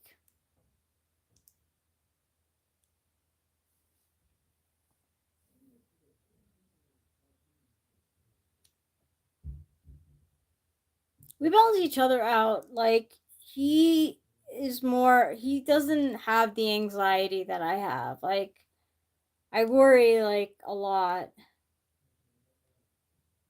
And I could go to him when. Thanks, Anova 5. Thanks. I love him, and I think you should treat people that you love. I think you should just treat people nice. I listen to all kinds of music. My favorite band is the Beatles. My second favorite band is Johnny. He's an artist. My third favorite is LCD Sound System. I love Radiohead. I have to look at my phone, but I don't have my phone with me right now. I love music.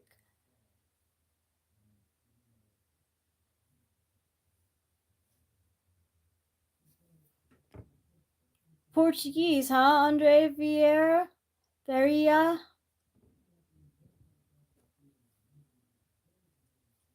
You want to encourage what, though?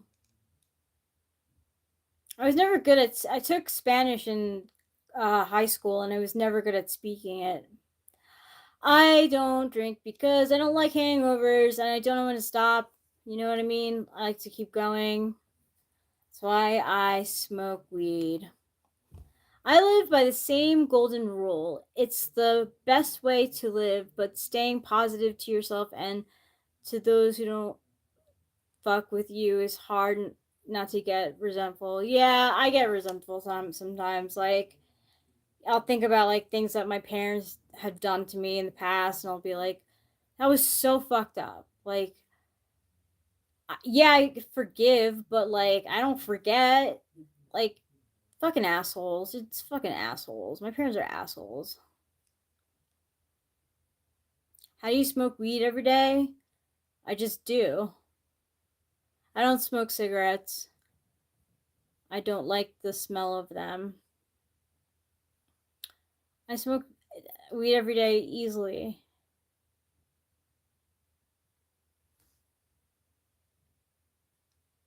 Well, number 5, that's why I feel like knowing cognitive functions is so important because um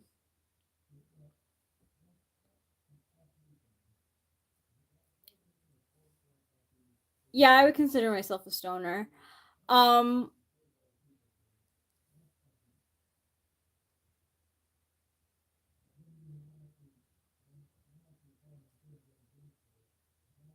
who says? Did you get that news from what, your teacher or your parents, or did you read it somewhere? Um it's a bad habit to not read into people.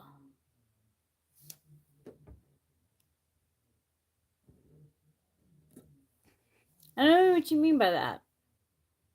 I think that's why I read it so many times. I'm not really sure what you mean in Nova 5.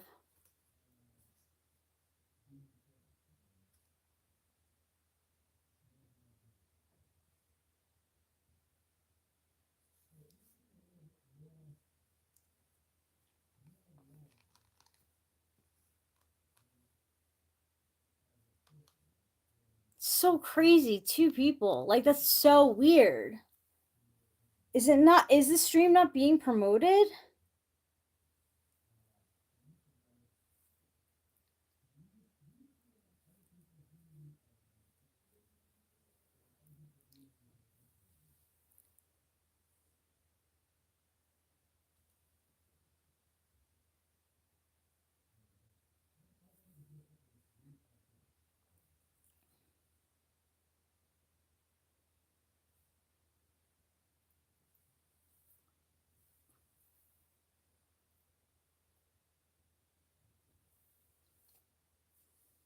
There you go. That's better.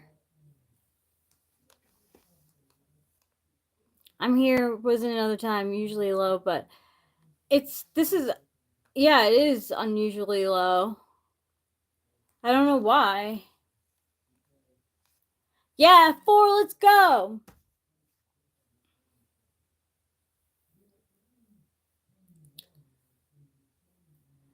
No, people are lazy because they're lazy. I was lazy before I smoked weed. Hi, I'm number 5. Hi, number 5.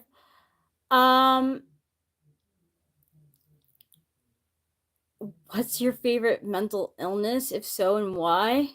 I don't have a favorite mental illness. I don't think mental illnesses are fun. I have bipolar mania. So, yeah, I know what it's like having a mental illness. I don't have a favorite one. I feel bad for people who have mental illness. It's tough. Do you have a favorite mental illness, Cons?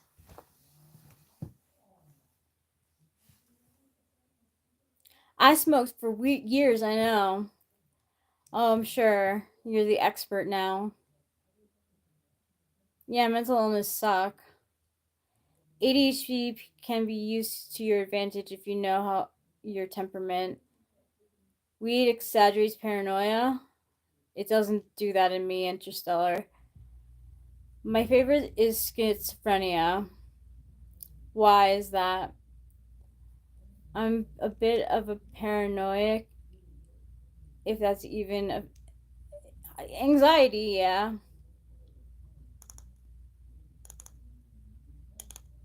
Oh, psychedelics, yeah.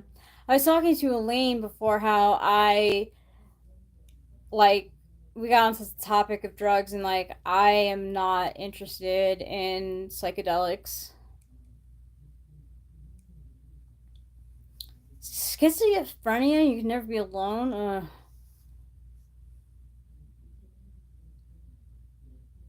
I'm not a, thanks for labeling me a lazy stoner. I've been lazy since I was a kid, and I didn't smoke since I was a kid. And I think you're pretty judgmental. And you also have the right to not stay here at all because I feel like you don't really want to talk here. You just want to point the finger and be a parent.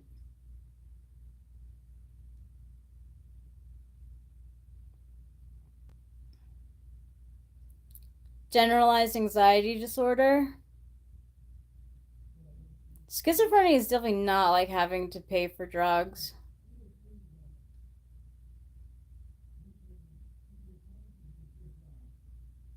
No, I'm definitely lazy. Like if I didn't, I could do, uh, I could go a whole day with just being on YouTube and laying in bed. I'd love that. It's cool. You're younger than me. Wow.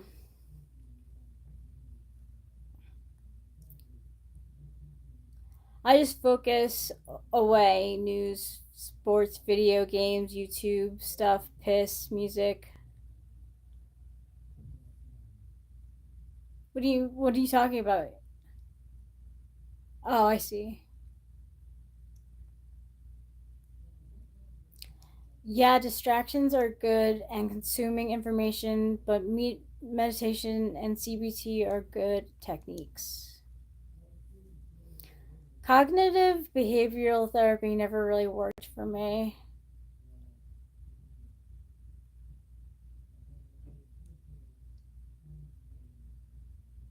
Yo, Morgan Kelly, what's good?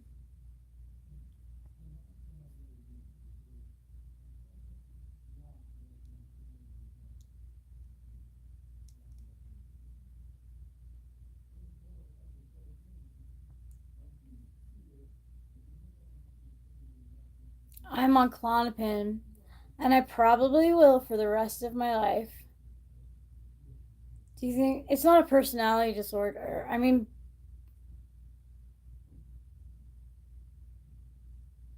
I don't think it's a personality disorder. It's like more of a state of being, I think.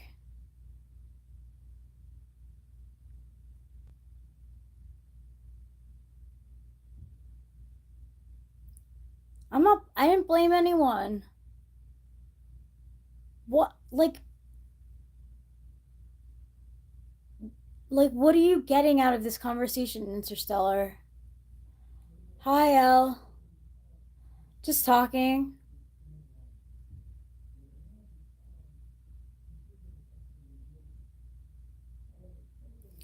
Oh, and I could go on and on about NIFE.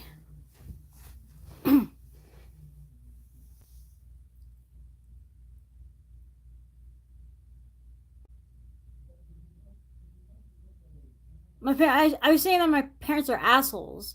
I didn't blame them for anything. Hi, Zoe Nicole. How's it going?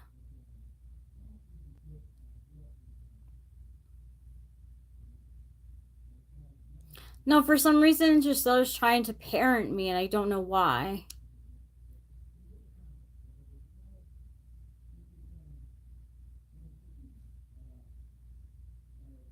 Who cares if she tells you the reason she's anxious? It doesn't mean blame. I mean, I'm kind of a hermit myself, Boba Fett. Like when I lived in New York at my parents' house, like I stayed in my room most of the times. I take walks in the neighborhood when I felt like it on nice days, but I could spend the whole day on YouTube and be totally happy.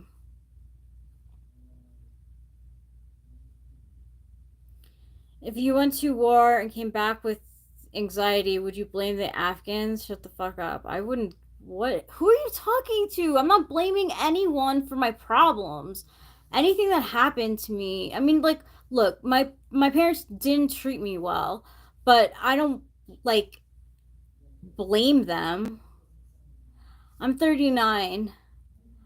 I've been at the folks for almost a month. How's that going, Boba Fett? I just seen a fucking roach on the ceiling. That's gross. It is gross. Sorry, go scat. Oh. Oh, I'm sorry, Al. I didn't mean to bark at you. You blame your problems on Fortnite? Sorry about that, Jack. Warzone PTSD is something else not many people can understand. It's true. That's why they have veteran veteran like AA, because it's really fucking difficult.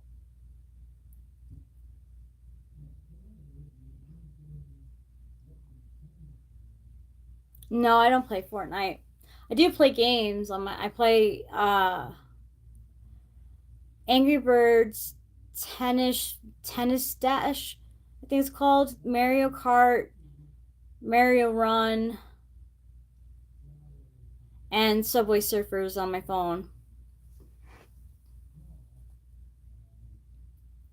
Yeah, there are high suicide rates in the U.S. Dark Souls will give you PTSD. Yeah, they will. Sure. You guys are so sensitive. That's the issue these days. Oh my god, my name is Interstellar and I know everything. Happy birthday, Dixon Mays. Happy birthday. No, I don't play Call of Duty either. I only play stuff on my phone.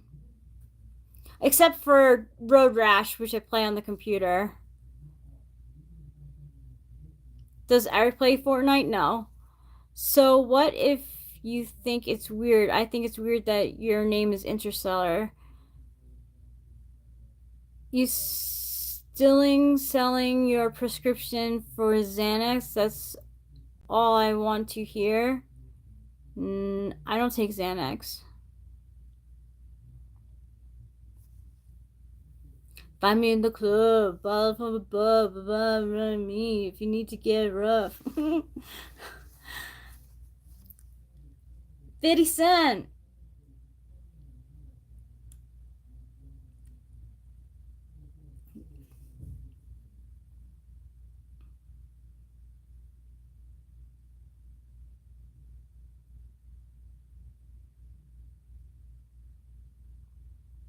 All right, calm down, you guys.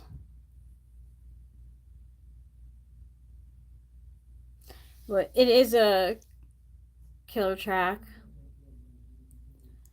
I don't know what time it is for me. I can't see.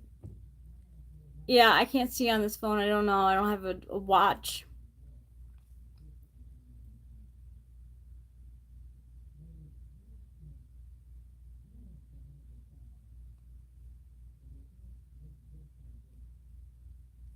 I'm on Adderall at the moment. Thank you very much, Jackson Cunts. I can say cunts. Oh my god. Sorry. Cunts.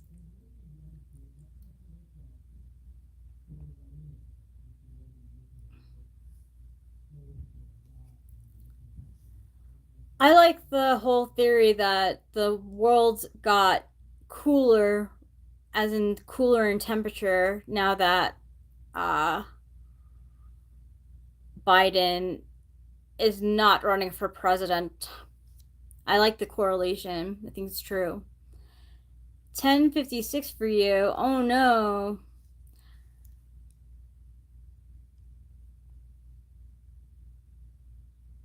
I'm sorry, Jackson. I'm sorry. That's terrible. Ow, ow, ow.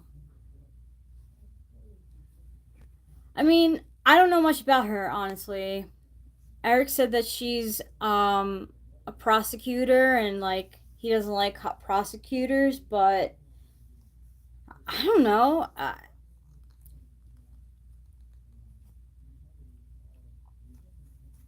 I don't know much else about her. I don't know.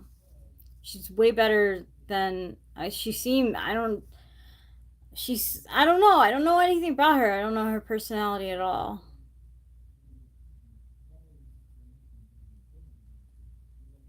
She used to prosecute stoners. Did she really? Did she though? Because if she did do that, that's really hard for me to get behind. Because that's really fucked. Like, that's not right.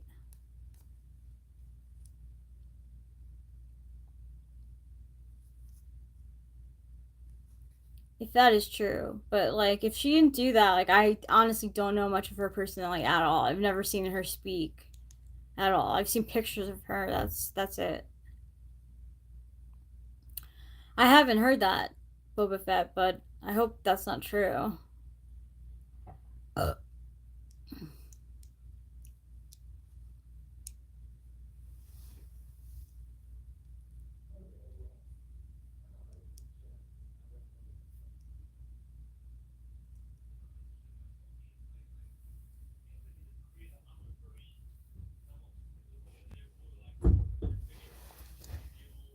Come in.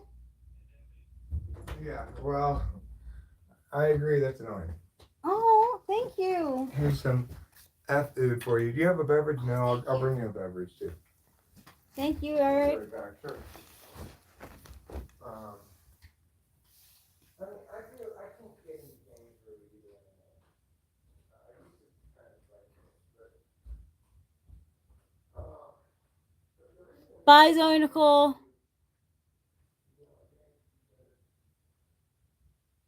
Is that really true, Jackson?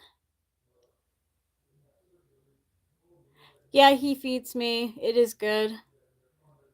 I'm not really hungry right now, but I should eat. I really hope that's not true.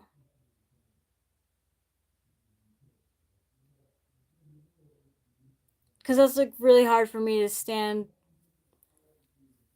by. Yeah, this is his channel. I'm his wife. Yes, and that's also none of your business, Jigga Jigga Slim Shady.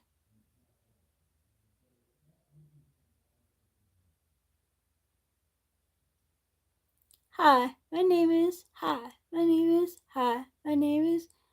Jigga Jigga Slim Shady.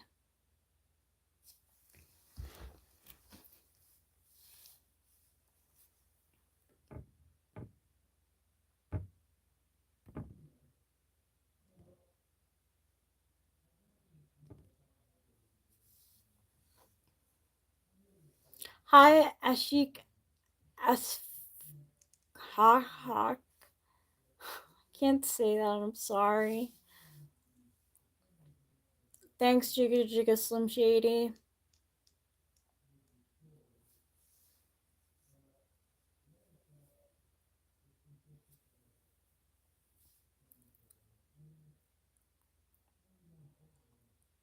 Has anyone heard Eminem's new album? Has anyone heard Eminem's new album?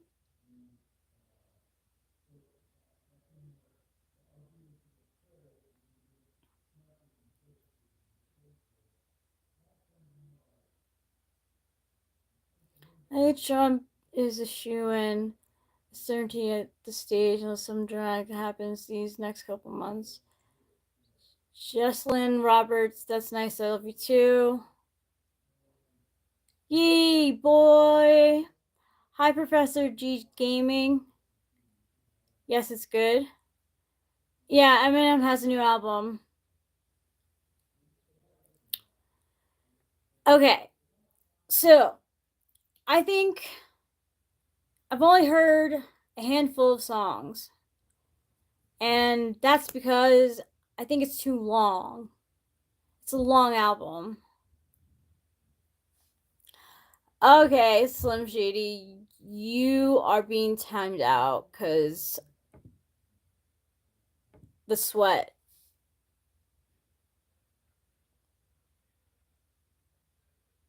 I think now Trump is far from shoo-in. Was Stan the one that he did with Dido? Yeah. Yeah, that was really good. That is a good song. Womp womp.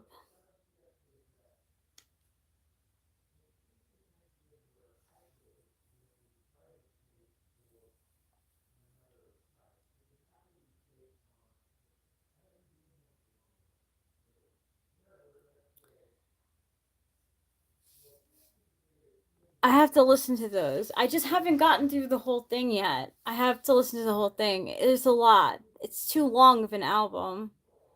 It's good. What I've heard so far, it's good. I'm happy with it. I just think it's too long of an album.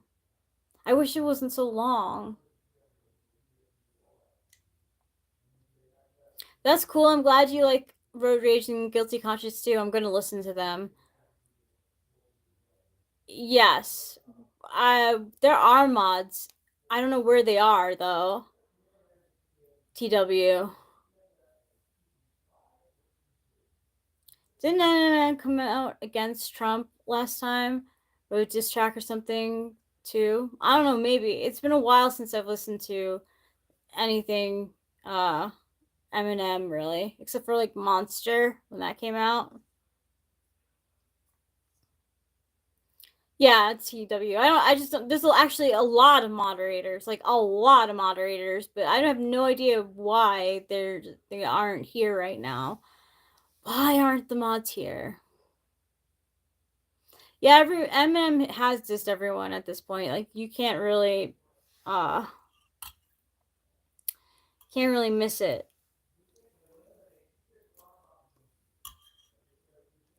I think Eric forgot to get a drink. You like guys who don't get shot in your like for music?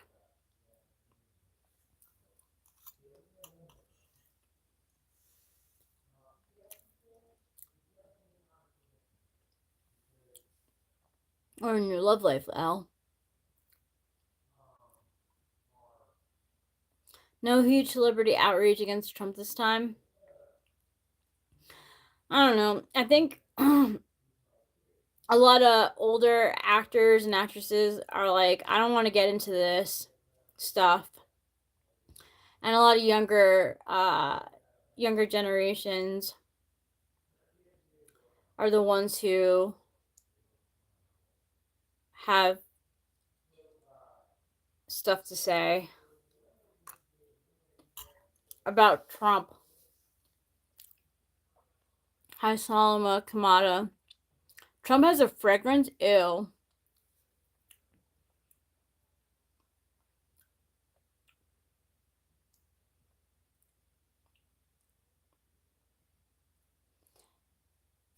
Baked potato. I love baked potatoes.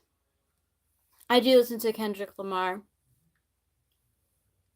I don't know if he has an album out. I haven't listened to the whole album, but I've listened to some of the songs.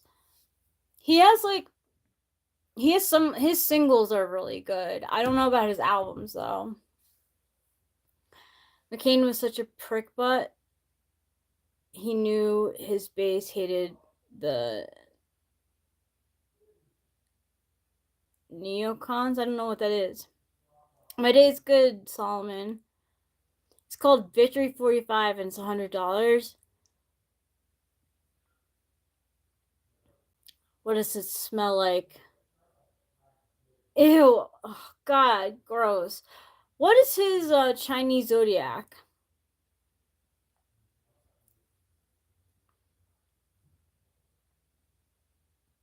Why did Tenacious D get canceled? I'm married. I'm married to Eric, who's I share this channel with. Tenacious D got canceled? Why? Didn't he speak out against Drake? No, I know he's a Gemini. I know he's a Gemini. But I mean his Chinese zodiac, like what is his Chinese zodiac? Trump's Chinese zodiac. 0 kids. I ain't got no kids. I don't want no kids because I don't want responsibility.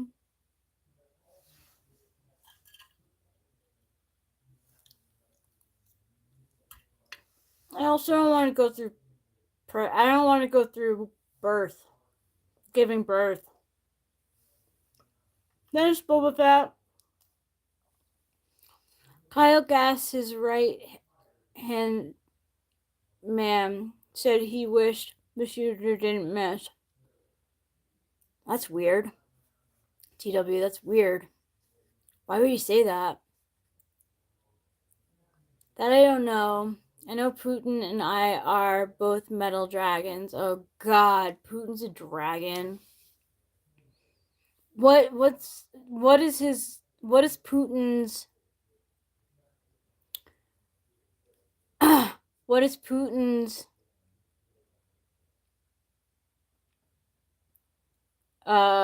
sun sign?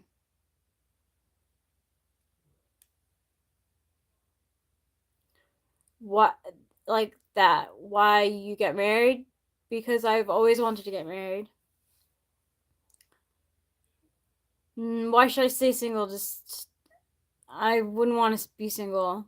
I'm happy in my relationship. Down syndrome moment? What are you talking about, Wyatt? Oh, he's a Libra dragon? No, no, no. No. No. Libra men can't make decisions for shit. They're all about the ladies and flirting. Being Rico Suave, if you know what I mean.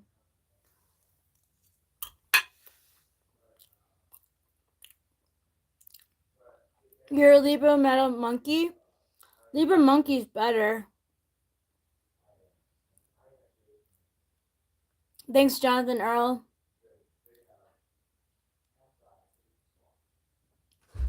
Are you Libra Boba Fett? I have nothing.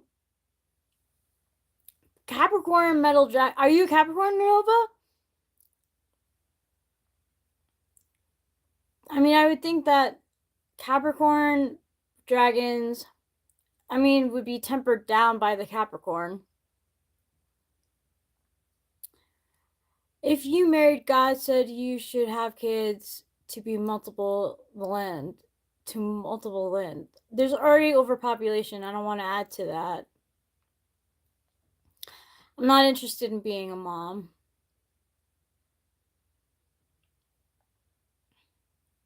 I have a Sagittarius moon, TW. Sagittarius is a fun sign. I like Sagittarians. WDH says, I can't sleep. I was having some sleep paralyze?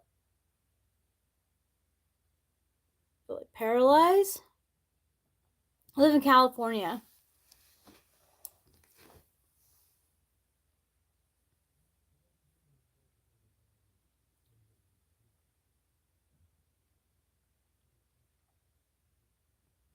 It's okay, WDH. I'm sorry that you can't sleep. I'm 39. Yo, Adrian Garcia. I feel like I said that already.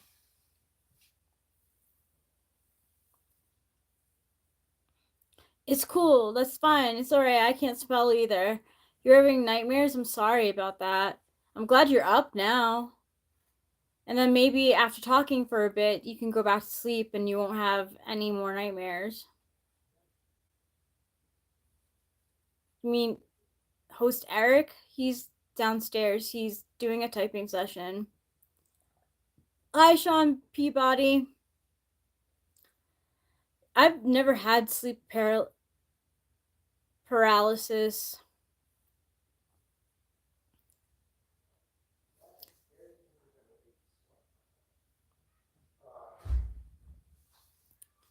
$12.12 is one of your favorite numbers.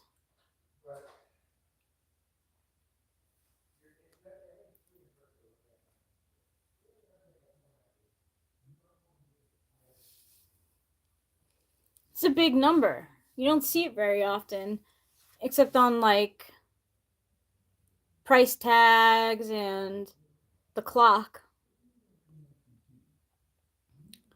It's the scariest thing you'll ever experience. I hope you never do. Well, I had a lucid dream that was a fucking nightmare. It was such a nightmare. It was a nightmare that I couldn't get out of.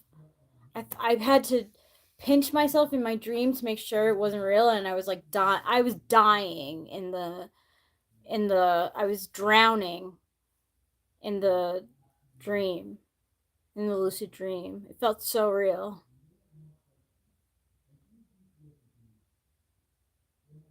I don't know what you're talking about, Solomon.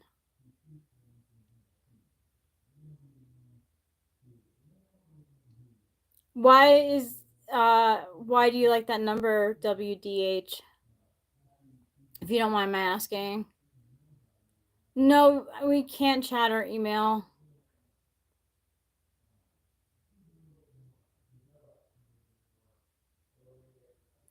Can't move eyes open. That presence maybe an alien thing. It does sound really scary.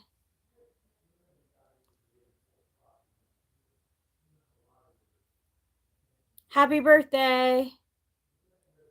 Ah, your crush is a Sagittarius who is 12/12. I understand. I thought it might be that reason. Why? Because I don't really talk to people. I don't talk to people like that.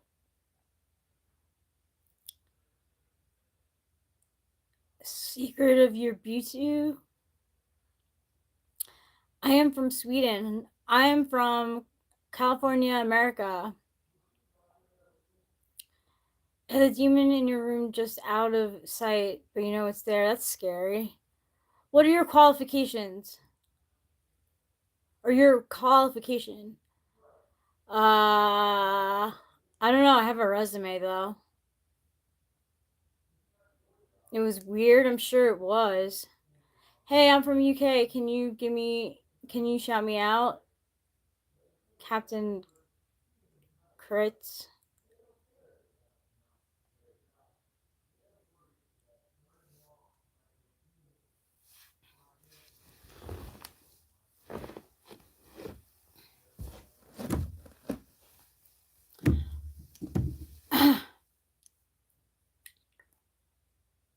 I'm a graduate. I graduated from college almost over 11 years ago. My brother was in my room watching TV in my room in my dream. That's weird. That's so weird, WDH. I'm glad you're in the chat now, though, and not experiencing that. So, did it feel real?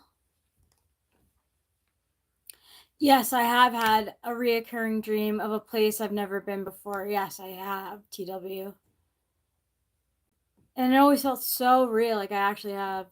I am Christian, Kumar.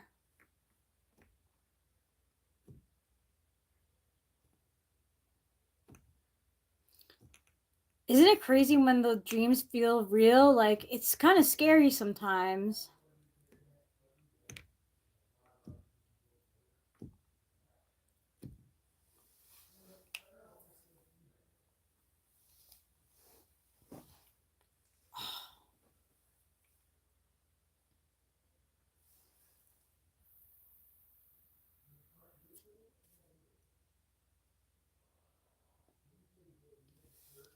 Why are you scary sometimes? I don't know. I have heard that I'm intimidating.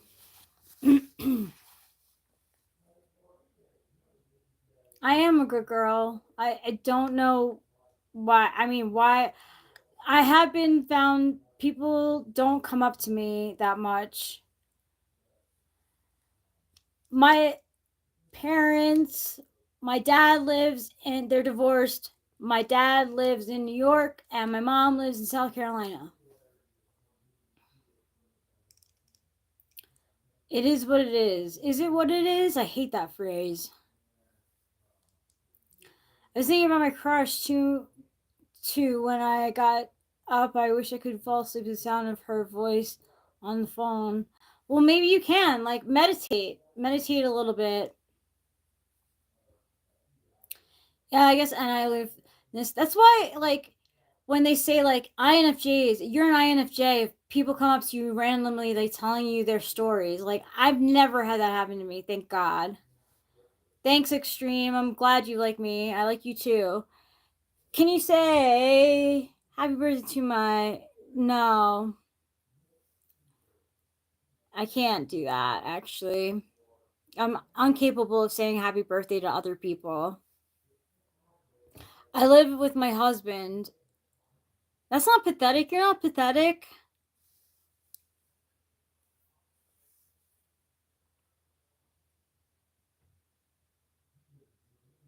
Hey, Karma's Pimp. I said no, I can't. I can't say happy birthday to people. I'm unable to do it. Probably because I've been smoking weed. Thanks, Stream. Thanks. I think we're a nice couple too. I am married. I'm married to Eric, and he's downstairs typing someone. I overthink too. WDH. I overthink a lot, like all the time. But there's really nothing to worry about, honestly. I'm 39. I'm an 1985 millennial. I'm reasonably sociable, but I keep to myself and generally don't initiate contact. Yeah, the same thing with me. I like when my friends would invite me out, I'd be so happy. Like I loved partying and having a good time. But like I said, like I never had a complete stranger just come up to me and tell me their stories. Like that just doesn't happen with me. Hey Cindy Prim. I'm sorry, Riffman. It's not. I'm a 1985 Capricorn. Well, I have a Sagittarius moon.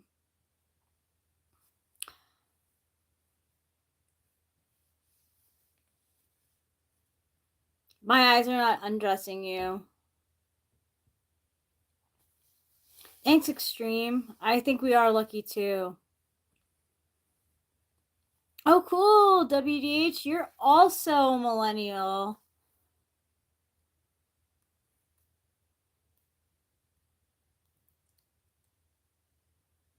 Eric's downstairs. He's doing a typing session. February 19th. Cool. Aquarius. I like Aquarians too. I mean, to be honest, I like all the signs. I've met cool people in all the signs.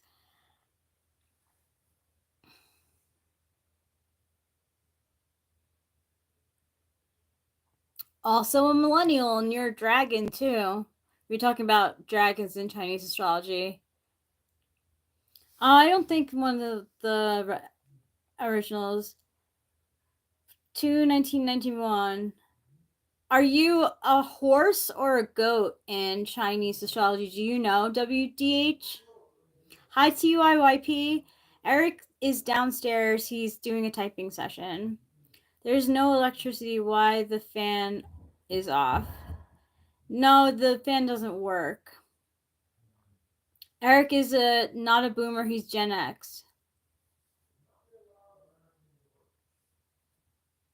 You can find out WGH online. Go Chinese astrology calculator and put in your like birthday, and it'll tell you what your zodiac sign is.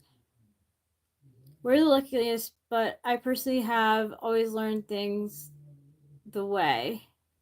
I'm gullible too sometimes, Nova 5. Yeah, WGH, it's fun. You'll find out what type you are. What zodiac sign you are. Hello, Vanessa Ulcer. Osler. My bad.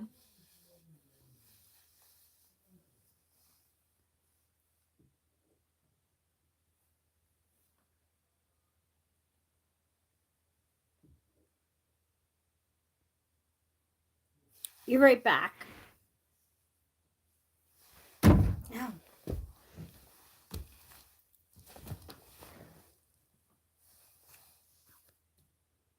I'm eating dinner right now, actually.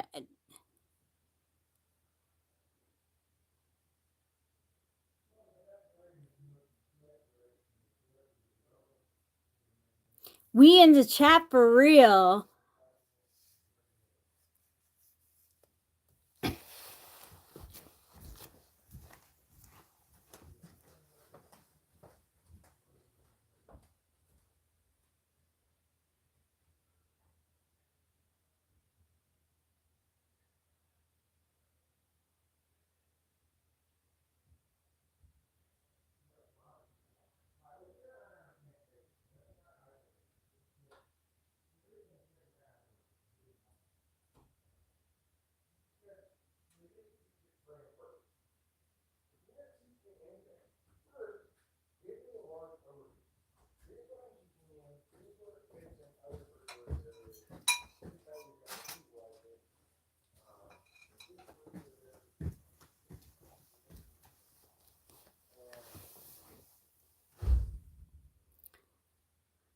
No one will stop me. I Howard to ICUP.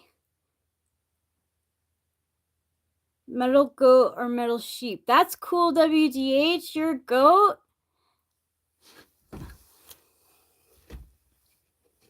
I think I might be INFJ. I read that on Reddit. Sun. The metal dragon caps are pretty rare personalities.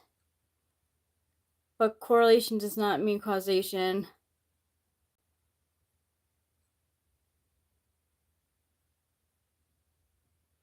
I don't know why.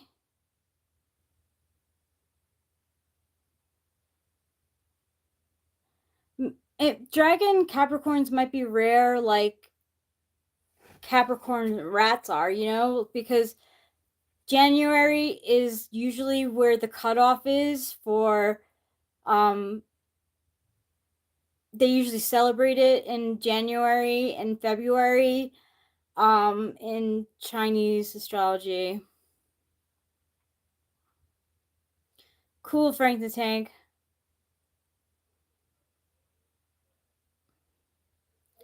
I'm a Capricorn too.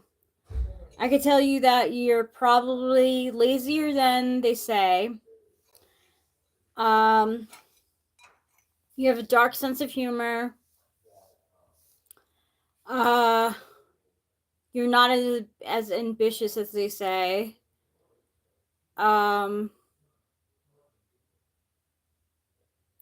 You like your alone time.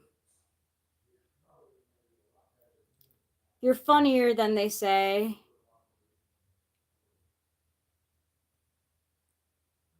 That's all I can think about Frank the Tank. Yeah, so that would make it rare. A Chinese, a dragon born your year in January would be uh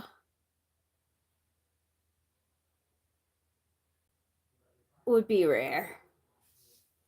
But I wouldn't equate that to typology.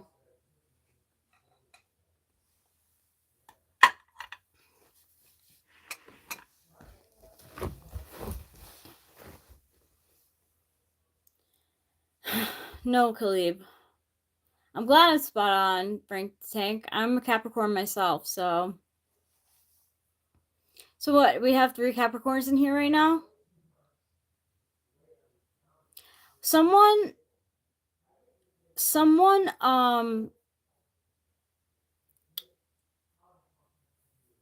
that I spoke to, like I told them that I was a rat and they were like, "Oh my gosh, you're so lucky." That made me feel special because I never felt really good about being a rat in Chinese astrology.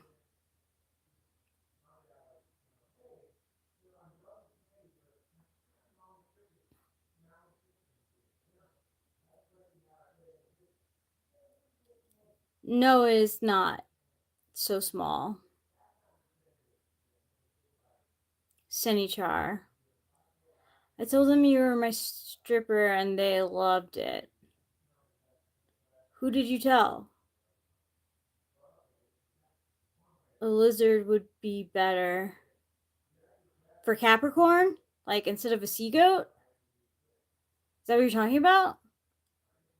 I mean, a lizard would be better. I'd rather be a sea goat than, I'd rather be a lizard than a sea goat.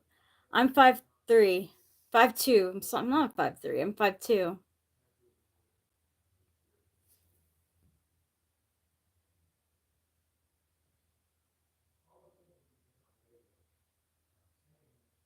Your big brother? I'm not your stripper. I don't strip. Are they really, Shomita? They're cherished in China? It's funny because the girl who told me that I was lucky was Chinese.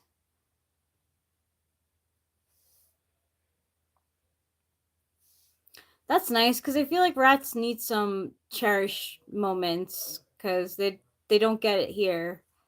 I don't believe in it, but you can use it to help promote self-reflection about yourself. Sure. Instead of a rat, what do you? Oh no, no, I'd rather be a rat because it's also rat and mouse are the same thing, and I think mice are so cute. WDH, I think I had more than one dream before 12 because I set my alarm for at 5 before falling asleep because I was watching a documentary. I think I had more than one dream. You probably did then. I think I was born year 3, yeah, rat as well. What year were you born, Cindy Prim? And what day, what month? I'm watching Yo live all day from Yemen. That's cool. It's more not all on all day. I think it's a joke, Rachel. It could be. It's just not funny, so I didn't laugh. When is my birthday? 1/16/1985. January 16th, 1985. Thanks, Extreme. I appreciate that.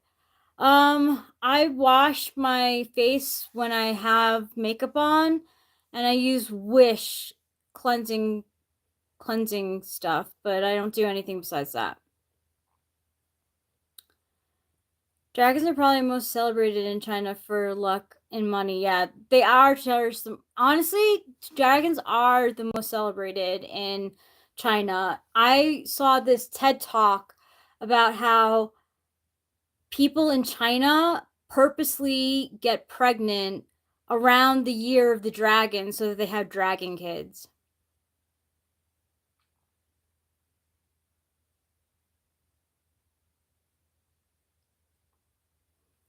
Oh, 1960, I would have to look it up. I think you might be. I think you might be a rat too. I don't think I really want to go to Saudi, but thanks for the invitation. Joe Biden, Kamala Trump. I don't know. We'll see. We'll see. I heard on the stream that Robert F. Kennedy's thinking about running, and so is Hillary Clinton. So don't use makeup. Go natural and get some fresh air. You got natural beauty. I have mascara and lipstick on right now.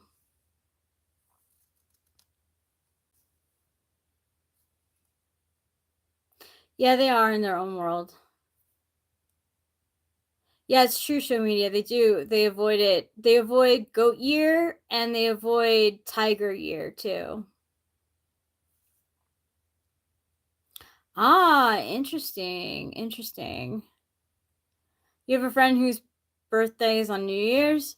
What does your friend think about their birthday? Are they okay celebrating with their birthday with everyone else celebrating New Year's? Thank you, Extreme. What fight? I did not watch the fight last night. Who's Zimping?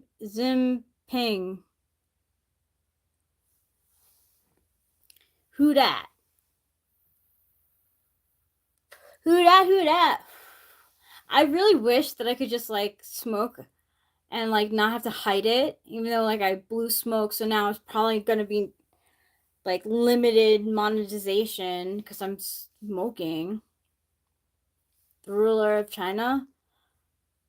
That's sad that he had a stroke, but China needs a new ruler.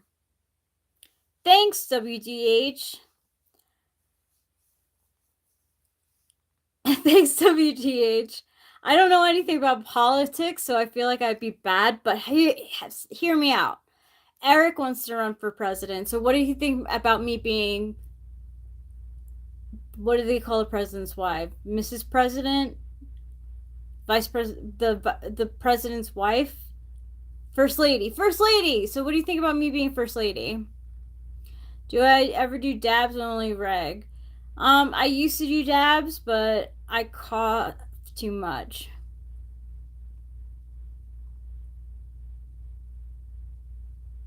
Hi, Anil Chawan. Thanks, Show Media. Yeah, so I think I would make a pretty good first lady. I totally would do what what's her name? Kennedy's wife, Jacqueline Kennedy did, which was invite the TV people inside. Thank you guys for like helping me. My fucking memory blows. I like SI 8th is really like tough. I don't know if I would be the first INFJ first lady. That'd be cool if that's true. But yeah, I would totally give a tour of the White House for sure. I'd be like, this is where this happened, and we had a party here once, and blah blah blah happened. Let me take you to this room. In this room, it was designed by blah blah blah, and you could tell that it has blah blah blah's touches because of this and this and that. Thank you, Ali Chawan. Thanks, WDH. Oh, definitely would not want to be like Melania. No way.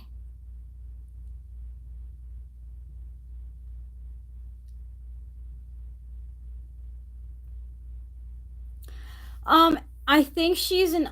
I'm not sure what type she is because she never talks, and that could be because she's an ISTP. People have said she's an ISTP. That's what they type her as. I don't know what Eric says though. It's really hard to type her. It's hard to type celebrities that don't talk. That's fine. You don't have to vote. I don't judge. I last election I didn't vote.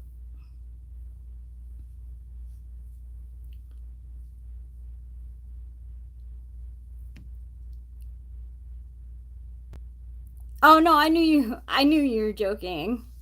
I definitely wouldn't want to be like Melania at all. I feel bad for her. I think I have. Here's my conspiracy theory. I think that Trump met Melania through Jeffrey Epstein.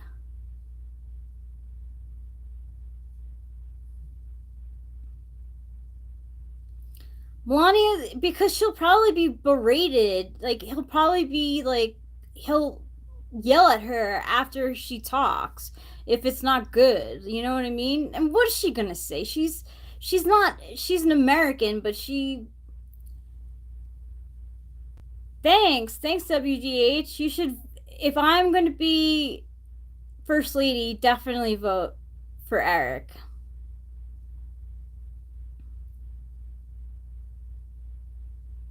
Thanks, Cindy Prim. Yeah, I see through that bullshit. Thanks, WDH. Yeah, so you guys would absolutely get like a tour, television tour of the White House for sure. I would invite them in. Definitely going to take PP in trouble with us. They're going to live with us in the White House for sure because the White House needs to have cats. They've had mostly dogs, but I would love to have cats in the house.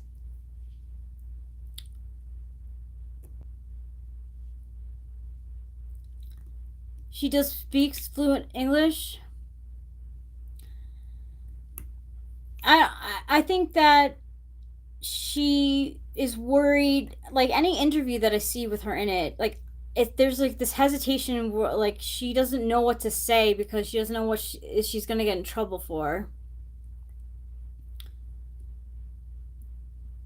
I would plant roses back in the yard. I like roses, and I grew roses back in New York when I lived them, and I would love to plant roses back in the rose garden. Hell yeah! Like, how are there not roses there? That's crazy. That's like that's such a nice thing to have, and I would take care of them. Um, I definitely talk about mental illness for sure. Like that would be probably one of the things that I focus on as first lady. I would definitely speak, at places. Melania took all them out. Fuck her. Fuck her. That's so fucked. Stupid bitch. I mean, I know that's like, but this is me actually thinking what I think about Melania. I think she's a stupid. She's not a bitch. I don't think she's a bitch, but she's fucking dumb as bricks.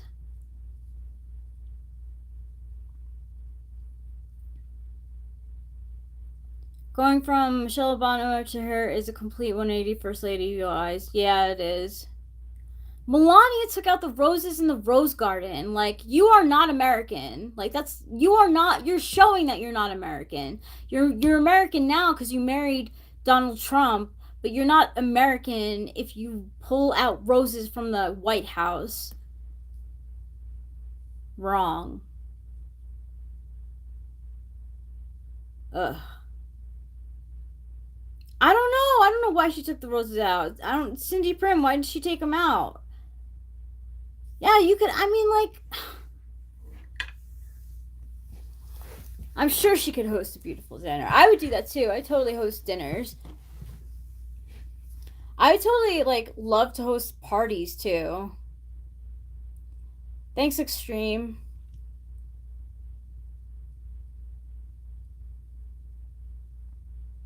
Well, that's good. I'm glad she did the place up and invited kids. That's like the stuff that I want to do.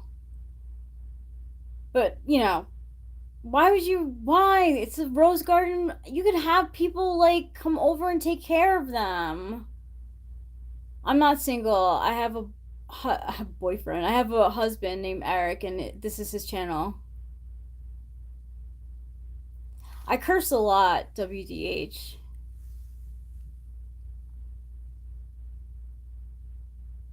What did I do to who? Eric? He's just typing people. She plagiarized Michelle Obama's speech. I mean, this is why I don't think she has a brain. Like, she doesn't have a brain. She's just like this, like, puppet, unfortunately. She's been brainwashed to be that way.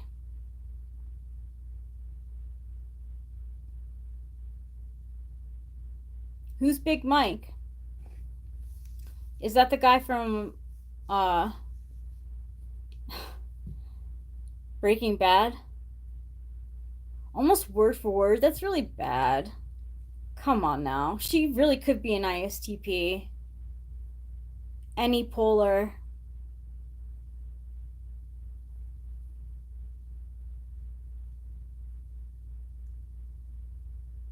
Well, I would allow children to come in, like do a tour, like the Girl Scouts or the Boy Scouts, something like that.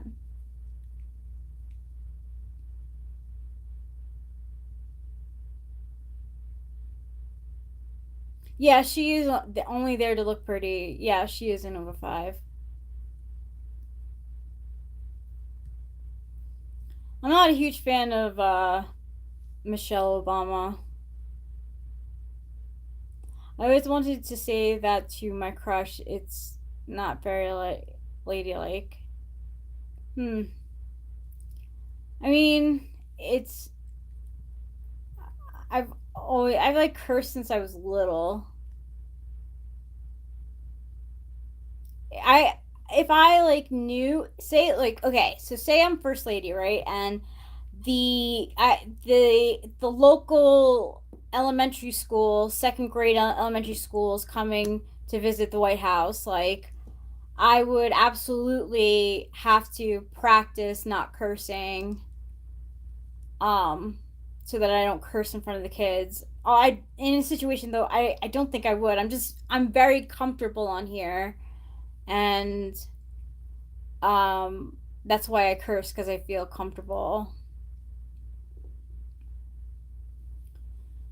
Michelle Obama's a woman. She's just Michelle Obama.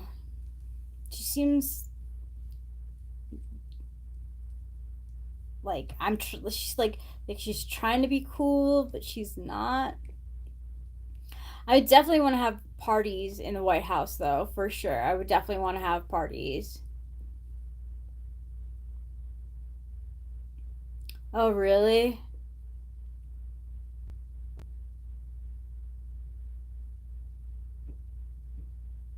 You tell them what it takes to be First Lady? That is a good lesson. I think Kamala is. I don't know what I think about Kamala, actually. I don't know much about her. I don't know anything about her. I haven't even heard her speak. Yeah, but there's some women are more masculine. She takes care, she works out a lot and stuff. She is more down to earth than Melania. Melania is nothing. She's like a nothing. She's like a pretty floating blob with lots of hair.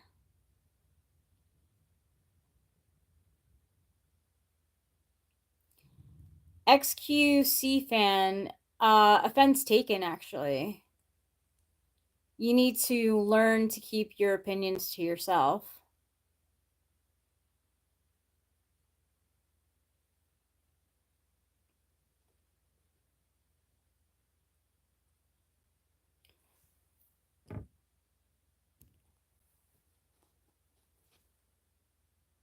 It's okay, WDH. I know you probably really do feel that way, that it's unladylike, and like you're not wrong. It's not unladylike. It's just that I'm very comfortable on here, and I talk when I talk. Sometimes I curse because it's like it's like a oh my god kind of thing.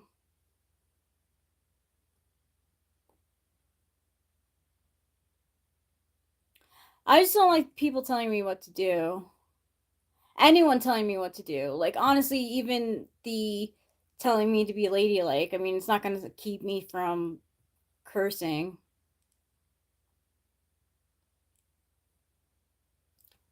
I don't know who's going to run against Trump. I don't know. Yeah, I do. YXCQ. Why you're like kind of an asshole. XQC fan, like absolutely an asshole.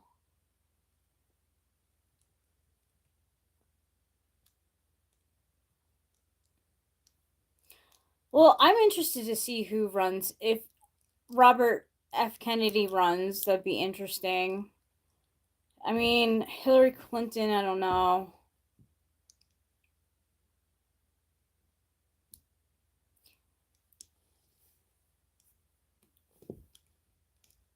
I don't pay bills or taxes.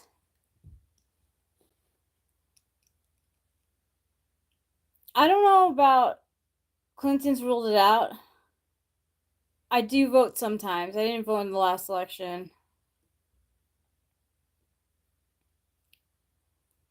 I I usually vote, but I think RFK Jr. should run too, honestly. I like what he says.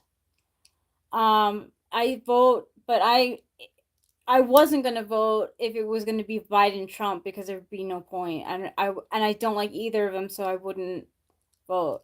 I'm 39. He's running as independent. Interesting, interesting. When do you curse, WDH? Like when you stub your toe, or like when like something's not going your way, or if you're in your car and there's like you're having road rage. He is that voice problem. Trump will make fun of it. Alexandria Lucas, can you play the song Count on My Brain? It's about Jesus. I promise you that it is a good song. I don't know how to play guitar. I don't know that song, unfortunately. I'm sorry. Oh, Andrew Yang. I don't know much about him. I have heard good things though. Maybe he will, you know? Maybe he will.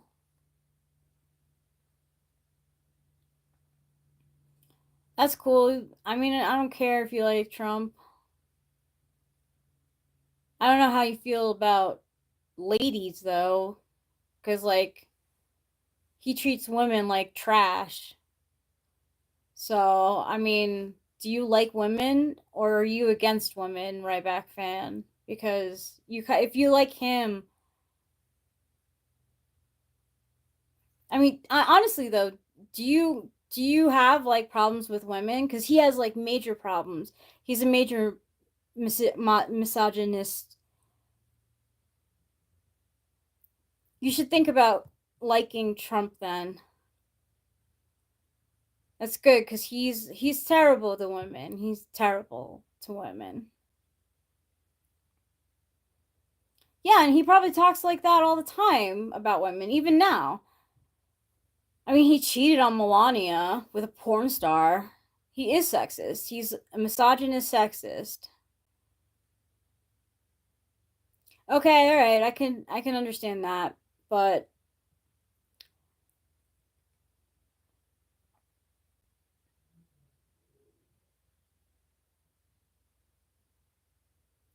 yes, it was proven.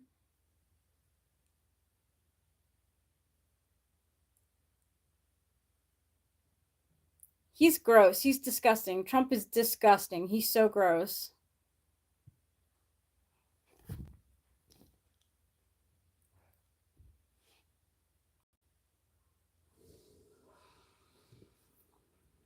I heard your mom does too, Dominic.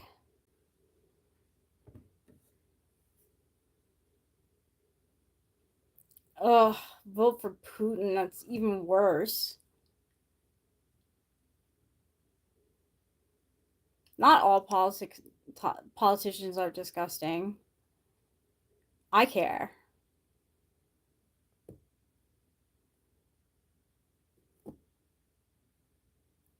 Why? I mean,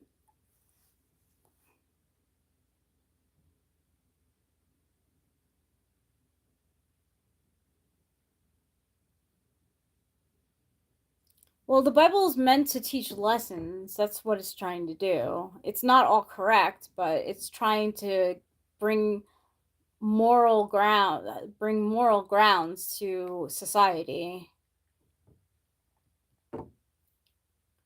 Exactly, Karma's Pin. Exactly. He's philandered in every marriage. Exactly. He's a cheater. He's a disgusting pig. I find him endearing and one of us for the same reasons that disgust you, Rachel. What? That's like really bad thinking. It's really bad thinking. I like Kamala better than Trump too. Hell yeah. Like honestly, if it's true that she put 1,900 people in jail for marijuana possession, I'm not a fan of that. I can't vote for a person like that. She's gonna be a police officer of drugs in the White House. Then I don't like that. If it's not true, then I will vote, and I will vote for her.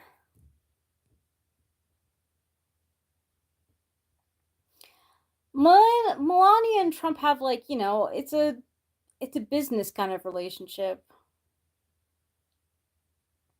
He is good at running because he's a big talker.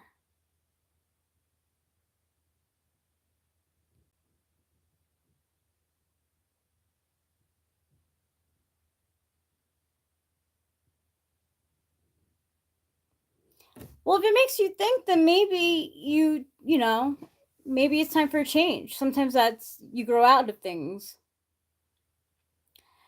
Does yourself maybe like wearing skirts any maybe, and would yourself maybe happen to own a denim miniature skirt? And maybe no, Zachary Woodard. I have a midi length denim skirt. I don't wear many skirts. If society stands a chance, we have to evolve past religion, bring back science. People still believe in science. There's a lot of people who still believe in science.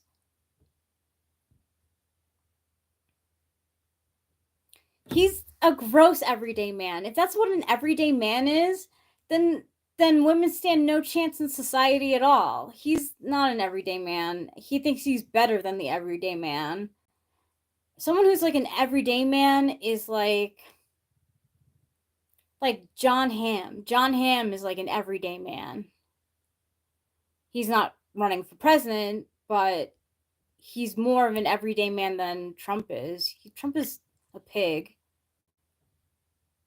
I'm interested in what the media is going to do as election gets closer. Me too. It's going to be interesting.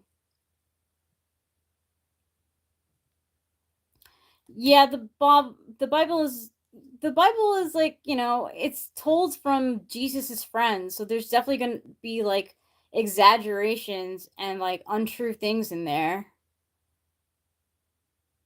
It's true. You're right, Cindy Prim. He's not even rich. He like it's almost like becoming the president gets him out of all the things that he has to deal with financially. Hi, I think judging Harris on her views about weed could be restrictive. Anyway, what you just told about her putting people in jail sounds like fake news. Yeah, like honestly, if she's not against weed, marijuana, like I don't think I can vote for her.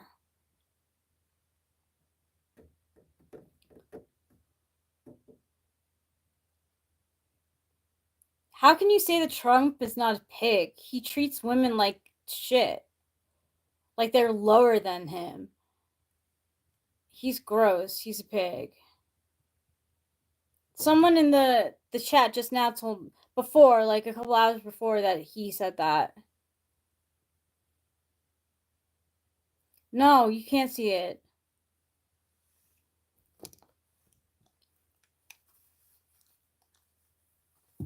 Not every politician is. That's not true. That's not true. I'm sure he's not. He doesn't treat Melania well. Melania, he like. Gonna see if Eric is downstairs. Yeah, Trump is a no-no. Like, I have fantasy. I have fantasies about punching him in the face. I would love to punch him in the face.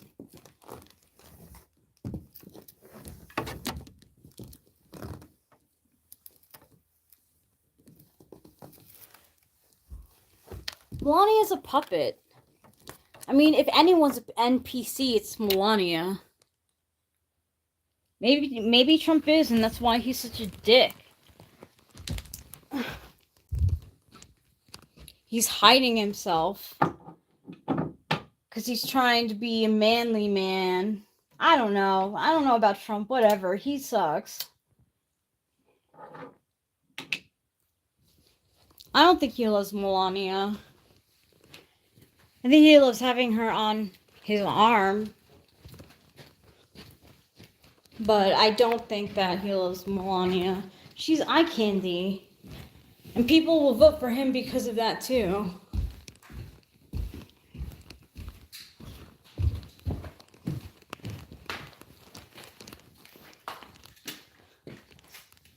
Hi, darling. Hi, how'd it go?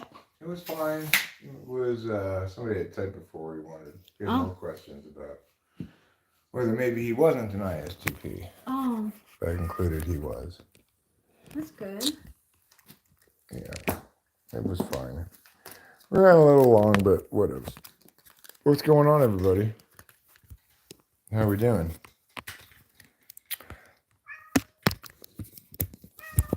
Meow.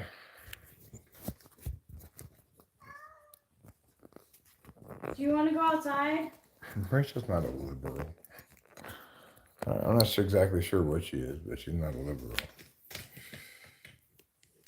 No. I'm listed as like independent, I think.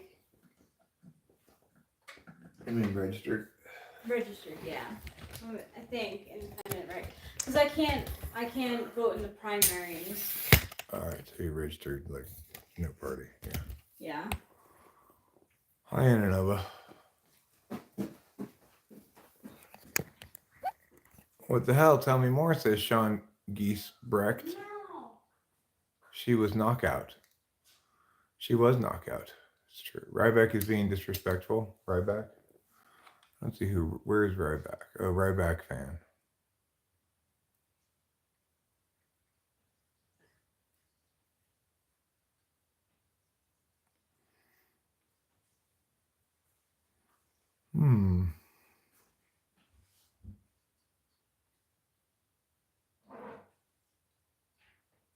All right, let's get some weed ground out of grindings and pull some bong reps. Hi, Sandy Prem. Hi, Tito Ortiz.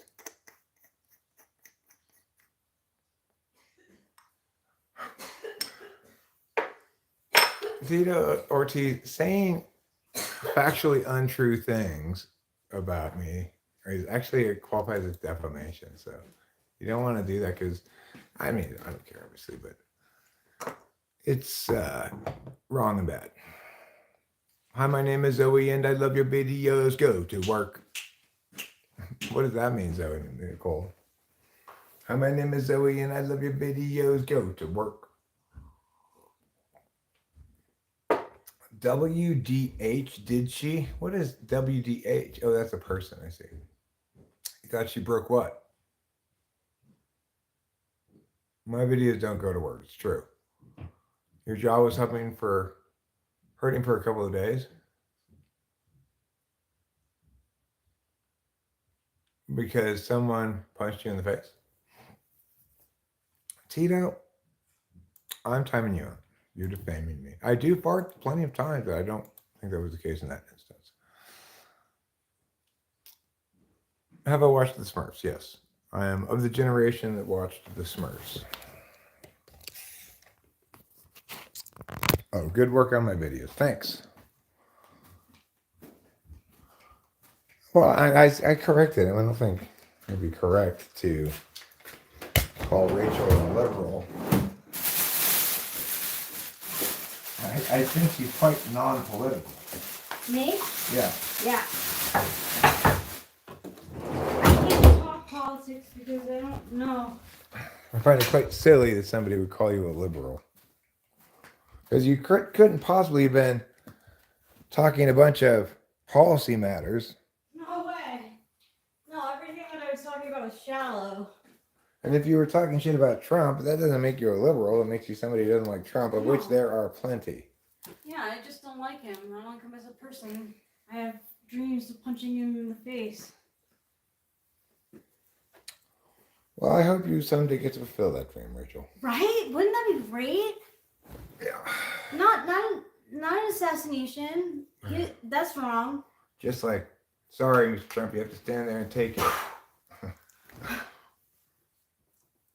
No, it doesn't mean she's a Democrat, right? It means she doesn't like Trump, and there's lots of reasons to not like Trump. It has nothing to do with liberal or Democrat, or any Democrat, Republican, liberal, or conservative. Well, because she doesn't like him. I don't know if she'd actually literally do it, provided the opportunity. She's just expressing that she would like to punch the guy because she doesn't like him. It's like a fantasy. She's not gonna punch you, Lexi. Okay? No. Even though you say punch me. I don't dream about punching anyone else. I'm not like that. But I am, just for the problems that he's caused for so many women. I mean, if Jeffrey Epstein fucking Weinstein, I feel the same thing. Like, Weinstein would probably like, what's this? Like a to the crotch. WDH, did you deserve it? Did you deserve what?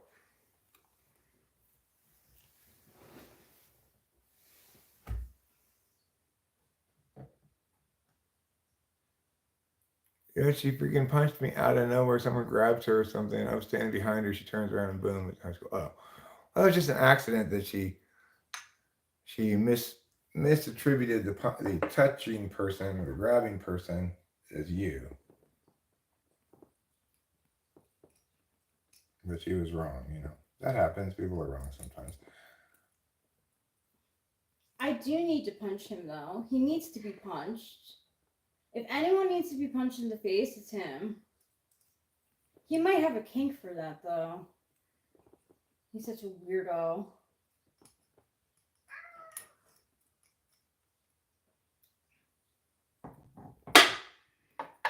Okay.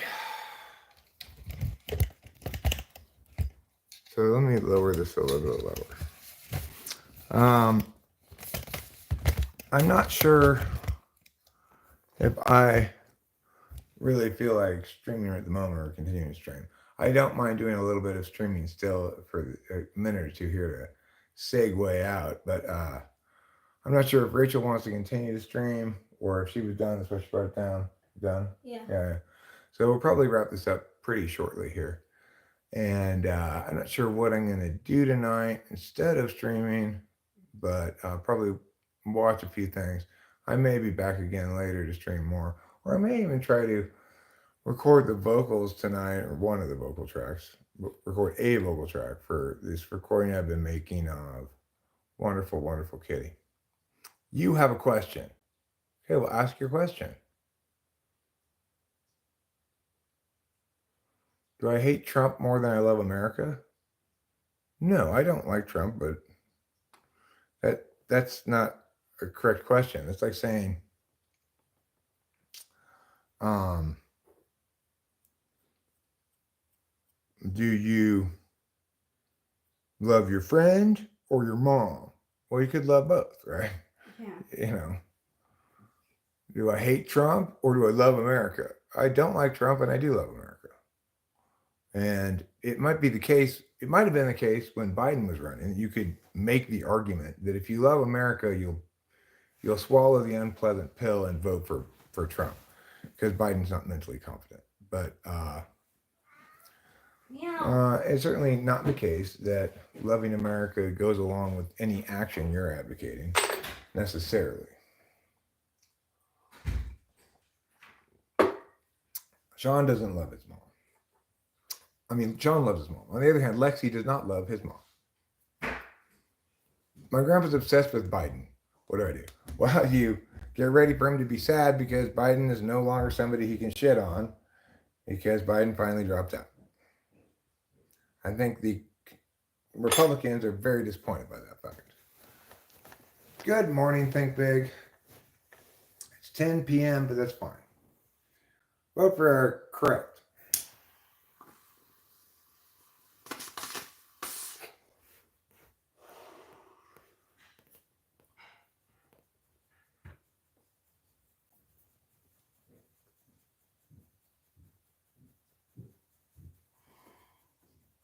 I'll pull a couple more bong rips before I wrap this up because I need to pull some bong rips, obviously.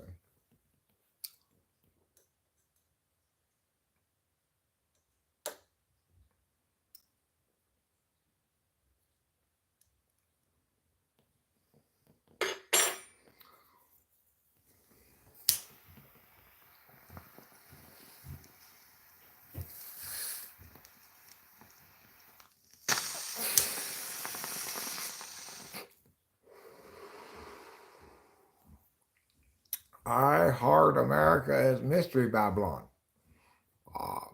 Good for you, WH.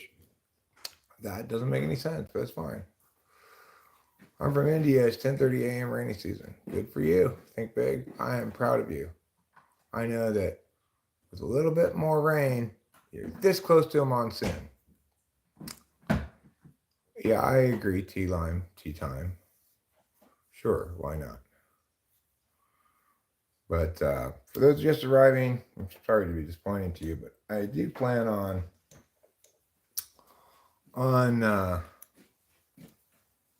unstreaming relatively soon. What am I smoking?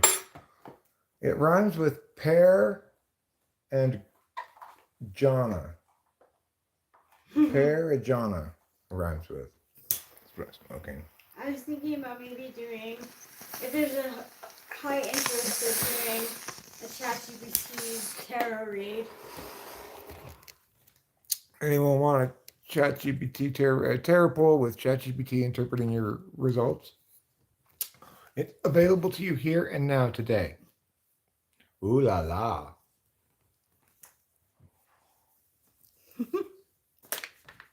Let me move these down and you can use this. Or actually, you know. Hello.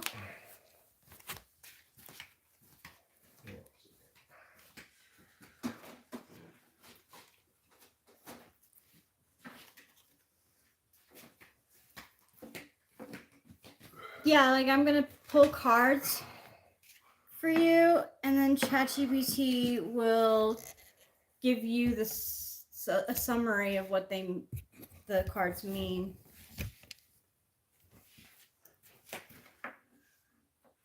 There. Thanks. You're welcome. Do me. Do Anna Nova. Okay.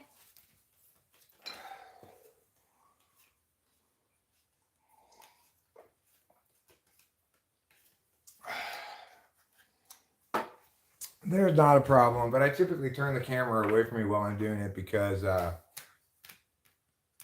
otherwise I could get age restricted on YouTube. Okay, so Nova 5 and then WDH. Sandy Chair, that's my wife. Not my daughter. Or dad. Well, no, I mean, No. you're not my daughter, I'm not your dad. Yeah, no, he's not my dad.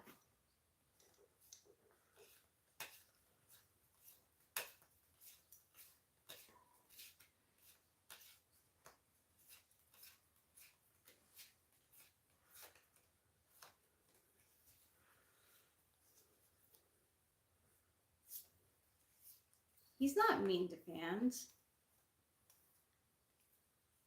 I mean, sometimes I am, but I don't want to be. I'm not trying to be, and when I am, I feel bad about it.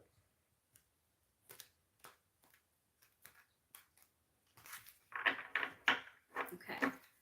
Nova 5. I don't know of any job opportunities for mechanical engineers. Imagine it involves engineering and mechanics or something, though. Okay, so you got the 10 of rods,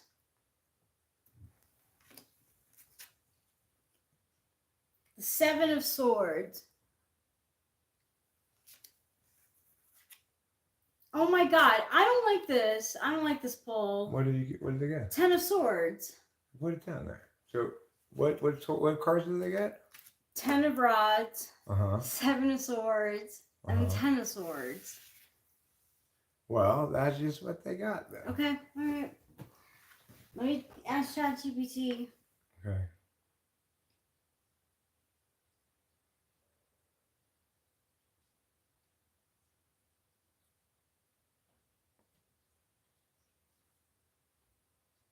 Hi ChatGPT. I pulled some tarot cards for Nova 5 and he got the 10 of Rods, the 7 of Swords, and the 10 of Swords. What does this say about his personality? Hi. Based on the tarot cards pulled, here's an interpretation of a Nova 5's personality. 10 of Broads, Wands. This card often represents burdens, responsibilities, and hard work. It suggests that a Nova 5 might be someone who takes on a lot, perhaps feeling the weight of many obligations. He could be very determined and resilient, always pushing through challenges, but sometimes might struggle with feeling overwhelmed. 7 of Swords. This card is typically associated with cunning, strategy, and sometimes deceit. It might indicate that a Nova 5 is strategic and clever, often finding unconventional solutions to problems. He might be resourceful and good at navigating tricky situations, though this card can also hint at a tendency to be secretive or to avoid confrontation directly. 10 of Swords. This card generally signifies endings, betrayal, or hitting rock bottom. It can suggest that Nova 5 has experienced significant hardships or dramatic changes. He might be someone who has faced tough times, but has also learned from these experiences. This card can also highlight a sense of finality and the need to move on from difficult situations. Overall, these cards suggest that a Nova 5 is a complex individual who is resilient, strategic, and has faced many challenges. He might carry a lot of responsibility, be resourceful in tough situations, and have experienced significant hardships that have shaped his character. Okay, well, that was for Nova 5. For those of you who are saying, like, that's not me, well, it's not for you, Sean Geisbrecht. So obviously, it's not supposed to be you. That's Nova 5. And he says yes a lot to it, you know. Well, you don't get to be Nova 5, Sean. You have to be Sean. All right? To answer a couple quick questions before I give this back to Rachel for the next poll. WD. When she's done putting the cards down, I'll give it back to her. In the meantime, I want to answer a couple of questions I saw in here. Are iPhones cheap in this country? No, they are the most expensive phones. Eric, are you religious or spiritual in any way? I self-identify as a Christian. I do engage in prayer on a regular basis, but I am not part of any church or Bible, whatever.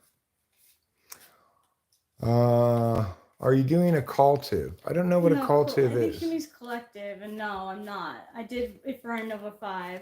You're next, WDH. And then will I be a millionaire in the next year? 10 years, Sandy Chair? I don't know. The only way tarot cards can be accurate are through a one-on-one emotional connection to the individual. No, I mean, the thing about tarot cards is they provide an archetype of some component of human experience that you do the work of linking it to your own personal story, but it either links more naturally well or poorly, depending on your specifics. All right, back to Rachel. Don't feel called out. It's good that it resonated with you. You know what? You were called out for being a beautiful, beautiful person.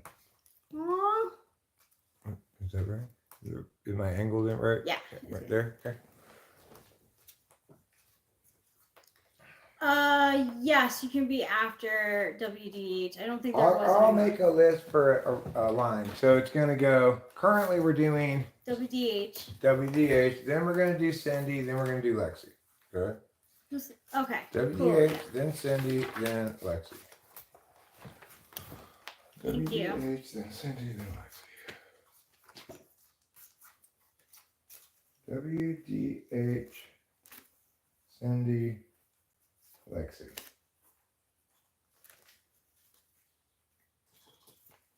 You can get another one, show media.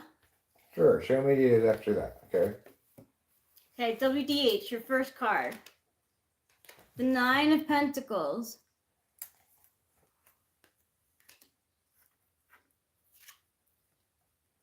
Second card, King of Swords.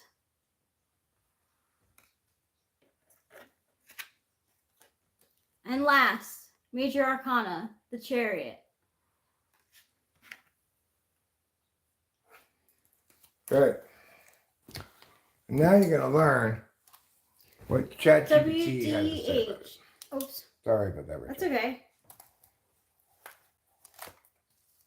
I pulled some cards for WDH, and they got the Nine of Pentacles, the King of Swords, and the Chariot. What does this say about their personality? Hi. Let's interpret the tarot cards pulled for WDH. Nine of Pentacles. This card represents self-sufficiency, independence, and financial stability. It suggests that WDH is someone who values independence and has likely worked hard to achieve a comfortable and secure life. They might enjoy the finer things in life and take pride in their accomplishments. King of Swords. This card signifies intellect, authority, and clear thinking. It indicates that WDH is a person who values logic and reason, possibly someone who is very analytical and fair-minded. They might be a strong communicator and a decisive leader, with a keen ability to cut through confusion and make sound judgments. The Chariot. This card symbolizes determination, control, and victory. It suggests that WDH is driven and ambitious, someone who knows how to harness their willpower to achieve their goals. They likely have a strong sense of direction and the ability to overcome obstacles through sheer force of will and focus. Overall, these cards suggest that WDH is an independent and self-sufficient individual who values intellect and clear thinking. They are likely a strong leader with a determined and ambitious nature, able to achieve their goals through focus and determination. Did that resonate? WDH, there you go. Next up, WDH, for the record, I'm writing everything down. So, had Nine of Pentacles, King of Swords, and the Chariot card. Now it's Cindy's turn. While Rachel shuffles the cards before she puts them down, I'll be back here to communicate with you about other things.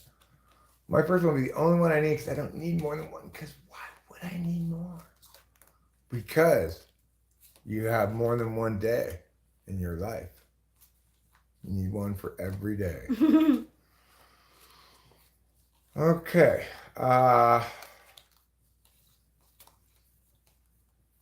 So, keeping everybody updated about all the exciting developments, we are developing here a list of possible people who will get tarot carded by Rachel and then interpreted by ChatGPT. WDH has already gotten check mark. Next, we're on Cindy Prim. Her last name's Prim, but her attitude is saucy. There's one card. There's two cards. And there's three cards. All right. Let's take a look at what we've got here. 10 of Cups. 10 of Cups. How delightful. The Major Arcana, the Hierophant. The Hierophant. The most ESTJ of all the major arcana. And the Nine of Cups. 9 of Cups. That's a total of 19 cups. Good for you. Bring it back in. You can lean it against this thing. ChatGPT, I pulled cards for Cindy Prim. She got the 10 of Cups, the Hierophant, and the 9 of Cups. What does this say about her personality?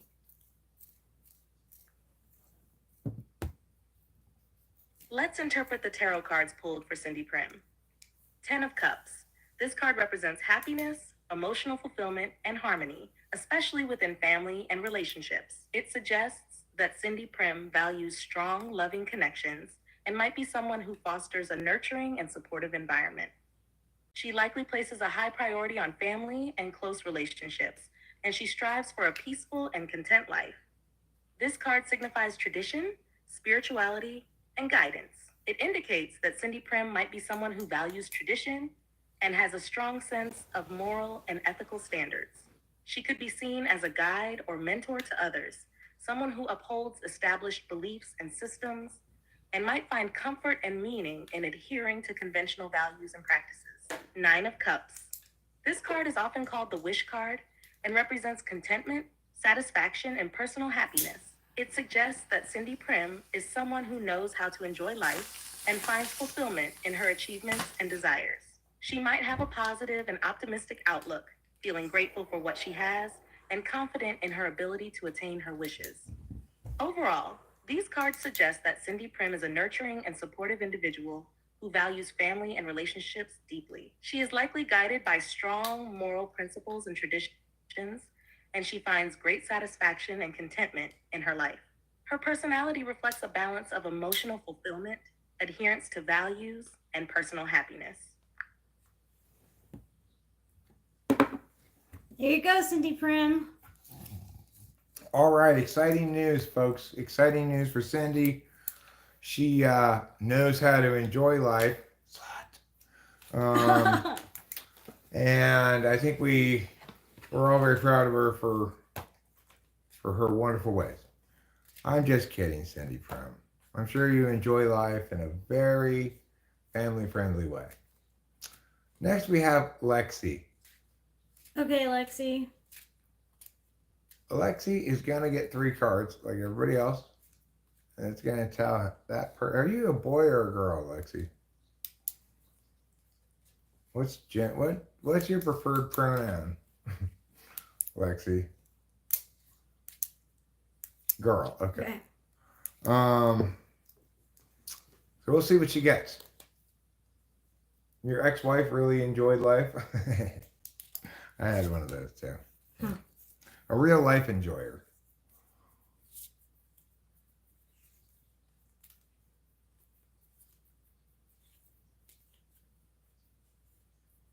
I'm basically Eeyore, so there's no worry about me enjoying life. You're Eeyore? What do you mean? I'm just joking. You haven't seen Eeyore. I'm not Eeyore. I'm not. I don't know who I would be out of Winnie the Pooh. Oh, that's all I know. Oh, bother. Yeah, No. Eeyore. Oh, bother was... Eeyore is such a sad Yeah. song. I eat fast food and I eat food fast. Both of those things are true. Okay, Lexi. First card. Second card. Third card. 6 of Swords. Wow. The magic of tarot be within you. Well, Lexi, you can just watch this when you get back by rewinding then, okay? If you're going outside looking at your coyote, we're not going to wait for you. Oh. Yeah, you can just rewind and see it. Okay. Strength. Major Arcana. Ooh, you so strong. No, I just felt like I didn't see any shirts that I wanted to wear, so just put on the sweatshirt. Quit being so observant, Putty Cat. And the Wheel of Fortune. Ooh, 2 majors. It looks like, what's that 6 of what? Swords. 6 of Swords. Does it clap? Does Hi, it clap? ChatGPT. Yes, it claps. I pulled yes, it claps. the 6 of Swords, the Strength card, and the Wheel of Fortune for Lexi. What does this say about her personality? Anna you are too sweaty. Oops. Sorry, Rachel. Sorry. I fucked it up. I didn't even see I it. think I probably fucked it up. No, I did, because I pushed the thing.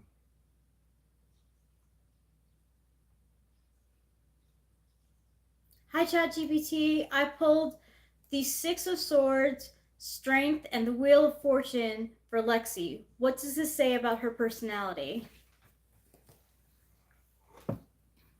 Hi. Let's interpret the tarot cards pulled for Lexi. 6 of Swords. This card represents transition, moving on, and finding a better place. It suggests that Lexi is someone who is capable of navigating through difficulties and making necessary changes in her life. She might be adaptable and resilient, able to leave behind what no longer serves her and move towards a more positive situation. Strength.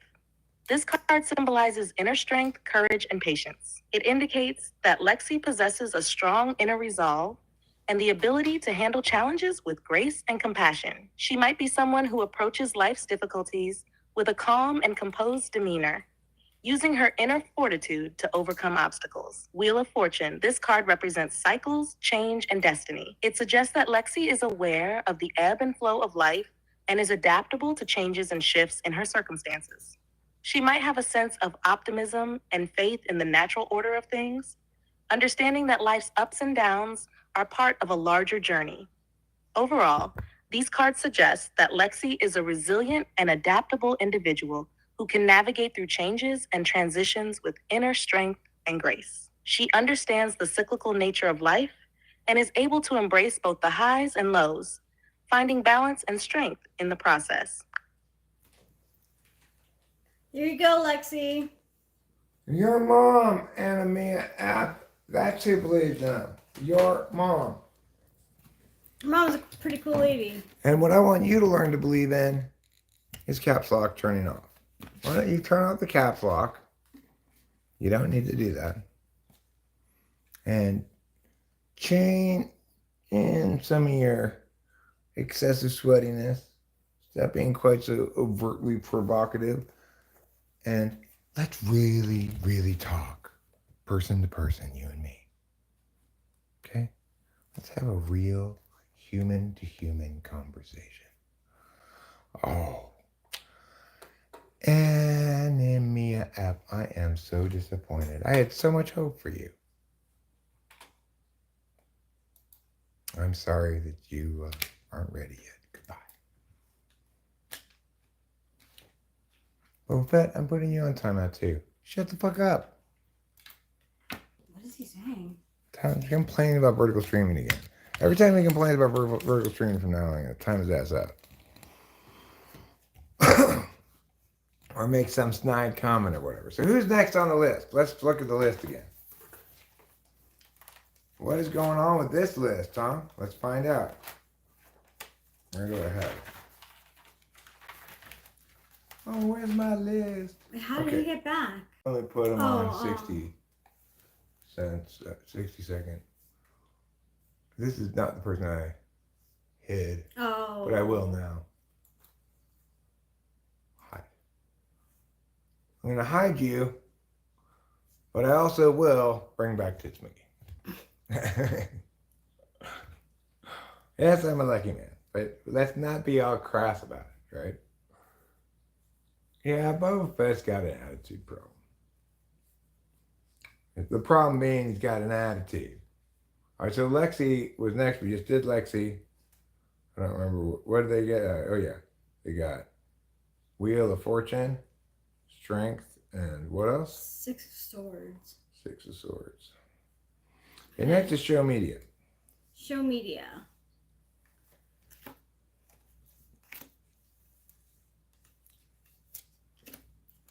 Okay, first card. 6 of Wands. Next card. 10 of Cups. And the last cards. Ace of Swords.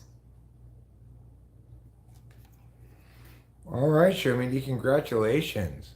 Congratulations.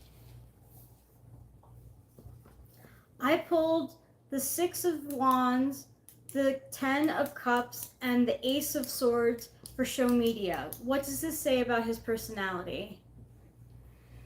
How do I get...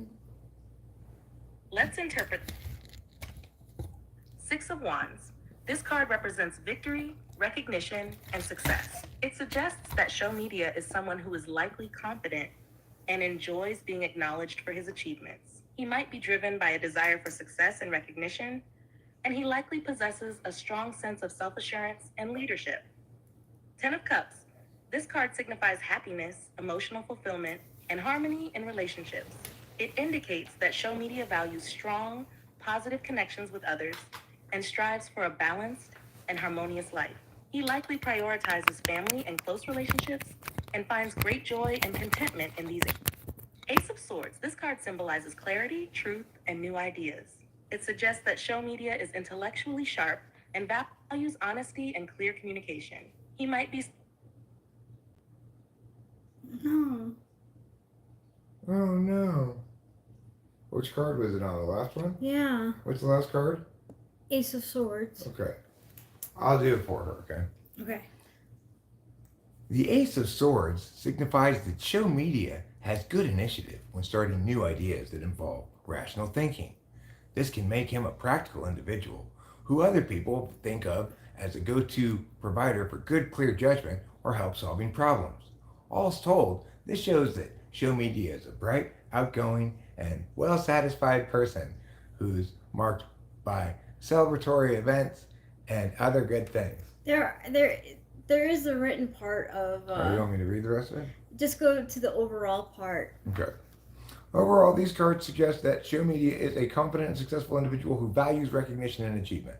He likely has strong, fulfilling relationships and prioritizes harmony in his personal life, intellectually sharp and honest. He values clarity and truth and is open to new ideas and perspectives. The ChatGPT is very nice in its interpretation of the cards. I would be more negative than that, probably. Yeah, I mean, that first poll of the Right. 10 of... Right, you were like, oh no, but when the ChatGPT read it, they're like, that's pretty good, actually, you know? Yeah, it takes the positive parts of the cards, which I appreciate. Now let's talk about the Garlic King. The Garlic King? Are you still here? Yeah, the Garlic King's still here. He's not a garlic prince. He's not a garlic queen. He's not a garlic viscount. He's the Garlic King. All right, that's the very best of all of the things you could be of garlic. You think you're INTJ, but I forgot what it means. It means you're blah, blah, blah, blah, blah, blah, blah, blah, like that. So hopefully you learned a lot today. It means that you can be a good architect if you want to build yourself a house. Yeah, you could build a good house if you want. Not you. You would hire the people. You just conceive of how it ought to be Mm-hmm. put together. All right, so you're going to get to see Rachel pull the cards, and then I'm going to set it down so she can lean the phone. And you'll know the truth about the future of your life, the Garlic King. Remember, this is for entertainment purposes only. Do not plan the rest of your life according to these tarot cards, but really, you probably should. Okay. Garlic King.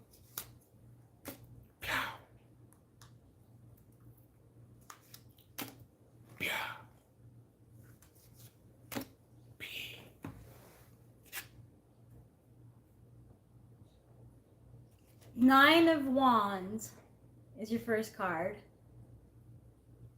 The Garlic King. The Nine of Wands. Then the Seven of Swords. It's the Seven of Swords. And the Ace of Swords. But it's the Ace of Swords. Is Garlic King a he? Are you a dude, Garlic King?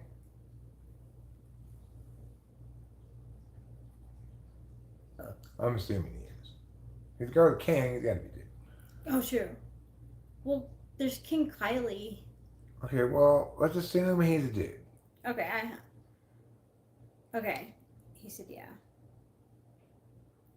I pulled the Nine of Rods, the Seven of Swords, and the Ace of Swords for the Garlic King. What does it say about his personality? Let's interpret the tarot cards pulled for the Garlic King. Nine of Rods, Wands. This card represents resilience, perseverance, and defense. It suggests that the Garlic King is someone who has faced many challenges, but remains determined and ready to defend his position. He might be cautious and vigilant, always prepared for potential difficulties, and possessing a strong will to keep pushing forward despite past hardships. 14. This card is associated with strategy, cunning, and sometimes deception. It indicates that the Garlic King might be resourceful and clever, often finding unconventional ways to achieve his goals. He might prefer to solve problems in a strategic manner, though this card can also hint at a tendency to avoid direct confrontation or to keep certain plans hidden.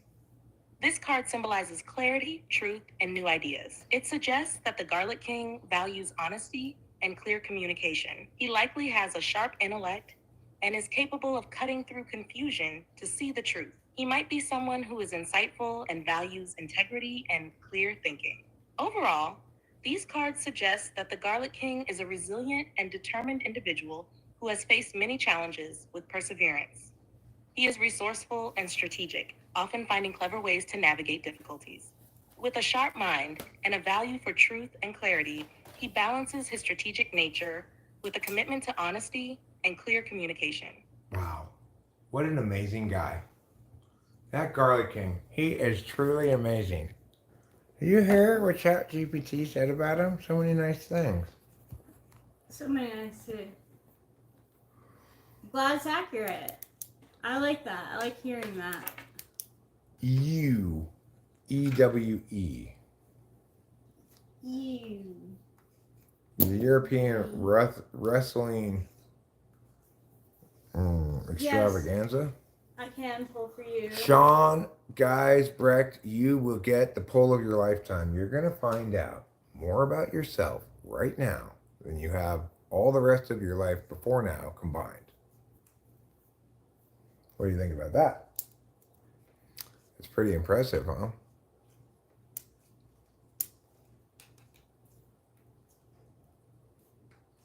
Garlic King, hearing how good you are as a person makes me think maybe you should try to annex onion territory as well. The pull of your lifetime. Right. Oh, look. Now we get to see if I like you, Sean. Let's find out. Yeah, we'll find out if Sean's good or evil right now, based on this. I am. What do you think I am? Take a guess, Chong Mitchell. Take a guess. How old do you think I am? I want to know what you think. Paul Pulley, hello. Rachel is pulling the cards. You can see them on the table there, like that. Pow. We'll see what they say. We'll look at their face. First card for Sean. The moon. It's the moon. Then King of Swords. It's the King of Swords. And last, the Fool. It's the Fool. You got a triple major arcana. No. Oh, King of Swords, right? Yeah. I'm 53. 5'3".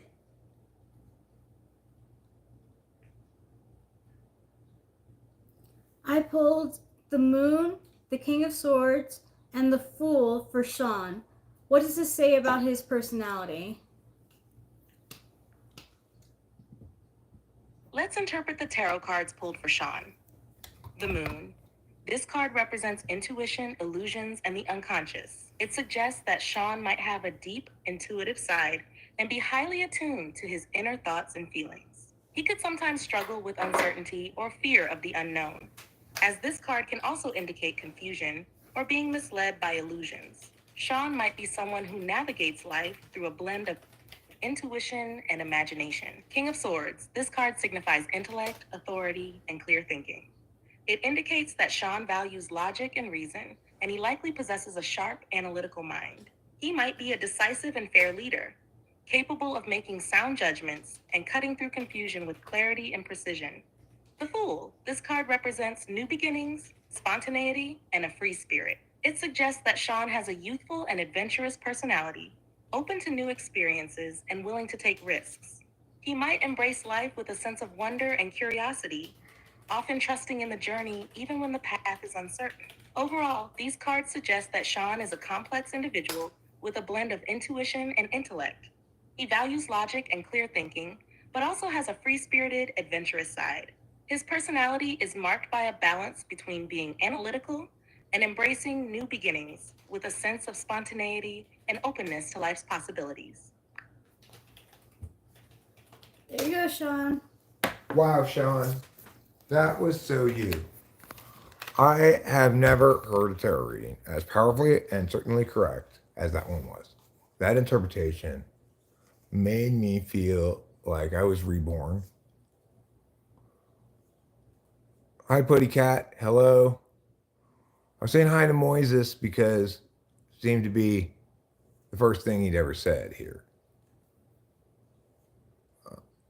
I said, my turn. Oh, your turn. Oh, for card read. Sure. I thought you meant your turn to say hi. I probably won't. The Garlic King. Makes more sense it's your turn to get a card reading than your turn to say hi.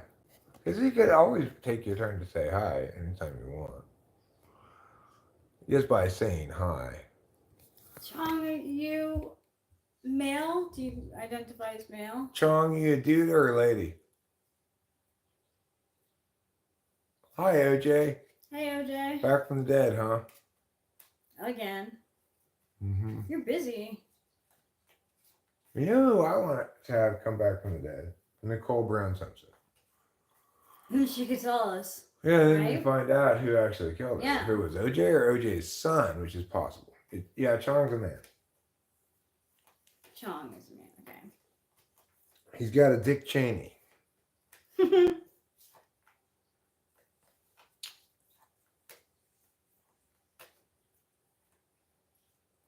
Zero aborted fetuses did I eat on Sunday brunch? 0. Chong. First card. Chong. Second card. Chong. Third card. Don't. If Lexi's not interested, then just leave her alone. The Sun is your first card, Chong. We're not Canadian, OJ. Second card, the Magician. And lastly, the Eight of Swords.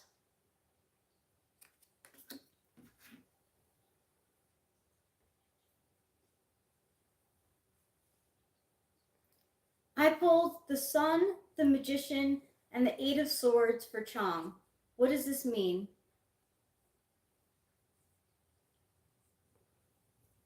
Let's interpret the tarot cards pulled for Chong. The Sun. This card represents positivity, success, and vitality. It suggests that Chong has a bright and optimistic personality. He likely exudes warmth and confidence, bringing joy and positivity to those around him. The Sun card often indicates a person who is successful and has a positive outlook on life. The Magician. This card signifies skill, resourcefulness, and the power of manifestation. It indicates that Chong is capable and resourceful, with the ability to turn his ideas into reality. He likely has a strong sense of purpose and the skills necessary to achieve his goals. The Magician suggests that Chong is proactive and confident in using his talents and abilities to create desired outcomes. Eight of Swords. This card represents feeling trapped, restricted, or limited by circumstances. It suggests that despite his positive and capable nature, Chong might sometimes struggle with self-doubt or feelings of being constrained by certain situations. He may need to recognize that some of these limitations are self-imposed and that he has the power to change his perspective and overcome these obstacles. Overall, these cards suggest that Chong is a positive and resourceful individual with the ability to manifest his goals and bring joy to others. However, he might occasionally face challenges related to self-doubt or feeling restricted by circumstances. Recognizing and addressing these limitations can help him fully harness his potential and maintain his optimistic and proactive nature. Sounds to me like Chong's his own worst enemy. Your dinner wasn't very good. Well, I'm sorry to hear that.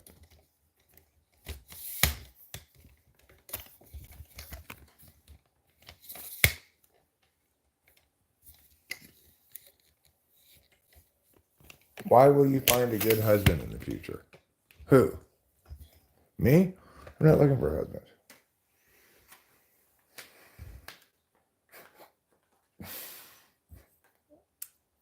Like,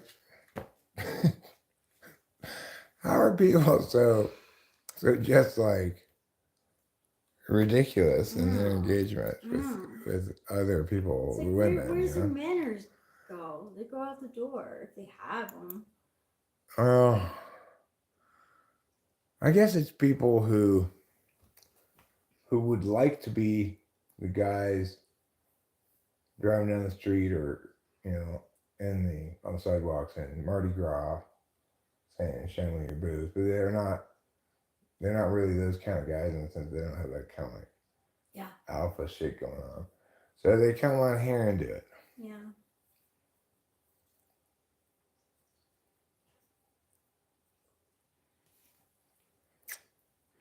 Anyway, you don't want a boyfriend or a girlfriend. Well, then you're already done. Do you want ChatGPT? You want an AI boyfriend? Oh, we had potatoes. Yeah. We had potatoes with sour cream and butter, and I had ketchup on mine. Rachel didn't. They were good. Salt. Had some salt in them. I am what I was born. Born a man. I am what I was born. I was born a baby. And I still totally am. I'm about ready to wrap this up. Yeah? Yeah. Well, we can always stream again later if we want. It's still it's early. If we end up being up all night, we can come back in a couple hours and stream again later, Yeah. All right, so I'm gonna see y'all later, and maybe Rachel will as well. We'll find out. Hasta la vista.